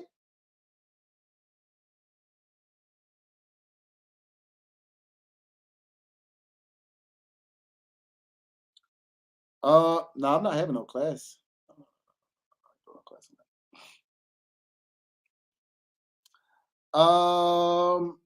No, I'm not doing the one in Augusta. I know they got one in Macon in November. I haven't had a reason to go back to the land bank auction just yet, just simply because I've been buying land throughout the year, just everywhere in bigger chunks. Most of the time, the land bank auction they'll have anywhere like 0.14 acres up to, I think the biggest plot that I saw was like 7 acres. So I normally lately I've been buying land that's like 20, 30, 40, 50, 100 acres plus, just because I want to buy bigger plots of land. The more land that you buy in one space, the cheaper it is, if that makes sense. But I haven't had an opportunity to get that down to one. But for those people that want to learn and looking for a book, because everybody always asking for a book. Did you read Rich Dad Poor Dad? Yeah, I read that garbage. Got some good basic principles in there, but it ain't changed nobody's life. Rich Dad Poor Dad changed my life. No, it didn't. You still trying to figure it out. You got to read the 48 Laws of Power. You just told me that you went to prison. Okay, cool. That's cool. It didn't change your life. You're still in the same situation. Yeah, you got to pay taxes on land. All right, when you pay taxes on land, because I'm going to ask you, because a lot of people say that, and I think a lot of people get scared of that. So let's walk through that real quick. How much land do you own right now today? How much land do you own right now today? We're going to get back to the book after that, but I want to ask the question because I'm curious. I always wonder why when people say that, like, what makes them think it's all this money? Yeah, you got to pay land tax on land, but I'm asking. Okay, so you don't own no land. Okay, all right. So what I would say is this one thing that I want y'all to do, because a lot of people get this fear mongering thing, and I don't think that's what you're doing. I think this is probably something you've heard, because if you don't own no land, you really don't know. You're just hearing things. A lot of people will fear you out of doing it, but they don't have a clue. Let me give you an example. Everybody here that own a home, put a 1 in the chat if you own your home. Watch this. I'm going to show you in real time. And I can't make this up. Watch this. If you own your own home, put a 1 in the chat. We got a lot of ones in the chat on all these platforms. Shout out to y'all homeowners. Watch this.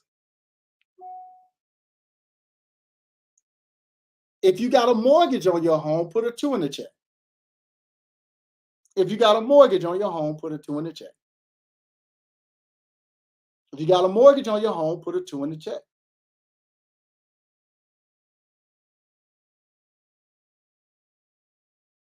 Now, what I'm telling you right now is, if you got a mortgage on your home, you don't own your home. You're renting to own. Let's put that in perspective first, because words matter, right? I know the banks then got you all confused with the word and telling you you're a homeowner. You're renting to own. It's okay. It's still a blessing. All right? So don't beat yourself up. On your home, whether you got a mortgage on it, no matter if you own it outright, how many acres of land do you live on, and how much a year do you pay in property taxes? If it's not a full acre, you can put if it's a half an acre, 0.14 acre, it don't matter. How much land do you own? How much land is up under your home, mortgage or not? And how much land is it? How much you pay a year in taxes? I want to see something. Because I want to get the fear out of you. The fear is your problem. The fear won't let you change your mindset. So how much you pay in property taxes? 1 acre, 5,000 a year, 0.75, 3 acres a year, 1 acre, $6,800 a year, half an acre, $1,700 a year. I see why people be saying like taxes gonna kick your butt. I understand it. A few acres, meaning 3, I'm with you, 1,600, half an acre, 5,000. Now, I'm a believer that when you know better, you do better, right? When you know better, you do better. 0.19, 7K a year. This is wild. This is why people be scared. This is why people be scared.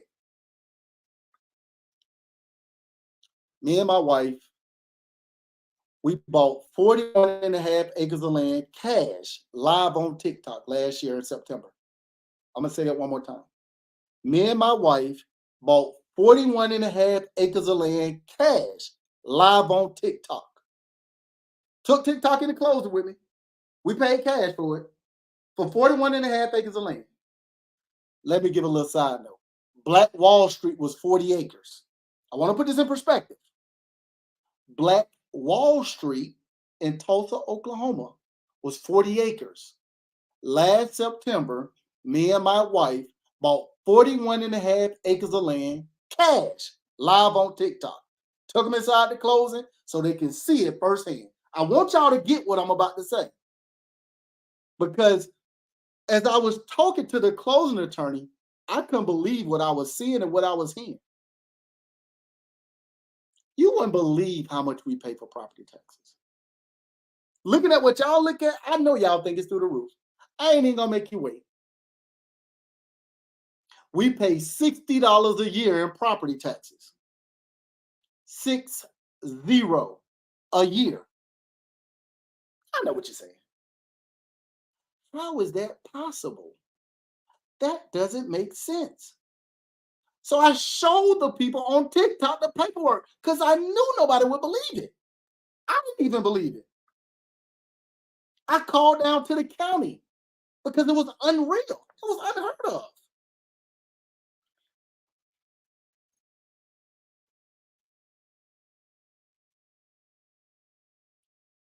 The land and conservation, y'all. The land and conservation, boys and girls. What does that mean? It means that in a nutshell, they're just trying to preserve wildlife. You can't conduct business on that land. You can't hunt on that land. You can't do none of it. You can build you a home on it, on an estate, and it's in conservation for 10 years. Watch this, because here's the scary part, y'all.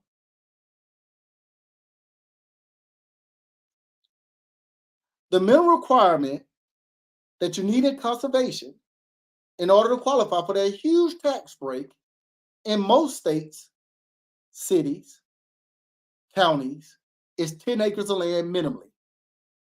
They've been raising it in some counties, city, state to 25. So you need to see what it is, your requirement in your state. Well, we added 10 acres. Now you would think we all the way down in the boondocks. It's 38 minutes from downtown Atlanta. It's 38 minutes from downtown Atlanta.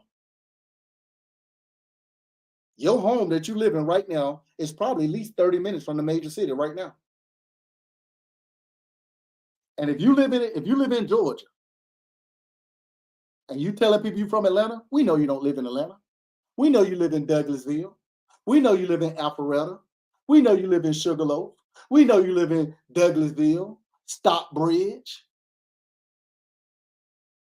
Now let's not be fooled, because I thought the same thing y'all thinking right now. When you put a property on this land, that's gonna go through the roof. So I asked the young lady. I said, we're looking at putting a 20,000 square foot primary home on this property and a 5,000 square foot guest home on this property. What the property tax gonna go up to? She said, probably a couple of thousand a year. Might spend like $2,000-3,000, something like that. Okay. I said, once we put the livestock on the land, what'll happen? She said, you'll get another tax break. I said, oh, okay, cool. I said, what'll happen if we put a burial site on the land? Zero. Uh-oh. She said, but you ain't got to worry about that right now. I said, what you mean? She said, it's in conservation for the next 10 years. Huh? It's in conservation for the next 10 years. Okay, so what does that mean? So you're saying if I build this property, this estate, which we're going to be live at the top of the year starting to break ground on that 41 and a half acres of land. So y'all make sure y'all tune in because I'm gonna be breaking down the cost of everything. You can see it in real time. So we build this estate out at the top of the year. Our property tax ain't gonna go up. Not for the next 10 years.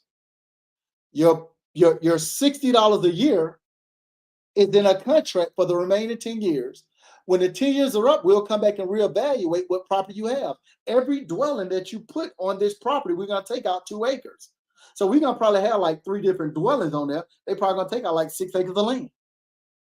But I'm gonna be paying $60 a year on 18,000 square foot of property for the remaining 10 years. And by the time the 10 years come, guess what's gonna happen, boys and girls? The livestock gonna be on that property. Burial sites are gonna be between those 6 acres because they give me 2 acres per burial site. So that means that 6 acres, 7 acres that they take out of conservation, it's only gonna be $0 on the taxes on them 7 acres. The remaining 34 and a half acres of land that's in conservation, those property taxes gonna drop down somewhere around, I don't know, probably like $35, $40 a year. See, when you know better, you do better. You just got to think. So don't let people fool you with telling you, hey, you're going to spend all this money in taxes. No, you're not. If you got a 1 acre of land and you ain't got no property on it, it's going to cost you $50 to $100 a year.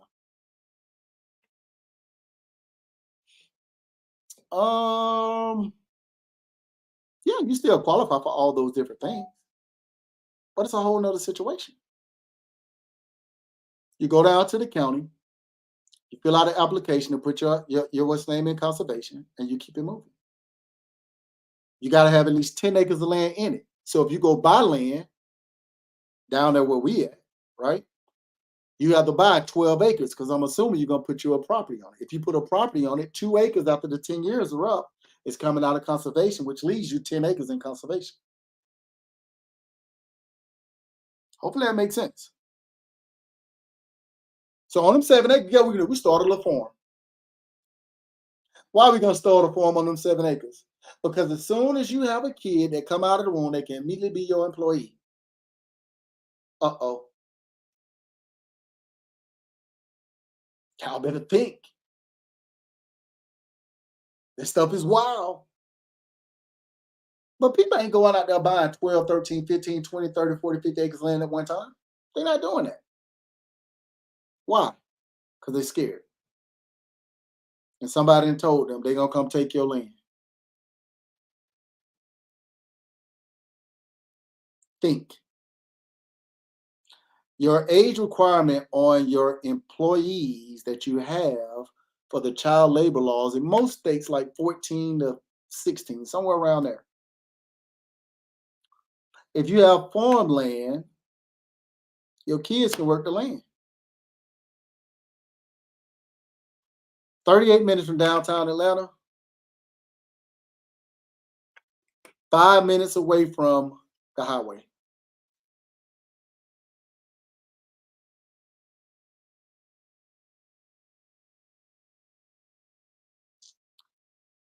You picking up something.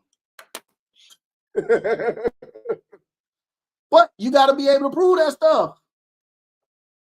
I would say call down to the county. They'll be able to give you the specific requirements for where you live at. But most places, every burial site that you put on your land, obviously go through an approval process, permitted, the whole 9 yards. You're looking at somewhere around, I think, like 2 acres they carve out per, appreciate your family, 2 acres that they carve out every burial site that you have on there. And most of I can't put no burial site on my land. Man, my mama upstairs. She was cremated. She in the house with me. So if you got somebody cremated in the house with you, why they can't be on your land? They in your house. It ain't the dead that I'm worried about, it's the living. The living is your issue, not the dead. I need y'all to think. A 529 plan for each of your kids Nah, you don't want to do no 529 plan. Go get your life insurance policy. That 529 plan, they got to go to college. If they don't go to college, it's getting taxed. Go get your life insurance policy. So if they go to college, great. If they don't go to college, you take the money and start them a business or whatever you decide to do. How you get multiple eggs in one spot? You just, you have a broker or agent and they can go search. You can go on any website and search. It's there. No, you don't automatically qualify. You need to go down to wherever you live in your county, fill out the paperwork down there, and go through the steps. Every county may have a different requirement. So you just got to see. And you got to figure out if you're going to be able to put it on your land. You got to have a certain amount of land in order for that to happen too. So like if you own like maybe a half an acre of land, they probably tell you through a site plan you don't have enough space to have a burial site. They may, I don't know. You got to look at your county and see what their requirements are. All this stuff is important, yo. It's important to start doing research. I know a book. Vanilla Ice was talking about it. Yeah. I think Donald Trump was probably the first person I ever not just heard do it, but actually did it with his ex-wife remains. I thought that was super dope how he did that.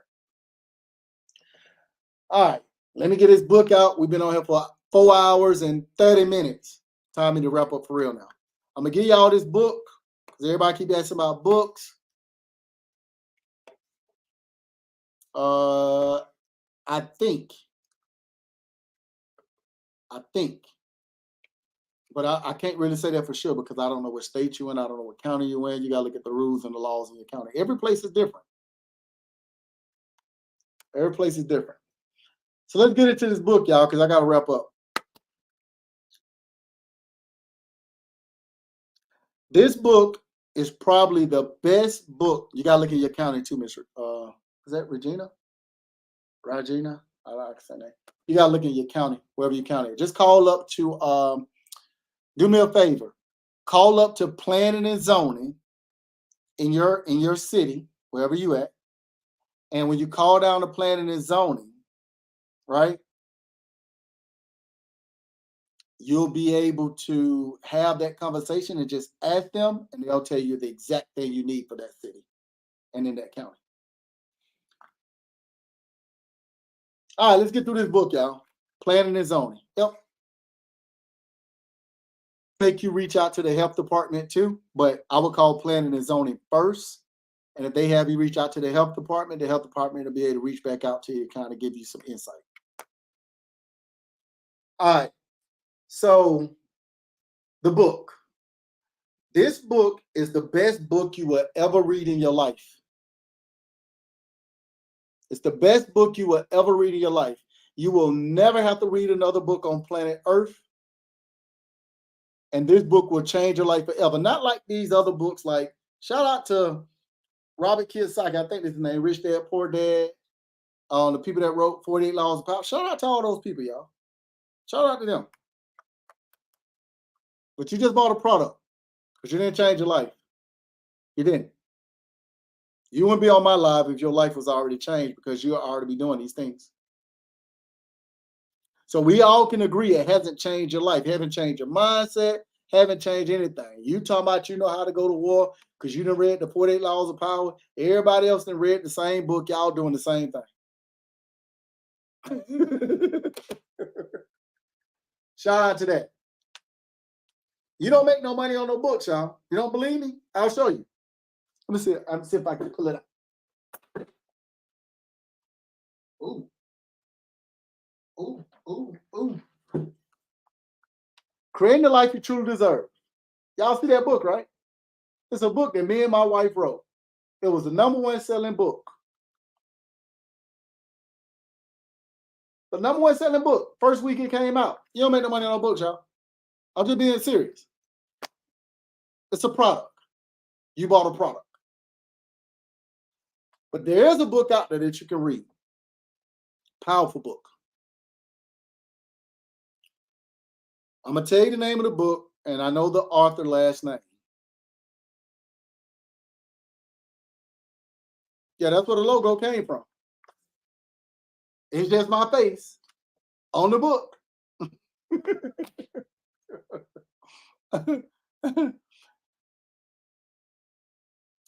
All right, y'all, here we go. The book is called Your Brain. Somebody type it in the chat. Your Brain, Your Brain, Your Brain. It's a powerful book. The author of the book is called You. Why You? Yeah, you've seen her. She's on live right now. It's called Your Brain, Your Brain, Your Brain. The book author is called You. Why You? There we go. I'm going to pin it over here. Your Brain. Why You? It's the most powerful book you ever can read on this planet. Before you try to Google it and pull it up, they don't sell it no more on Amazon. You can't get it from Barnes and Nobles. They don't even have the book in the library no more. That's how powerful this book is, y'all. I'm going to show you how to access the book. If you're not driving,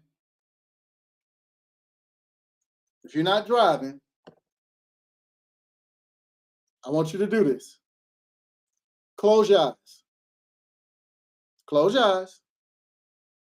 Close your freaking eyes, man. I'm telling you, close your eyes. If you're not driving, close your eyes. Stop what you're doing and close your eyes. I want you to think about all the things that you would do if you had all the resources on this planet. If you had all the resources that you need, what would you do? Open your eyes.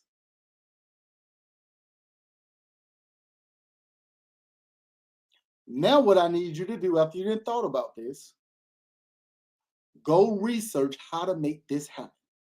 I don't care how much it takes. I don't care how hard it seems. I don't care if you feel like you ain't got enough money. Go research how to make it happen. And when you finish researching how to make it happen, then I want you to start taking action, start taking steps to making it happen. I promise you it'll change your life. I promise you. I can't make that up if I wanted to, y'all. Your brain is the most powerful thing you ever can read.